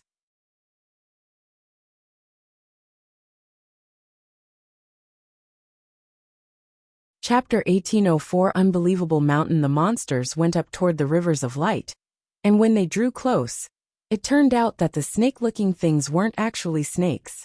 It looked like a beard coming out from the sand. It was waving, and the motion had looked serpentine from afar. The monsters came towards the snake-looking beard, but the beard seemed frightened by their approach. It buried itself underground. There were more of them, and each one the monsters drew near to would end up drilling back into the ground. Those beards were like dragonflies in the desert. It was like they were forming a path that led the monsters forward. When the sun rose, the beards disappeared. But Han's son saw a large, strange mountain ahead. The reason it was strange was because it looked like a giant egg atop the desert sands. And aside from that mountain, the rest of the geography was plain desert dunes. Something as big as that cannot be a real egg, surely. How big would a creature have to be to create such a large egg? Hansen thought to himself. The monsters, seeing the egg-shaped mountain ahead, started to run even faster. The small monsters stood atop the bigger mountains, crying and calling out at the mountain. As they drew closer and closer to the place, they saw the egg mountain more clearly. While it was the size of a mountain, it wasn't made of rock. It was dark, but wrapped in silk. It looked like a giant cocoon. The silk bands were as thick as an arm, and they glowed gently. The monsters ran in front of the cocoon and stopped. They lowered their heads to let Han's son and the others down. "What's this?" the bird-faced man asked, as he looked up at the cocoon. Vic, Roxfall Duke, and Isha did not speak. They merely looked at the cocoon and kept their thoughts to themselves. Han's son could tell Roxfall Duke was excited about something. His minor display of emotion, this was only shown for a split second.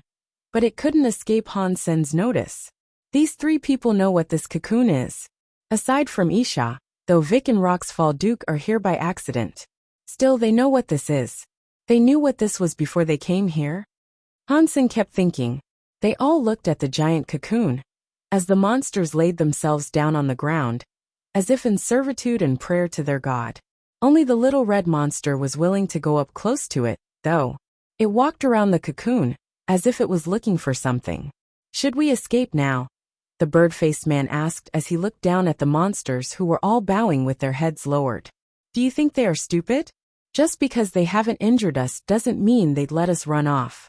Don't you see that they still surround us?" Roxfall Duke lifted his lips. The bird-faced man started to respond, but he suddenly felt the sand around his feet start to shift, as it would with the onset of an earthquake. Hansun felt it too. And it wasn't just the sand that was moving. Even the mountain-looking cocoon was moving. Where the earth and the cocoon touched each other, the sand was beginning to run. It was like a hole had formed somewhere below ground, and the sand was swirling into it like a vortex. They wanted to retreat, but the monsters were still down on the ground. They couldn't fall back without stepping onto the monsters behind them. "That thing is rising," the bird-faced man shouted. Hansen noticed the cocoon was indeed rising. It wasn't the sand that was moving, it was the rising of the cocoon that was affecting the sand. The movement was coming from that. Now Hansun was no longer looking at the cocoon. Instead, he was looking at Vic, Roxfall Duke, and Isha. He could not see Isha's face, for she wore a mask. Roxfall Duke's face looked excited though, and Vic's eyes were now gleaming brightly. These guys must surely know something. Hansun tried to think of ways in which he could gain information from them. As Hansun continued his thoughts, the cocoon completely departed its bed of sand. It was floating in the air, and it looked stunning. It was like the Himalayas, but they were in the sky. Humans were smaller than ants standing next to it, and if it fell, they would be crushed. The giant cocoon was hovering 6 meters above the ground. It froze in the air and stopped moving. Hansen wondered what manner of power could make something so big float like that. The little monster went back to its group, and it growled at them. They surrounded Hansen, ushering him and the others below the cocoon. Hansen saw that the lizards weren't looking nervous, and so he didn't try to run. He wanted to know what they wished to do there. The monsters pushed them to the bottom of the pit, and in the center of the cocoon above them, Hansen could see there was a circular hole. It was around 2 meters wide, and compared to the cocoon, it looked as small as the point of a needle. Hansen looked up through the hole, and all he could see was silk. The strands were as thick as an arm, just like they were outside. The little monsters pointed at the hole and made snarling noises at Roxfall Duke and the others. It looked as if they wanted the captives to enter. "Should we go in?" The bird-faced man's face kept changing. He had no clue what was going on, so he looked at Roxfall Duke and Vic for an answer. "Do we have any other choice?" Roxfall Duke said, before approaching the hole. He tried to keep his excitement suppressed, and he did so by walking slowly. But Hansen knew that Roxfall Duke was eager to go inside. "Yes, since we are here, we might as well go in," Vic said, before following after Roxfall Duke. He sounded relaxed, but he was afraid of Roxfall Duke stealing something. The bird-faced man followed. He climbed into the hole with them, and only Hansen and Isha remained outside it.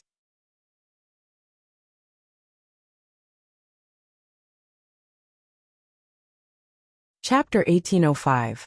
Heartbeat Super Gene. The little monster grunted at Hansen and Isha, wanting them to go inside quickly. Isha did not enter yet though. Instead, she walked up to Hansen and quietly told him, "I don't know exactly what to expect once we enter that hole. How about we put our grudge aside and cooperate to get through this?" Hansen was shocked. He did not expect Isha to make an offer of cooperation. He looked at her and said, "That's what I was thinking about asking too. But if we are to cooperate, shouldn't we be honest with each other?" "What do you mean?" Isha asked emotionlessly. Hansen pointed at the cocoon's hole and said, "Don't tell me you do not know what this is." The little monster grunted at Isha again, sounding annoyed. The other monsters started to behave the same way. It looked as if they were willing to eat their captives if Hansen and Isha continued to delay. "We shouldn't talk out here. Let's go inside first," Isha said. Then, she jumped towards some strands of silk conning out of the hole and climbed inside. When Hansen started to jump in after her, something pulled him from behind and stopped him. Hansen glanced over his shoulder and saw that the little monster was biting his gauntlet, holding him in place. Hansen turned around, and then the monster put its head below Hansen's hand. It opened its mouth and dropped something, and then the little monster roared. The other monsters followed, telling him now he could go. Hansen was surprised. He looked at the item he had been given and noticed that it was some sort of orb. It was around the size of a ping-pong ball. It was soft and spongy, and also transparent. What it was he could not quite tell. Hansen looked at the little monster one last time, accepted the ball, and then jumped up towards the hole in the silk. Because there were strands of silk everywhere, climbing in was not that difficult. All it required was strength. He raised his head and noticed it was a tunnel that went for about 100 meters before opening up. Near the top, however, was a horizontal cave. The three that had entered first were almost there. Hansen climbed up casually, and when he reached the entrance, Roxfall Duke and the others were not standing too far from there. They weren't willing to walk in just yet. Boom! Just as Hansen was going to enter, there was a loud noise. The whole cocoon shook. When Hansen looked down, he saw that the exit had vanished. It seemed as if the cocoon had dropped back down onto its bed of sand. "Now we are all in the same boat. So we must take action together. There might be danger up ahead after all." Roxfall Duke looked at the others and spoke slowly. Vic nodded and said, "He is right. We do face danger. We'll only survive if we cooperate together." "Mr. Vic is a smart guy," Roxfall Duke complimented. He looked at Hansen, Isha and the bird-faced man. He then asked, "What do you think?" "I'm okay with it," the bird-faced man said. "I'm okay with it too." Surprisingly, Isha actually deigned to answer someone. But she quickly went on to say, but if we cooperate, that also means we have to move together. Otherwise, cooperation is pointless. Roxfall Duke heard what she said, and before Isha could continue speaking, he immediately said, yes, we need to move together. I am a Duke of the Rebate. I have experience leading millions. And since I have experience in this field, how about I lead? Roxfall Duke, that is not right. Anyone who has gotten this far is good. And they have experience. I don't think I'm inferior to anyone here, Vic said coldly. Mr. Vic's knowledge is indubitable. Everyone here is probably known, so you all won't be any worse than me. Roxfall Duke then paused, looked at Isha, and said, but we have 2 rebate. It would be easier if I lead. Roxfall Duke wanted to take advantage of the fact there were more of his race, in order to control the expedition. So he had the right to speak. Before Vic could say anything though, Isha said, I think whoever commands us should be talented. They should have experience. They should be strong. And out of the 5 of us, I think he is most suited for the task. I would cast my vote on him. After that, Isha pointed at Han. Senator Han Sun frowned. Vic and Roxfall Duke hadn't cared about him at all before this. But now that she had spoken, they looked at him with grave hostility. Yeah, someone from a small race no one has heard of before. Come on. How can you expect him to command those of a recognized higher race? The bird-faced man looked at Han Sun with disdain. He had fought Han Sun before, and Han Sun had effectively dodged each strike. He wasn't happy about this suggestion by Isha. I think he is suitable. If one of us is leading, someone will not be happy about it, and if we can't pick the strongest, it is only fair that we pick the weakest. Vic spoke this, but he kept his real thoughts hidden behind a wicked smile. No, this is not a game. How can we select the weakest to lead? Do you want us all to die? Roxfall Duke's face changed, and he shook his head. If you think he isn't capable, then I will have to lead. Vic smiled. Roxfall Duke's face darkened, and he said, I don't think people will be happy about you leading. Are you saying people will only be happy about you leading? Vic laughed coldly. Stop fighting. Unless he leads, I won't agree to follow anyone else. If you don't want him to lead us all, then we can each go our separate ways, Isha said calmly. Roxfall Duke and Vic frowned upon hearing this. Especially Roxfall Duke. He was extremely angry about the fact that his fellow rebate wasn't willing to support him. If the others weren't there, he'd have tried to teach her a lesson. Everyone went quiet then, and no one spoke. Thump, thump, thump. Suddenly, a strange noise came from deeper within the cavern. It was like a heartbeat, and it had a steady rhythm.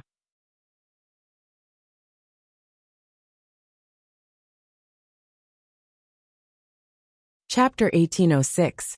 Mystic Lie Supergene. Han Sun looked around carefully. Aside from the glowing silk, there was nothing else he could see. The sound of a heartbeat lasted for about a minute before it came to a stop. There must be something bad about this place, for the monsters to bring us here. Perhaps they are using us as a sacrifice to some creatures that reside here. We shouldn't walk in too deep, and we should head back the way we came. The bird-faced man said to Roxfall Duke and Vic, Hawkwing, you think too much. The cocoon has been put back down, and an exit is no longer possible. Even if we were able to escape this place, the monsters outside would surely not let us go free, Roxfall Duke said. Then, he turned to Han Sun and Isha, and said, arguing like this is wasting time and getting us nowhere. So why don't we compete to see who will become the leader? You want us to kill each other in order to cooperate? Isha laughed. Roxfall Duke smiled and said, my contest does not consist of fighting. I have a hard metal, so let's see who can inflict the deepest mark upon it. Whoever does can be our leader. That sounds fine to me, Vic said. Hawkwing had no opinion, and Isha just nodded. Han Sun didn't say anything, so everyone pretty much agreed. Who wants to go first? Roxfall Duke pulled out a sheet of metal that was about as big as his hand. Everyone knew that their powers were being suppressed by Demon Grave, so the difference in class did not matter much. Whatever the case might have been in the outside world, their powers would be similar here. Leaving a mark would all be down to the weapon used, and the wielder's proficiency with it. This wouldn't be a contest for pure strength. You suggested this, so you first, Vic said. Sure, Roxfall Duke agreed. He'd already known that he'd be the first to strike. He pulled out his long knife and slashed it. The blade came against the metal, and it emitted a purple spark. A dong noise was heard, and afterwards, a mark was left upon the metal plate. It was around 1 inch deep. Teeth power. You have practiced the rebate elder's skill teeth blade? Vic looked at him in surprise. Roxfall Duke looked on cockily, and he said, Mr. Vic, you are smart. You recognize a skill that belongs to the elders. Back then, the noble elder used teeth blade and teeth powers to light up a lantern and grant the race its higher status. Everyone knows this. But teeth blade requires a lot to practice. Not many rebates are able to cast it, so I cannot believe you are so talented and have managed to, Vic said. It's a minor achievement. Roxfall Duke lifted his lips. He was very happy to hear such gushing praise. Hansen found it funny. Roxfall Duke's teeth blade was clearly beginner level. He didn't have a pure cast of the teeth power. How Hansen had learned enough of teeth blade to know that though, he was not sure. Hansen's teeth blade was just beginner as well. But his teeth power was definitely stronger than what Roxfall Duke could do. Roxfall Duke wanted to use this power to achieve leadership over the others. It was a great idea. But the reality was far crueler than he expected. Hansen had seen Isha, who he guessed was a real heir to the grand power of teeth blade. As such, she did not have any thoughts to share over the demonstration. Who is next? Roxfall Duke looked at them all. Hawkwing waved his hand and said, Do not mind me. I don't mind having you or Mr. Vic as our leader. I'm not interested either. Let him try, Isha said. Nodding at Han Senator, why Isha kept rooting for Hansen was perplexing. Hansen was not moving yet though, and Vic smiled and said, Let me do it then. Roxfall Duke gave Vic the sheet of metal. Vic held the metal and smiled. I can use whatever power I possess to leave a mark on it. Yes, if you can leave a darker mark than me, then you will be our commander. Roxfall Duke still sounded confident about himself. The destructive ability of teeth power was the best in the entire universe. Demon was good at Sky Demon powers. They did not miss, but they also did not destroy like the teeth powers could. Okay. Vic smiled and unsheathed a dagger. Then he swung it at the metal. There was a catch, a noise, and the metal broke. Roxfall Duke was in shock. Even Isha looked surprised. All the power from the outside had been suppressed there, and even the king-class treasures would suffer suppression. For Vic's dagger to be able to cut through the metal, it meant that he could easily kill them all if he so wanted. With the Sky Demon power, Vic seemed to be the strongest there. Now I am the commander. Does anyone have an opinion about that? Vic said coldly.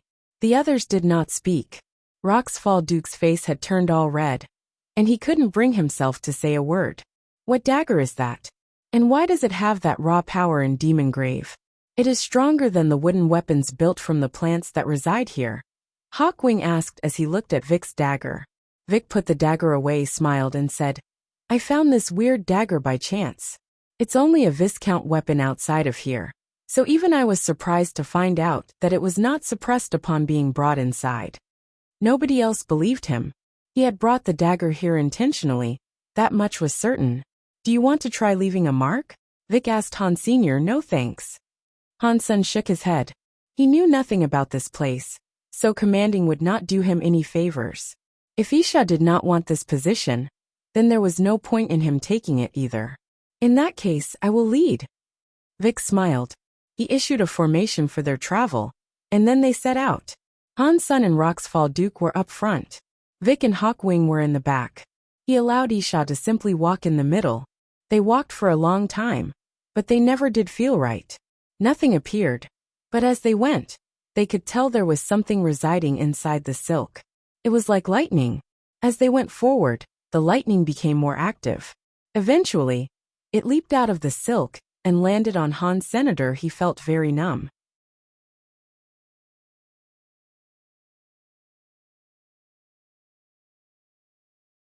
Chapter 1807 Cooperation. The light was so small and so fast, and it came at the speed of light. Hansen couldn't dodge it, and when the light pelted them, they all felt numbed. They were not injured though. Their armor could not resist the shock of the light either. Han's son tried to use a few of his powers, but none of them worked. They continued moving ahead, and more of those lights appeared. The light struck their bodies again, and made them even more numb. They could barely walk with the constant zaps. Mr. Vic, if this keeps going, we'll be paralyzed here. We will be stuck here. And we will eventually die. You are our commander, so you should be the one who thinks of something. Roxfall Duke sounded mocking. Vic frowned. He hadn't expected anything like this to happen. He thought there would be easily identifiable dangers ahead, and that was why he had allowed Han's son and Roxfall Duke to go on ahead. But instead, no enemies had revealed themselves. And this was something they all had to endure together. So the plan he had made was useless. The lights don't seem to hurt anyone, they just make us numb. If you don't want to walk any further, then just go on back, Vic said coldly. Roxfall Duke mockingly said, "That's your idea, huh? Wow. You are really experienced, you're so right. Ordinary leaders couldn't come up with such a grand plan. What idea do you have then? How about you tell me?" Vic had a cold face. "I'm not the commander. I don't have any ideas," Roxfall Duke sneered. They were arguing, but none of them stopped walking. Han's son continued walking forward, but with a frown. The tunnel was circular, and it was as if they were traveling down a pipeline. But the whole time, more and more of that lightning came raining down on them. It was as if they were in a time machine. The light didn't hurt anyone, but the more light there was, the more numb they became. Han's son was worried about his body losing all sensation, and if that happened, he might not be able to keep walking and he would die. Han's son felt like the proverbial frog in a pan of water. The heat was slowly being turned up, and the group had no idea that they were about to die. "I can't do it. My body is so numb. I can't walk any further. If I keep walking, I'll die here," Hawkwing said, swinging his legs, step after step. Vic felt as if he could not hold on any longer either. "Let's fall back and see if there is a different route." Roxfall Duke gave no response because he himself felt as if he could no longer hold on. He wasn't in the mood to mock his companion, so he agreed that they should walk back. Not long after, as Han's son continued to walk, his face changed. On their return, the lightning did not reduce. It was still gaining power. "We have been tricked by the people who designed this. They knew that we'd think that we could decrease the lightning by turning around. But the lightning grows stronger no matter which way you travel." Roxfall Duke looked terrible. Mr. Vic did not say a word. He suddenly stood up straight though, and then ran deeper inside the cave. Now Han's son understood what Vic had been thinking. It was death going back the way they came. Now that the lightning had increased, they'd have to find an exit soon, or be rendered unable to move. Now they could only go forward, and if they made it past this one spot, they'd be able to live. The chance was slim, but that was the only faint hope they could cling to. After Hawkwing and Roxfall Duke noticed this, they too ran forward. Hansen wished to run, but Isha pulled him. He looked at her. "Running is useless. This passageway is not that simple," Isha said quietly. "What is this place?" Hansen asked Isha. Isha laughed and said, "About our cooperation. What do you think?" "I said I am willing to cooperate, but you need to tell me what's going on," Hansen said. "If we are cooperating, I will tell you things clearly. I can get you out of this place alive. But if we are cooperating, you also need to pay me, right?" Isha smiled. "What do you want me to pay?" Hansen asked. Isha looked at Han's son and asked, "The power you used against me on the lake, how long does it last?" Isha did not believe the power Han's son used would have cost him nothing. But the fact of the matter was, Han's son did not have to pay to use that power. The only cost of using Super God Spirit was a vast amount of energy, and he did not last long with it. "Can I not answer that?" Hansen said calmly. He was weak now, and if he used it, it wouldn't last a second. "Okay, but there's a dangerous area near the end of this place. We'll need your power to get through it," Isha explained. "If we cooperate, I will bring you to a safe place. You just have to help me with this. Can you do that?" "Okay, but you have to tell me what is going on." Hansen nodded. Isha went quiet and said, "This is not some monster's cave. It is a creature device that was created by the crystallizers. Built by the crystallizers? What is it? Hansen asked hastily. Isha pointed at the lights and said, "These devices are simple to use. They make ordinary creatures xenogenic. They create them. The lights are testing apparatus to make sure that we have what it takes to qualify and become xenogenic. When the light reaches a certain amount of strength, it will level out. With our strength, you and I can get through this." "Why did the crystallizers create xenogenics?" Hansen asked. "To be stronger. The crystallizers weren't strong, but they were high-tech. They were most certainly the best in the universe." Isha kept on walking, and went on to say, "The chaos were the guinea pigs of the crystallizers. The two elites were fighting for ownership of this xenogenic creation machine. They were both injured eventually, and the sheer power they unleashed broke the dimensional rules here. The xenogenic machine was left in space missing. No one could get it." "Oh, I thought they were fighting for the scabbard and the knife." Han-sun patted his waist, wanting to learn anything he could about that. Isha coldly said, "The scabbard is a crystallizer item, but it is a failure. It did not belong to Demon Grave originally, and someone must have brought it here."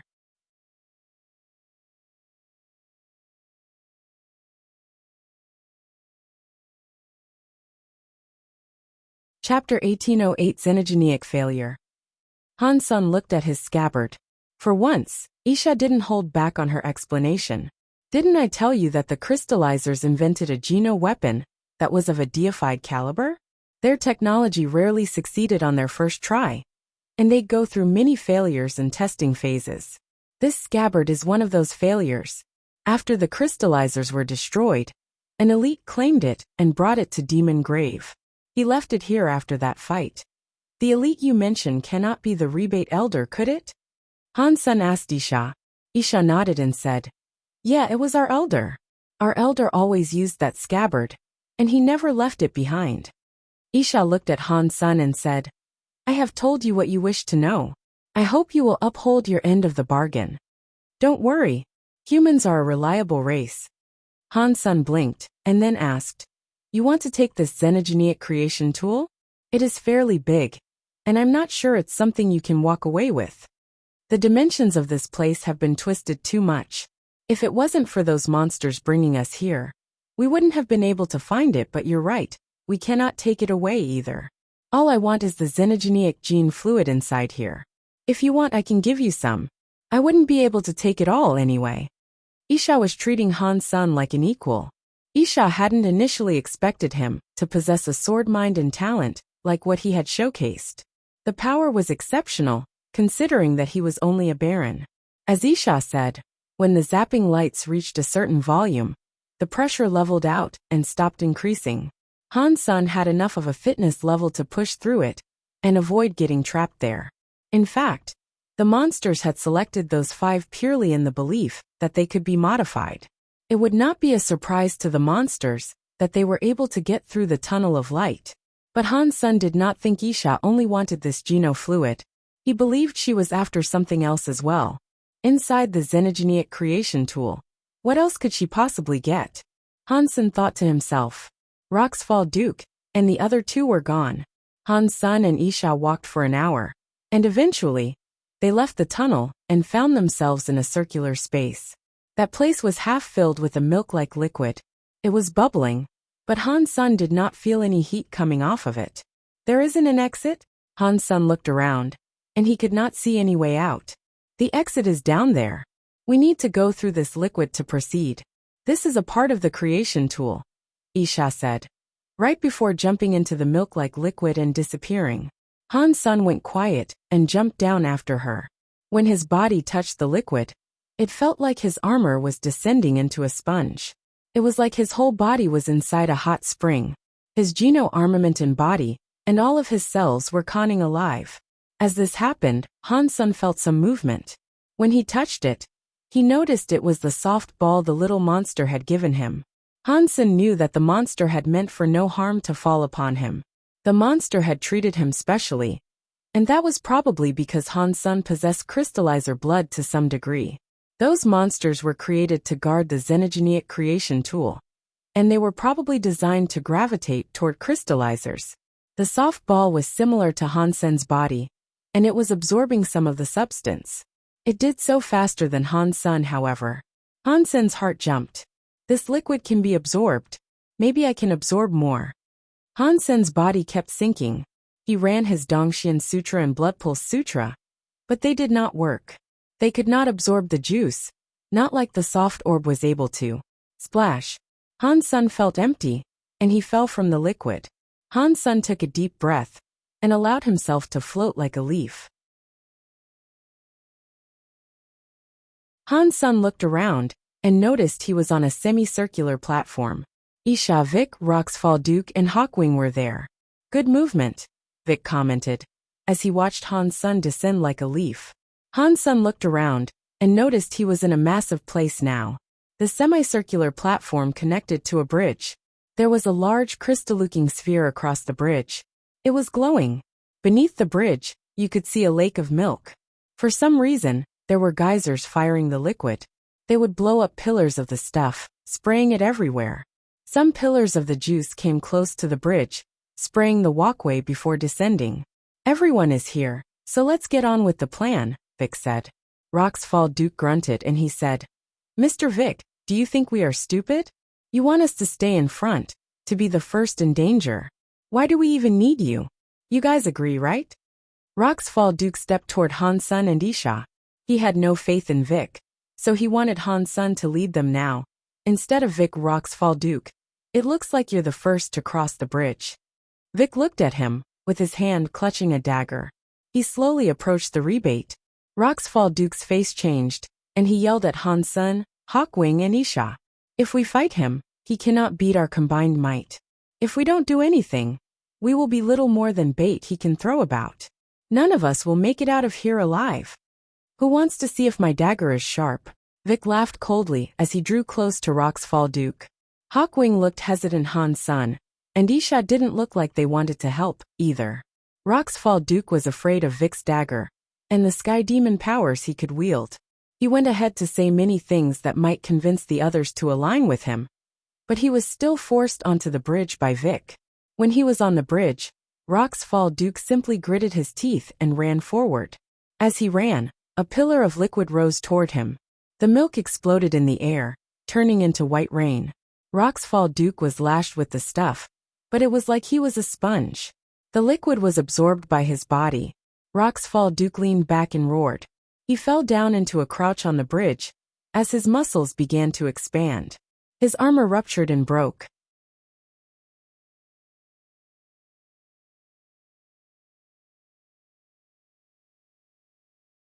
Chapter 1809. Rabbit Teeth. Roxfall Duke's body morphed into something large and twisted. The messed up skin of his body started to clothe itself in gray fur. __arg. The scream became a roar. His eyes turned red. His body was like an elephant covered with thick gray fur. Roxfall Duke had looked like a human once, but now he had become a big gray rabbit. The rabbit's teeth were as sharp as scythes. It was frightening. Oh no! Roxfall Duke is now a xenogeniac. Hawkwing screamed as he tried to escape. But the path they had come along was barred with silk, and there wasn't the smallest of crevice or seam. Roxfall Duke lost his mind when he became the giant gray rabbit.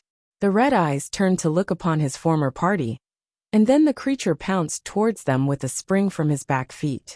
He was much faster as a xenogeniac than he had been before.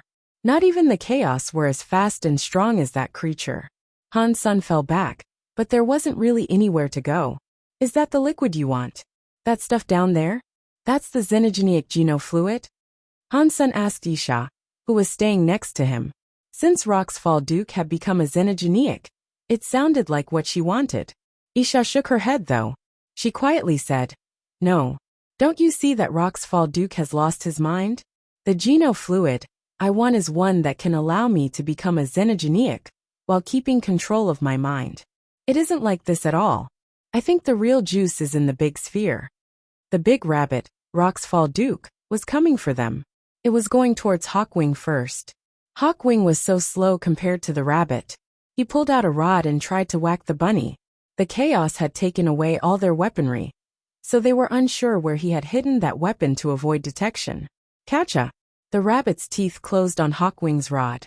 The rabbit gnawed on it as if it was a carrot. It was bitten in half. Fuck. The teeth are so strong. My rod is made of the same wood the Chaos use for their weapons. I can't believe this thing broke my rod. Think of something, please. Hawkwing fell backward. The xenogenic rabbit's body was so big, but it was incredibly agile at the same time. It jumped towards Vic next. Vic merely grunted, and he brought out his dagger again. He ran forward and swiped right past the rabbit. The rabbit's body was cut, and blood seeped out onto the floor. Vic's dagger and Sky Demon power were a strong combination, but in Demon Grave, that too was suppressed. Even though his dagger was sharp, and he couldn't miss, he could only pierce the monster's skin. He couldn't damage any internal organs. The rabbit was too big, and its hide was very thick. Vic could not plunge his dagger in very far. The xenogenic rabbit was angered by the fact it had been hurt a little though, and it stared at Vic, launching itself towards him with a push of its back feet. Vic wouldn't miss. But he was not invincible. The xenogenic rabbit's power and speed were frighteningly strong, and Vic did not dare let himself get bitten.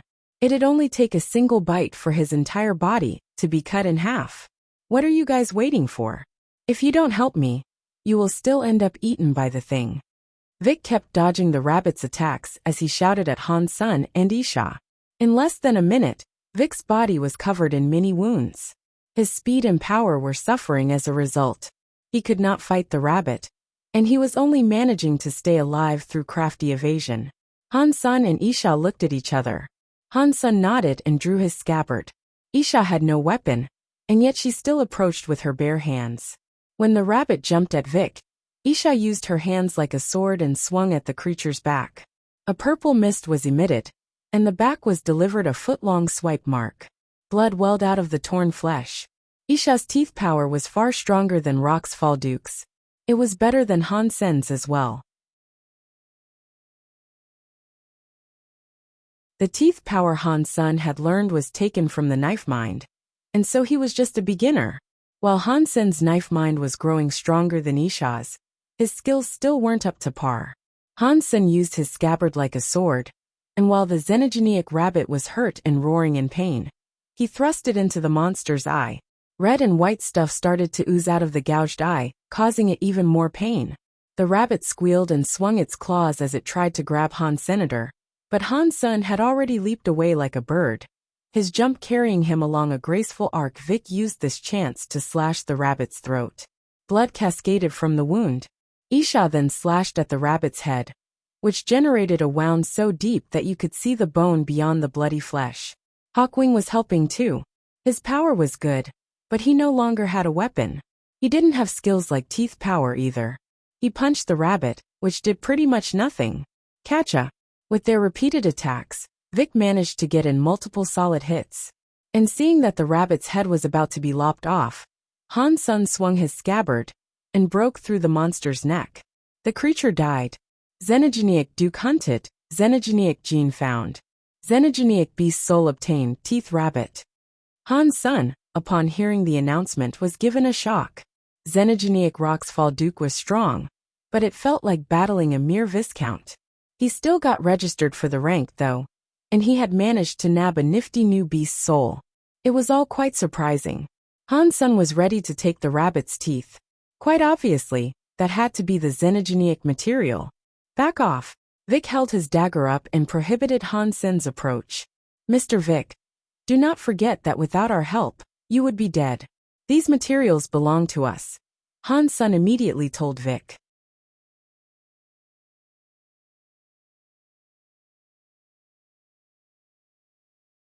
Chapter 18:10. Don't miss. Vic coldly hummed. Without me holding its attention, what could you guys have done? I am the one who exerted the most effort in felling it, so I should get the first choice of the spoils. I want the rabbit teeth. You can have the rest. Mr. Vic, do not be ridiculous. Han Sun responded to Vic, his voice hard. Ridiculous? In what way am I being ridiculous? Would you like to direct that question to my dagger and see if it tells you how I'm being ridiculous? Vic held up his dagger. Its tip pointed at Han Senator. Han Sun frowned. Vic thought the reason his dagger could not kill the rabbit was because the rabbit was too powerful.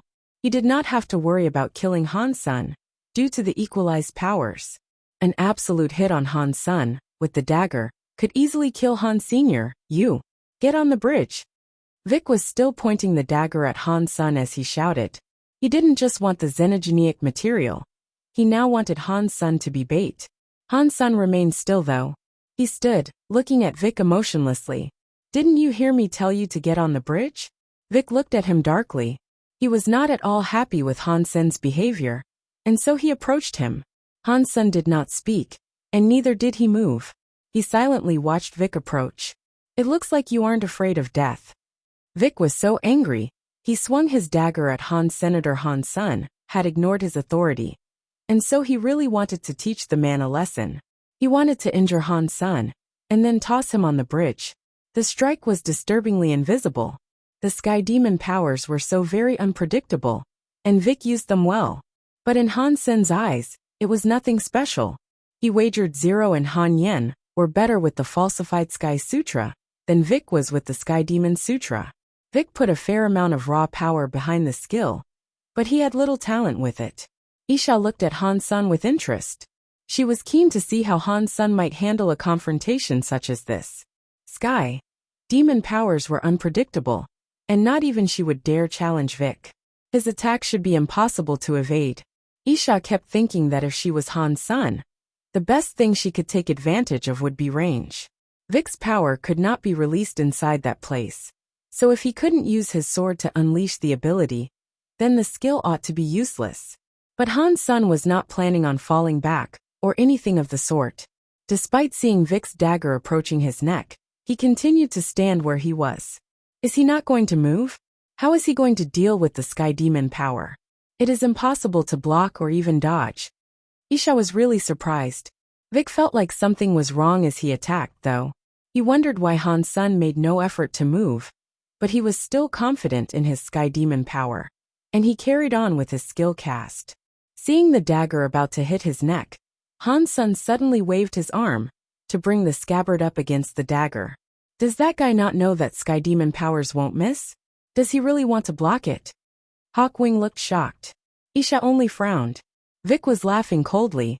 He put even more strength behind the swing. Dong! Vic's confident strike was blocked a mere 3 inches away from Han's son's neck. Han's son didn't even look at the dagger. He was staring at Vic the whole time, and yet he managed to block the blade. How is that possible? These words ran through the minds of Vic, Isha, and Hawkwing all at the same time. Even when both parties had similar strength, it should have been impossible for Sky Demon power to be blocked. And Han's son had done so with such ease. Vic looked to be in shock. He struggled to believe what had happened. He didn't want to believe what he had just seen. Vic clenched his teeth and started raging with his dagger. Like a hailstorm, he thrashed at Han. Senator Han's son just stood there the whole time, though inside the violence. He waved his scabbard, the whole time looking at Vic and not his dagger. His scabbard was able to block each and every strike. All those strikes had not been enough to even make Han's son move his feet. What's happening? Has Sky Demon power lost its effectiveness here? How can it be blocked? Who is this guy? Hawkwing screamed after breaking out of his reverie. Isha looked at the scene with a confused expression, thinking, human? Dollar? What kind of race is this? How can I not have heard of people like this before? Vic was extremely shocked. He never thought his Sky Demon power could be blocked by someone on the same level as him. Are you done? Han's son asked quietly. He took a step forward and waved his scabbard at Vic. The sword mine started up. Vic fell back, but it was too late. He tried to use his dagger to block, but he failed. Blurg! Vic felt as if his belly had just been hammered. Blood spilled over his lips, and his body fell backwards onto the bridge. Vic landed on the bridge, just as it started to shake. The geyser of milk fired from below. Vic ignored his pain and rolled forward to evade the white juice. But this time, the white juice did not wash away. It gathered up on the bridge, and as if it had a life of its own, it climbed towards him. Vic had dodged the liquid, but he hadn't expected it to react like this. The white liquid touched his foot and was immediately absorbed. Han's son, Isha and Hawkwing were shocked. The white juice seemed like it was alive. It didn't seem like a genuine liquid. Roar! Vic screamed. His muscles and bones began to expand, and a horn grew from his forehead. His handsome face suddenly took on the shape of a cruel demon's. His fangs were on display, as a black miasma shrouded him. He took on the appearance of Azura. Vic slowly turned around. The purple had vanished from his eyes, and they were now red. Roar! There was more roaring. Vic was headed for Han Sun, as the demon-looking body came right before him. 5 black nails, as sharp as daggers, came right for his head.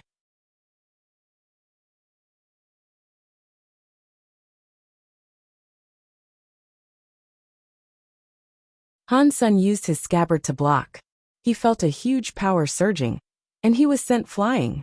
He was sent spinning through the air, but he still managed to land gracefully when the momentum of the impact was gone. But even so, he ended up coughing up blood. The xenogenic Vic had turned into was far stronger than Rock's Fall Duke. Before Han Sun was back up on his feet, Vic was jumping forward with 10 of its nails raised like spiteful daggers. They were speeding down at Han Sun, fueled with sky demon power. Han Sun's power alone would not be sufficient to challenge xenogenic Vic. So he moved quickly and dodged the attack. Isha, are you not going to assist? Han Sun said coldly. Isha smiled. Didn't I say there is a section where I'd be needing your help? This is it. He is all yours. I am sure you can handle it. So you take care of this and I'll wait for you inside. As for the teeth earlier, we'll have 1 each. I'll hold on to yours. When you're done here, come and get it from me. After that, Isha picked up the rabbit's 2 teeth. Then she flew to the bridge. When there, she walked forward. Strangely, when Isha started to traverse the bridge, it began to shake. But no liquid fired upward like a geyser. Isha was able to get in close to the crystal sphere. I can't help you here either. So, I think I'll go on. Hawkwing clenched his teeth and followed Isha. Hawkwing walked the same way carefully, but he too noticed there were no more pillars of milk. When Isha and Hawkwing approached the crystal sphere, they entered it and were gone. Han Sun lifted his lips. He was not surprised about what she had done.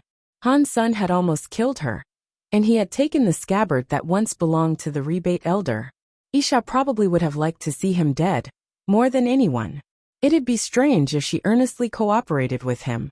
But what confused Han Sun the most was why something only happened to Rock's Fall Duke and Vic when they tried traversing the bridge. Why did nothing happen to Isha and Hawkwing? Vic's xenogenic form was roaring as he continued chasing Han Senator. Its speed and power were greater than Han Sen's too. Even though Han Sun could evade its unmissable technique, he couldn't fight back. When Isha and Hawkwing disappeared into the crystal sphere, Han Sun smiled. His scabbard started to leak purple smoke. Vic screamed as his body began to crack and bleed profusely. The wounds began to grow in length and width. But this was not because of Han Senator. This was because when Vic had fought against the rabbit had hurt him a great deal. Rock's Fall Duke's xenogenic form was a rabbit that used teeth power. The wounds weren't too severe at first. And when the rabbit was killed, Vic didn't think anything of the wounds. But the teeth power always remained. Even when Vic himself became a xenogenic, the wounds were only suppressed for a time. The transformation didn't clean and get rid of the teeth force and residue that still resided within his wounds. Isha could use her teeth knife to trigger the teeth power in Vic's wounds, but she hadn't done that. Han Sun knew she was up to something. Fortunately, Han Sun himself now had the teeth powers. He wasn't as proficient as Isha with them, but it was enough to trigger Vic's wounds. Vic's injuries were spreading and becoming more severe. With Han Sen's teeth power and teeth knife mind, Vic's body began to crack open. It wasn't fast, but it was steady and scary. That wasn't the scariest thing about it either. The scariest thing about it all was the bleeding effect. Blood seeped out of the wounds, running faster over time. The more Vic moved, the more Vic bled. A few of his wounds were bleeding at the same time. And unless Vic had the necessary power to halt such bleeding, it wouldn't matter how strong he was. He'd end up dead before long. And it was already clear Vic could not stop the bleeding. He eventually started to lose consciousness.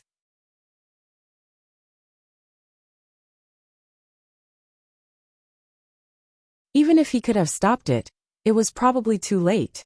Now Vic's mind was reduced to the most primitive thought process: killing. He didn't care about his oozing wounds, and all he could think about was killing Han. Senator Han Sen's body was like a phoenix in flight. He dodged all of Vic's skills, and not long after, Vic's power and speed began to decrease. He had lost so much blood. Most of the platform had been covered in slippery crimson. Padong. Vic had almost been drained of all the blood in his body. He fell on the ground and wheezily roared. He wanted to come at Han Sen again, but he couldn't stand upright. Han Sen used the scabbard with teeth sword skills on Vic, which made the cracks and wounds grow bigger. The last bit of the creature's blood was beginning to ooze. A little while later, Vic's tether to life snapped. He could only twitch on the ground as the last few drops of blood trickled out. Xenogeniac Viscount hunted, Xenogeniac gene found, Purple Horn Demon. Teeth powers are great. They're no worse than falsified sky powers. But strangely, Xenogeniac Vic was far stronger than Rock's Fall Duke. Why was he only considered a Viscount? Han Sen wondered.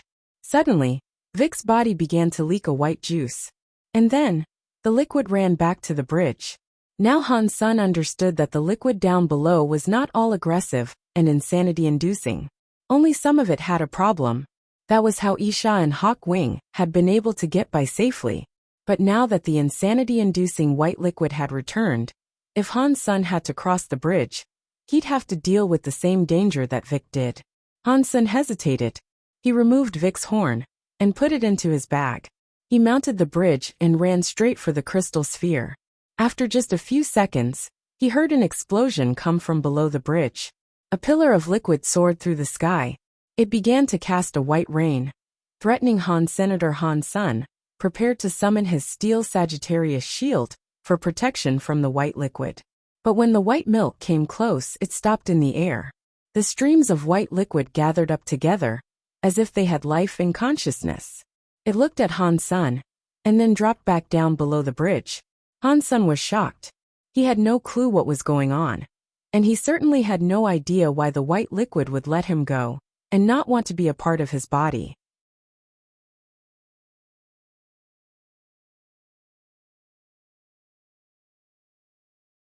Without hesitation, Han Sen walked right up to the crystal sphere.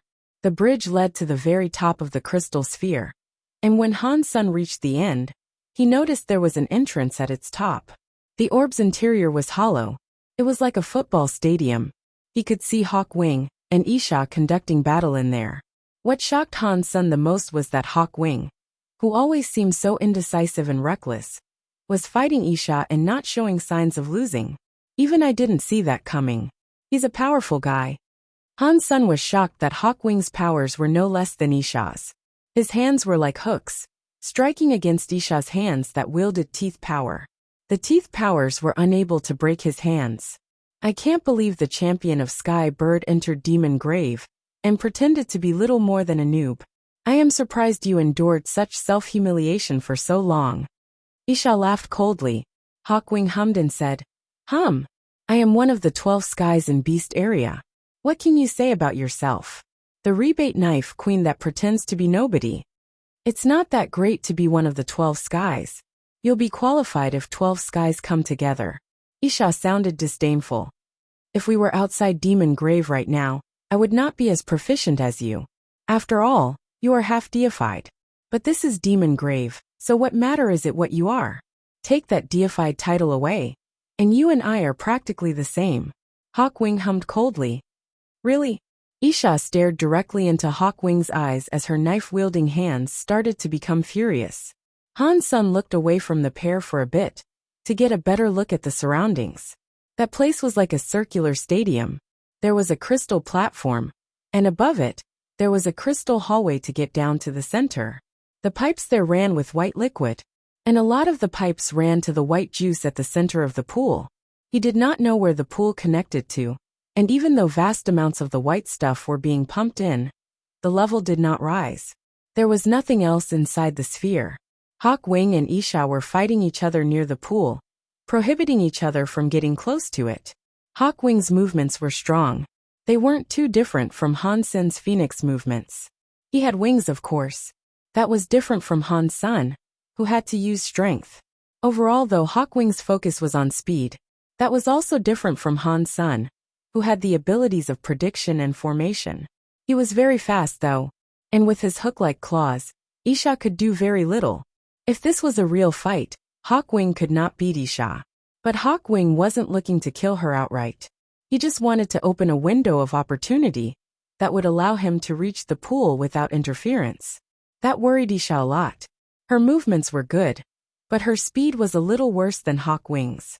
If she missed, Hawkwing could fall into the pool.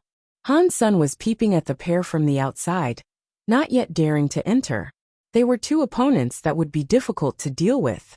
He planned to wait outside, and maybe sneakily nab an easy kill if one became available. As Han Sun watched them, something moved in his pocket. Then that soft ball jumped out of it.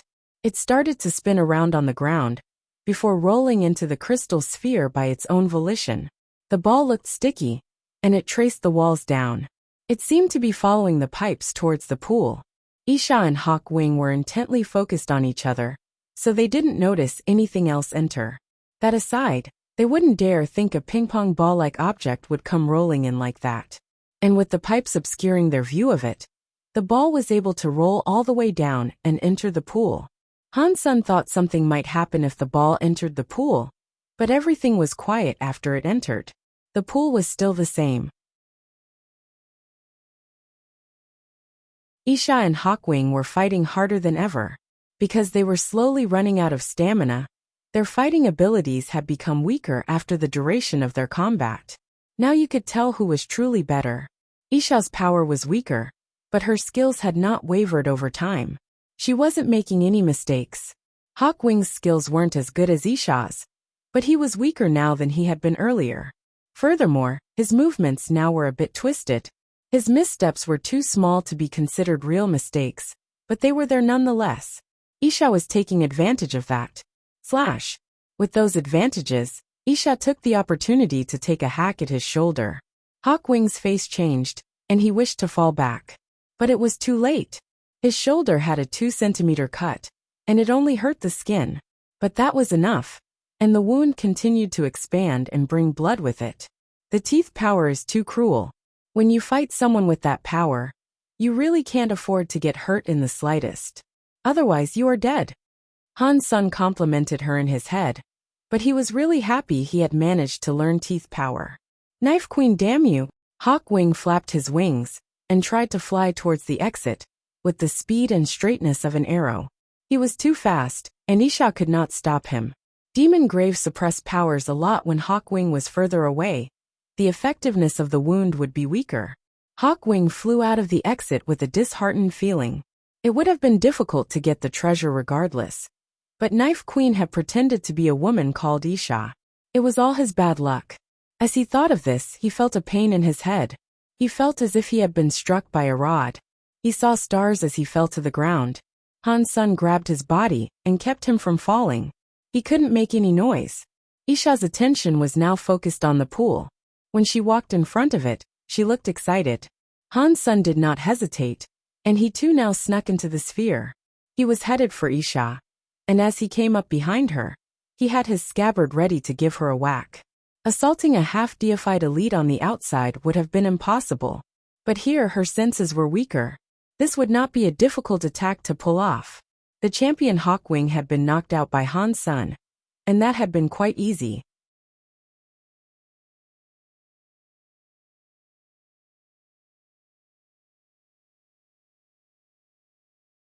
Chapter 1813 The Origins of Xenogeneics. Han Sun moved behind Isha silently, and just as he was about to hit her over the head, his heart sank. Isha had been standing near the pool, looking into it, but when Han Sun silently slipped up to the side of the pool, he saw his shadow and Isha's. She was looking at him with shock. Han Sun gritted his teeth and still committed to his attack. Isha was able to dodge though. She frowned and said, "How did you get here? Even if you did kill Vic, how did you manage to cross the bridge?" Han Sun did not stop swinging his scabbard at her. He was using it like a sword, trying to strike her. It would be best to kill her now. While she was a little worn out, I walked here. It wasn't all that difficult. Han Sun attacked her, while also saying things to attack her mind. Isha wouldn't be affected by such weak mental attacks though. Her movements were still strong and calculated, and mistakes weren't going to come easy. But she had just fought Hawk Wing, and that made her a little frustrated. She was at a disadvantage now. Fighting Han Senator Isha was so angry, and she wondered what bad luck she had mustered that was now forcing her to compete against Han Sun again. Every time she was about to get something, Han Sun was there to ruin things for her. Her wounds still hadn't healed from their first encounter, and she was deprived of quite a bit of her power. She wouldn't be able to break through the limitations of Demon Grave. And so, seeing Han Sun strike harder and harder, she knew she was getting suppressed. She wasn't being given a moment to do anything about it. She did not know why, but Isha felt as if Han Sun's sword skills had improved. He was stronger than he had been in their last fight. It made the current fight much harder. It wasn't because Han Sun's sword skills had improved though. It was because Han Sun had learned some of the teeth knife techniques from the knife mind. And Han Sun was a beginner in teeth powers now. So Han Sun now understood how teeth knife worked. He wouldn't be any worse than Isha right now.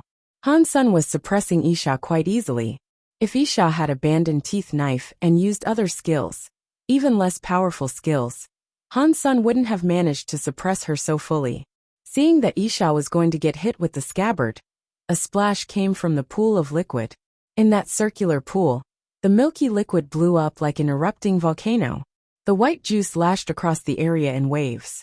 Han Sun and Isha were both given a shock. They both retreated, wanting to dodge the white liquid. The white liquid was sprayed across the floor, and then they realized that the pool had dried up. There wasn't a single drop of the liquid left in there. The pipes that sent the white liquid to the pool were now dry. There was no more of the white liquid flowing through. The pool was empty. Why is there nothing? Where are the origins of the xenogeneics researched by the crystallizers? Isha's face changed. It looked as if she could not accept what she was seeing. Han Sun felt strange. The ball had just rolled inside too. So why was it gone? Han Sun did not have the time to think this over though. He swung the scabbard and tried to finish off Isha. As Han Sun moved, he noticed Isha's face looked glum. The white liquid was approaching them, as if it were alive. It was a sight that was very familiar to the two of them. Things like that had turned Roxfall Duke and Vic into xenogeneics. It had only taken one of the dangerous white columns to transform Roxfall Duke and Vic. But here there were many. There had to be 1,000 of the wriggling white things. They were like a horde of monsters, surrounding Han Sun and Isha. I will remember you. Do not let me see you outside of Demon Grave. I wouldn't be the knife queen if I couldn't kill you quickly in the normal world, Isha said, before trying to escape. Don't leave yet. If you like me so much, why don't you just stay? Han Sun laughed and slashed forward to block her way. Han Sun kept attacking her nonstop. Isha had used up too much energy, so she couldn't fight Han Senator plus. She didn't want to fight. The white liquid was getting so close, and touching a single drop would be enough to end you. Xenogeneics themselves weren't scary. What was scary was becoming one yourself, especially if you became a mindless killing machine in the process. Why are you still coming after me? If we don't leave, we will both become one of those mindless xenogeneics. Do you want to die with me that much? Isha pleaded as much as she was able to as she continued to dodge. Isn't it quite romantic to live and die together? Han Sen's sword skills came at her even faster. He had decided to kill Isha here. Since she was half deified, she could kill Han Sun with the greatest of ease. If she managed to get out, he was just a baron after all. So obviously, he did not want any of that to happen. He had to make sure Isha did not escape Demon Grave. Han Sun was not worried about the white liquid either. The liquid itself did not seem interested in Han Senator, so he was not worried. Glancing over their shoulders, Han Sun and Isha noticed the wriggling white things racing for them. There was a slight difference this time though. Han Sun could tell they were going for Isha, and so he stood near her to make it look like the white things were coming after him too. Isha did not yet know Han Sun had no reason to be afraid, and with Han Sun disrupting her, she felt angry and afraid herself. The white juice was coming. I am going to kill you. Isha could not escape from Han Sun, so now she was furious. Her white bunny ears stood up tall and straight, and her long hair waved. Her entire body wrapped itself up in a purple flame. She broke the rules again, as her power increased by several multiples. She tried to strike Han Sen with her hands, as purple sword flames blazed. Han Sen kept moving, trying to dodge that flame. The purple flame wrapped Isha up, though, and she managed to disappear and reappear in front of the sphere's entrance. That made Han Sen depressed.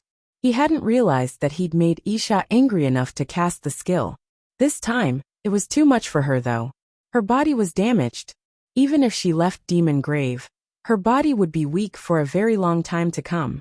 Han Sen wanted to give chase, but he suddenly felt as if someone had patted his shoulder. Goosebumps flared across his skin.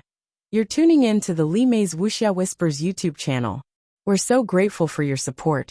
And don't forget to subscribe to join us on this incredible journey through captivating stories. Your generosity through donations truly makes a world of difference, as it's the primary source of revenue that allows me to expand and enhance this channel for you. Thank you from the bottom of my heart for being a part of this adventure.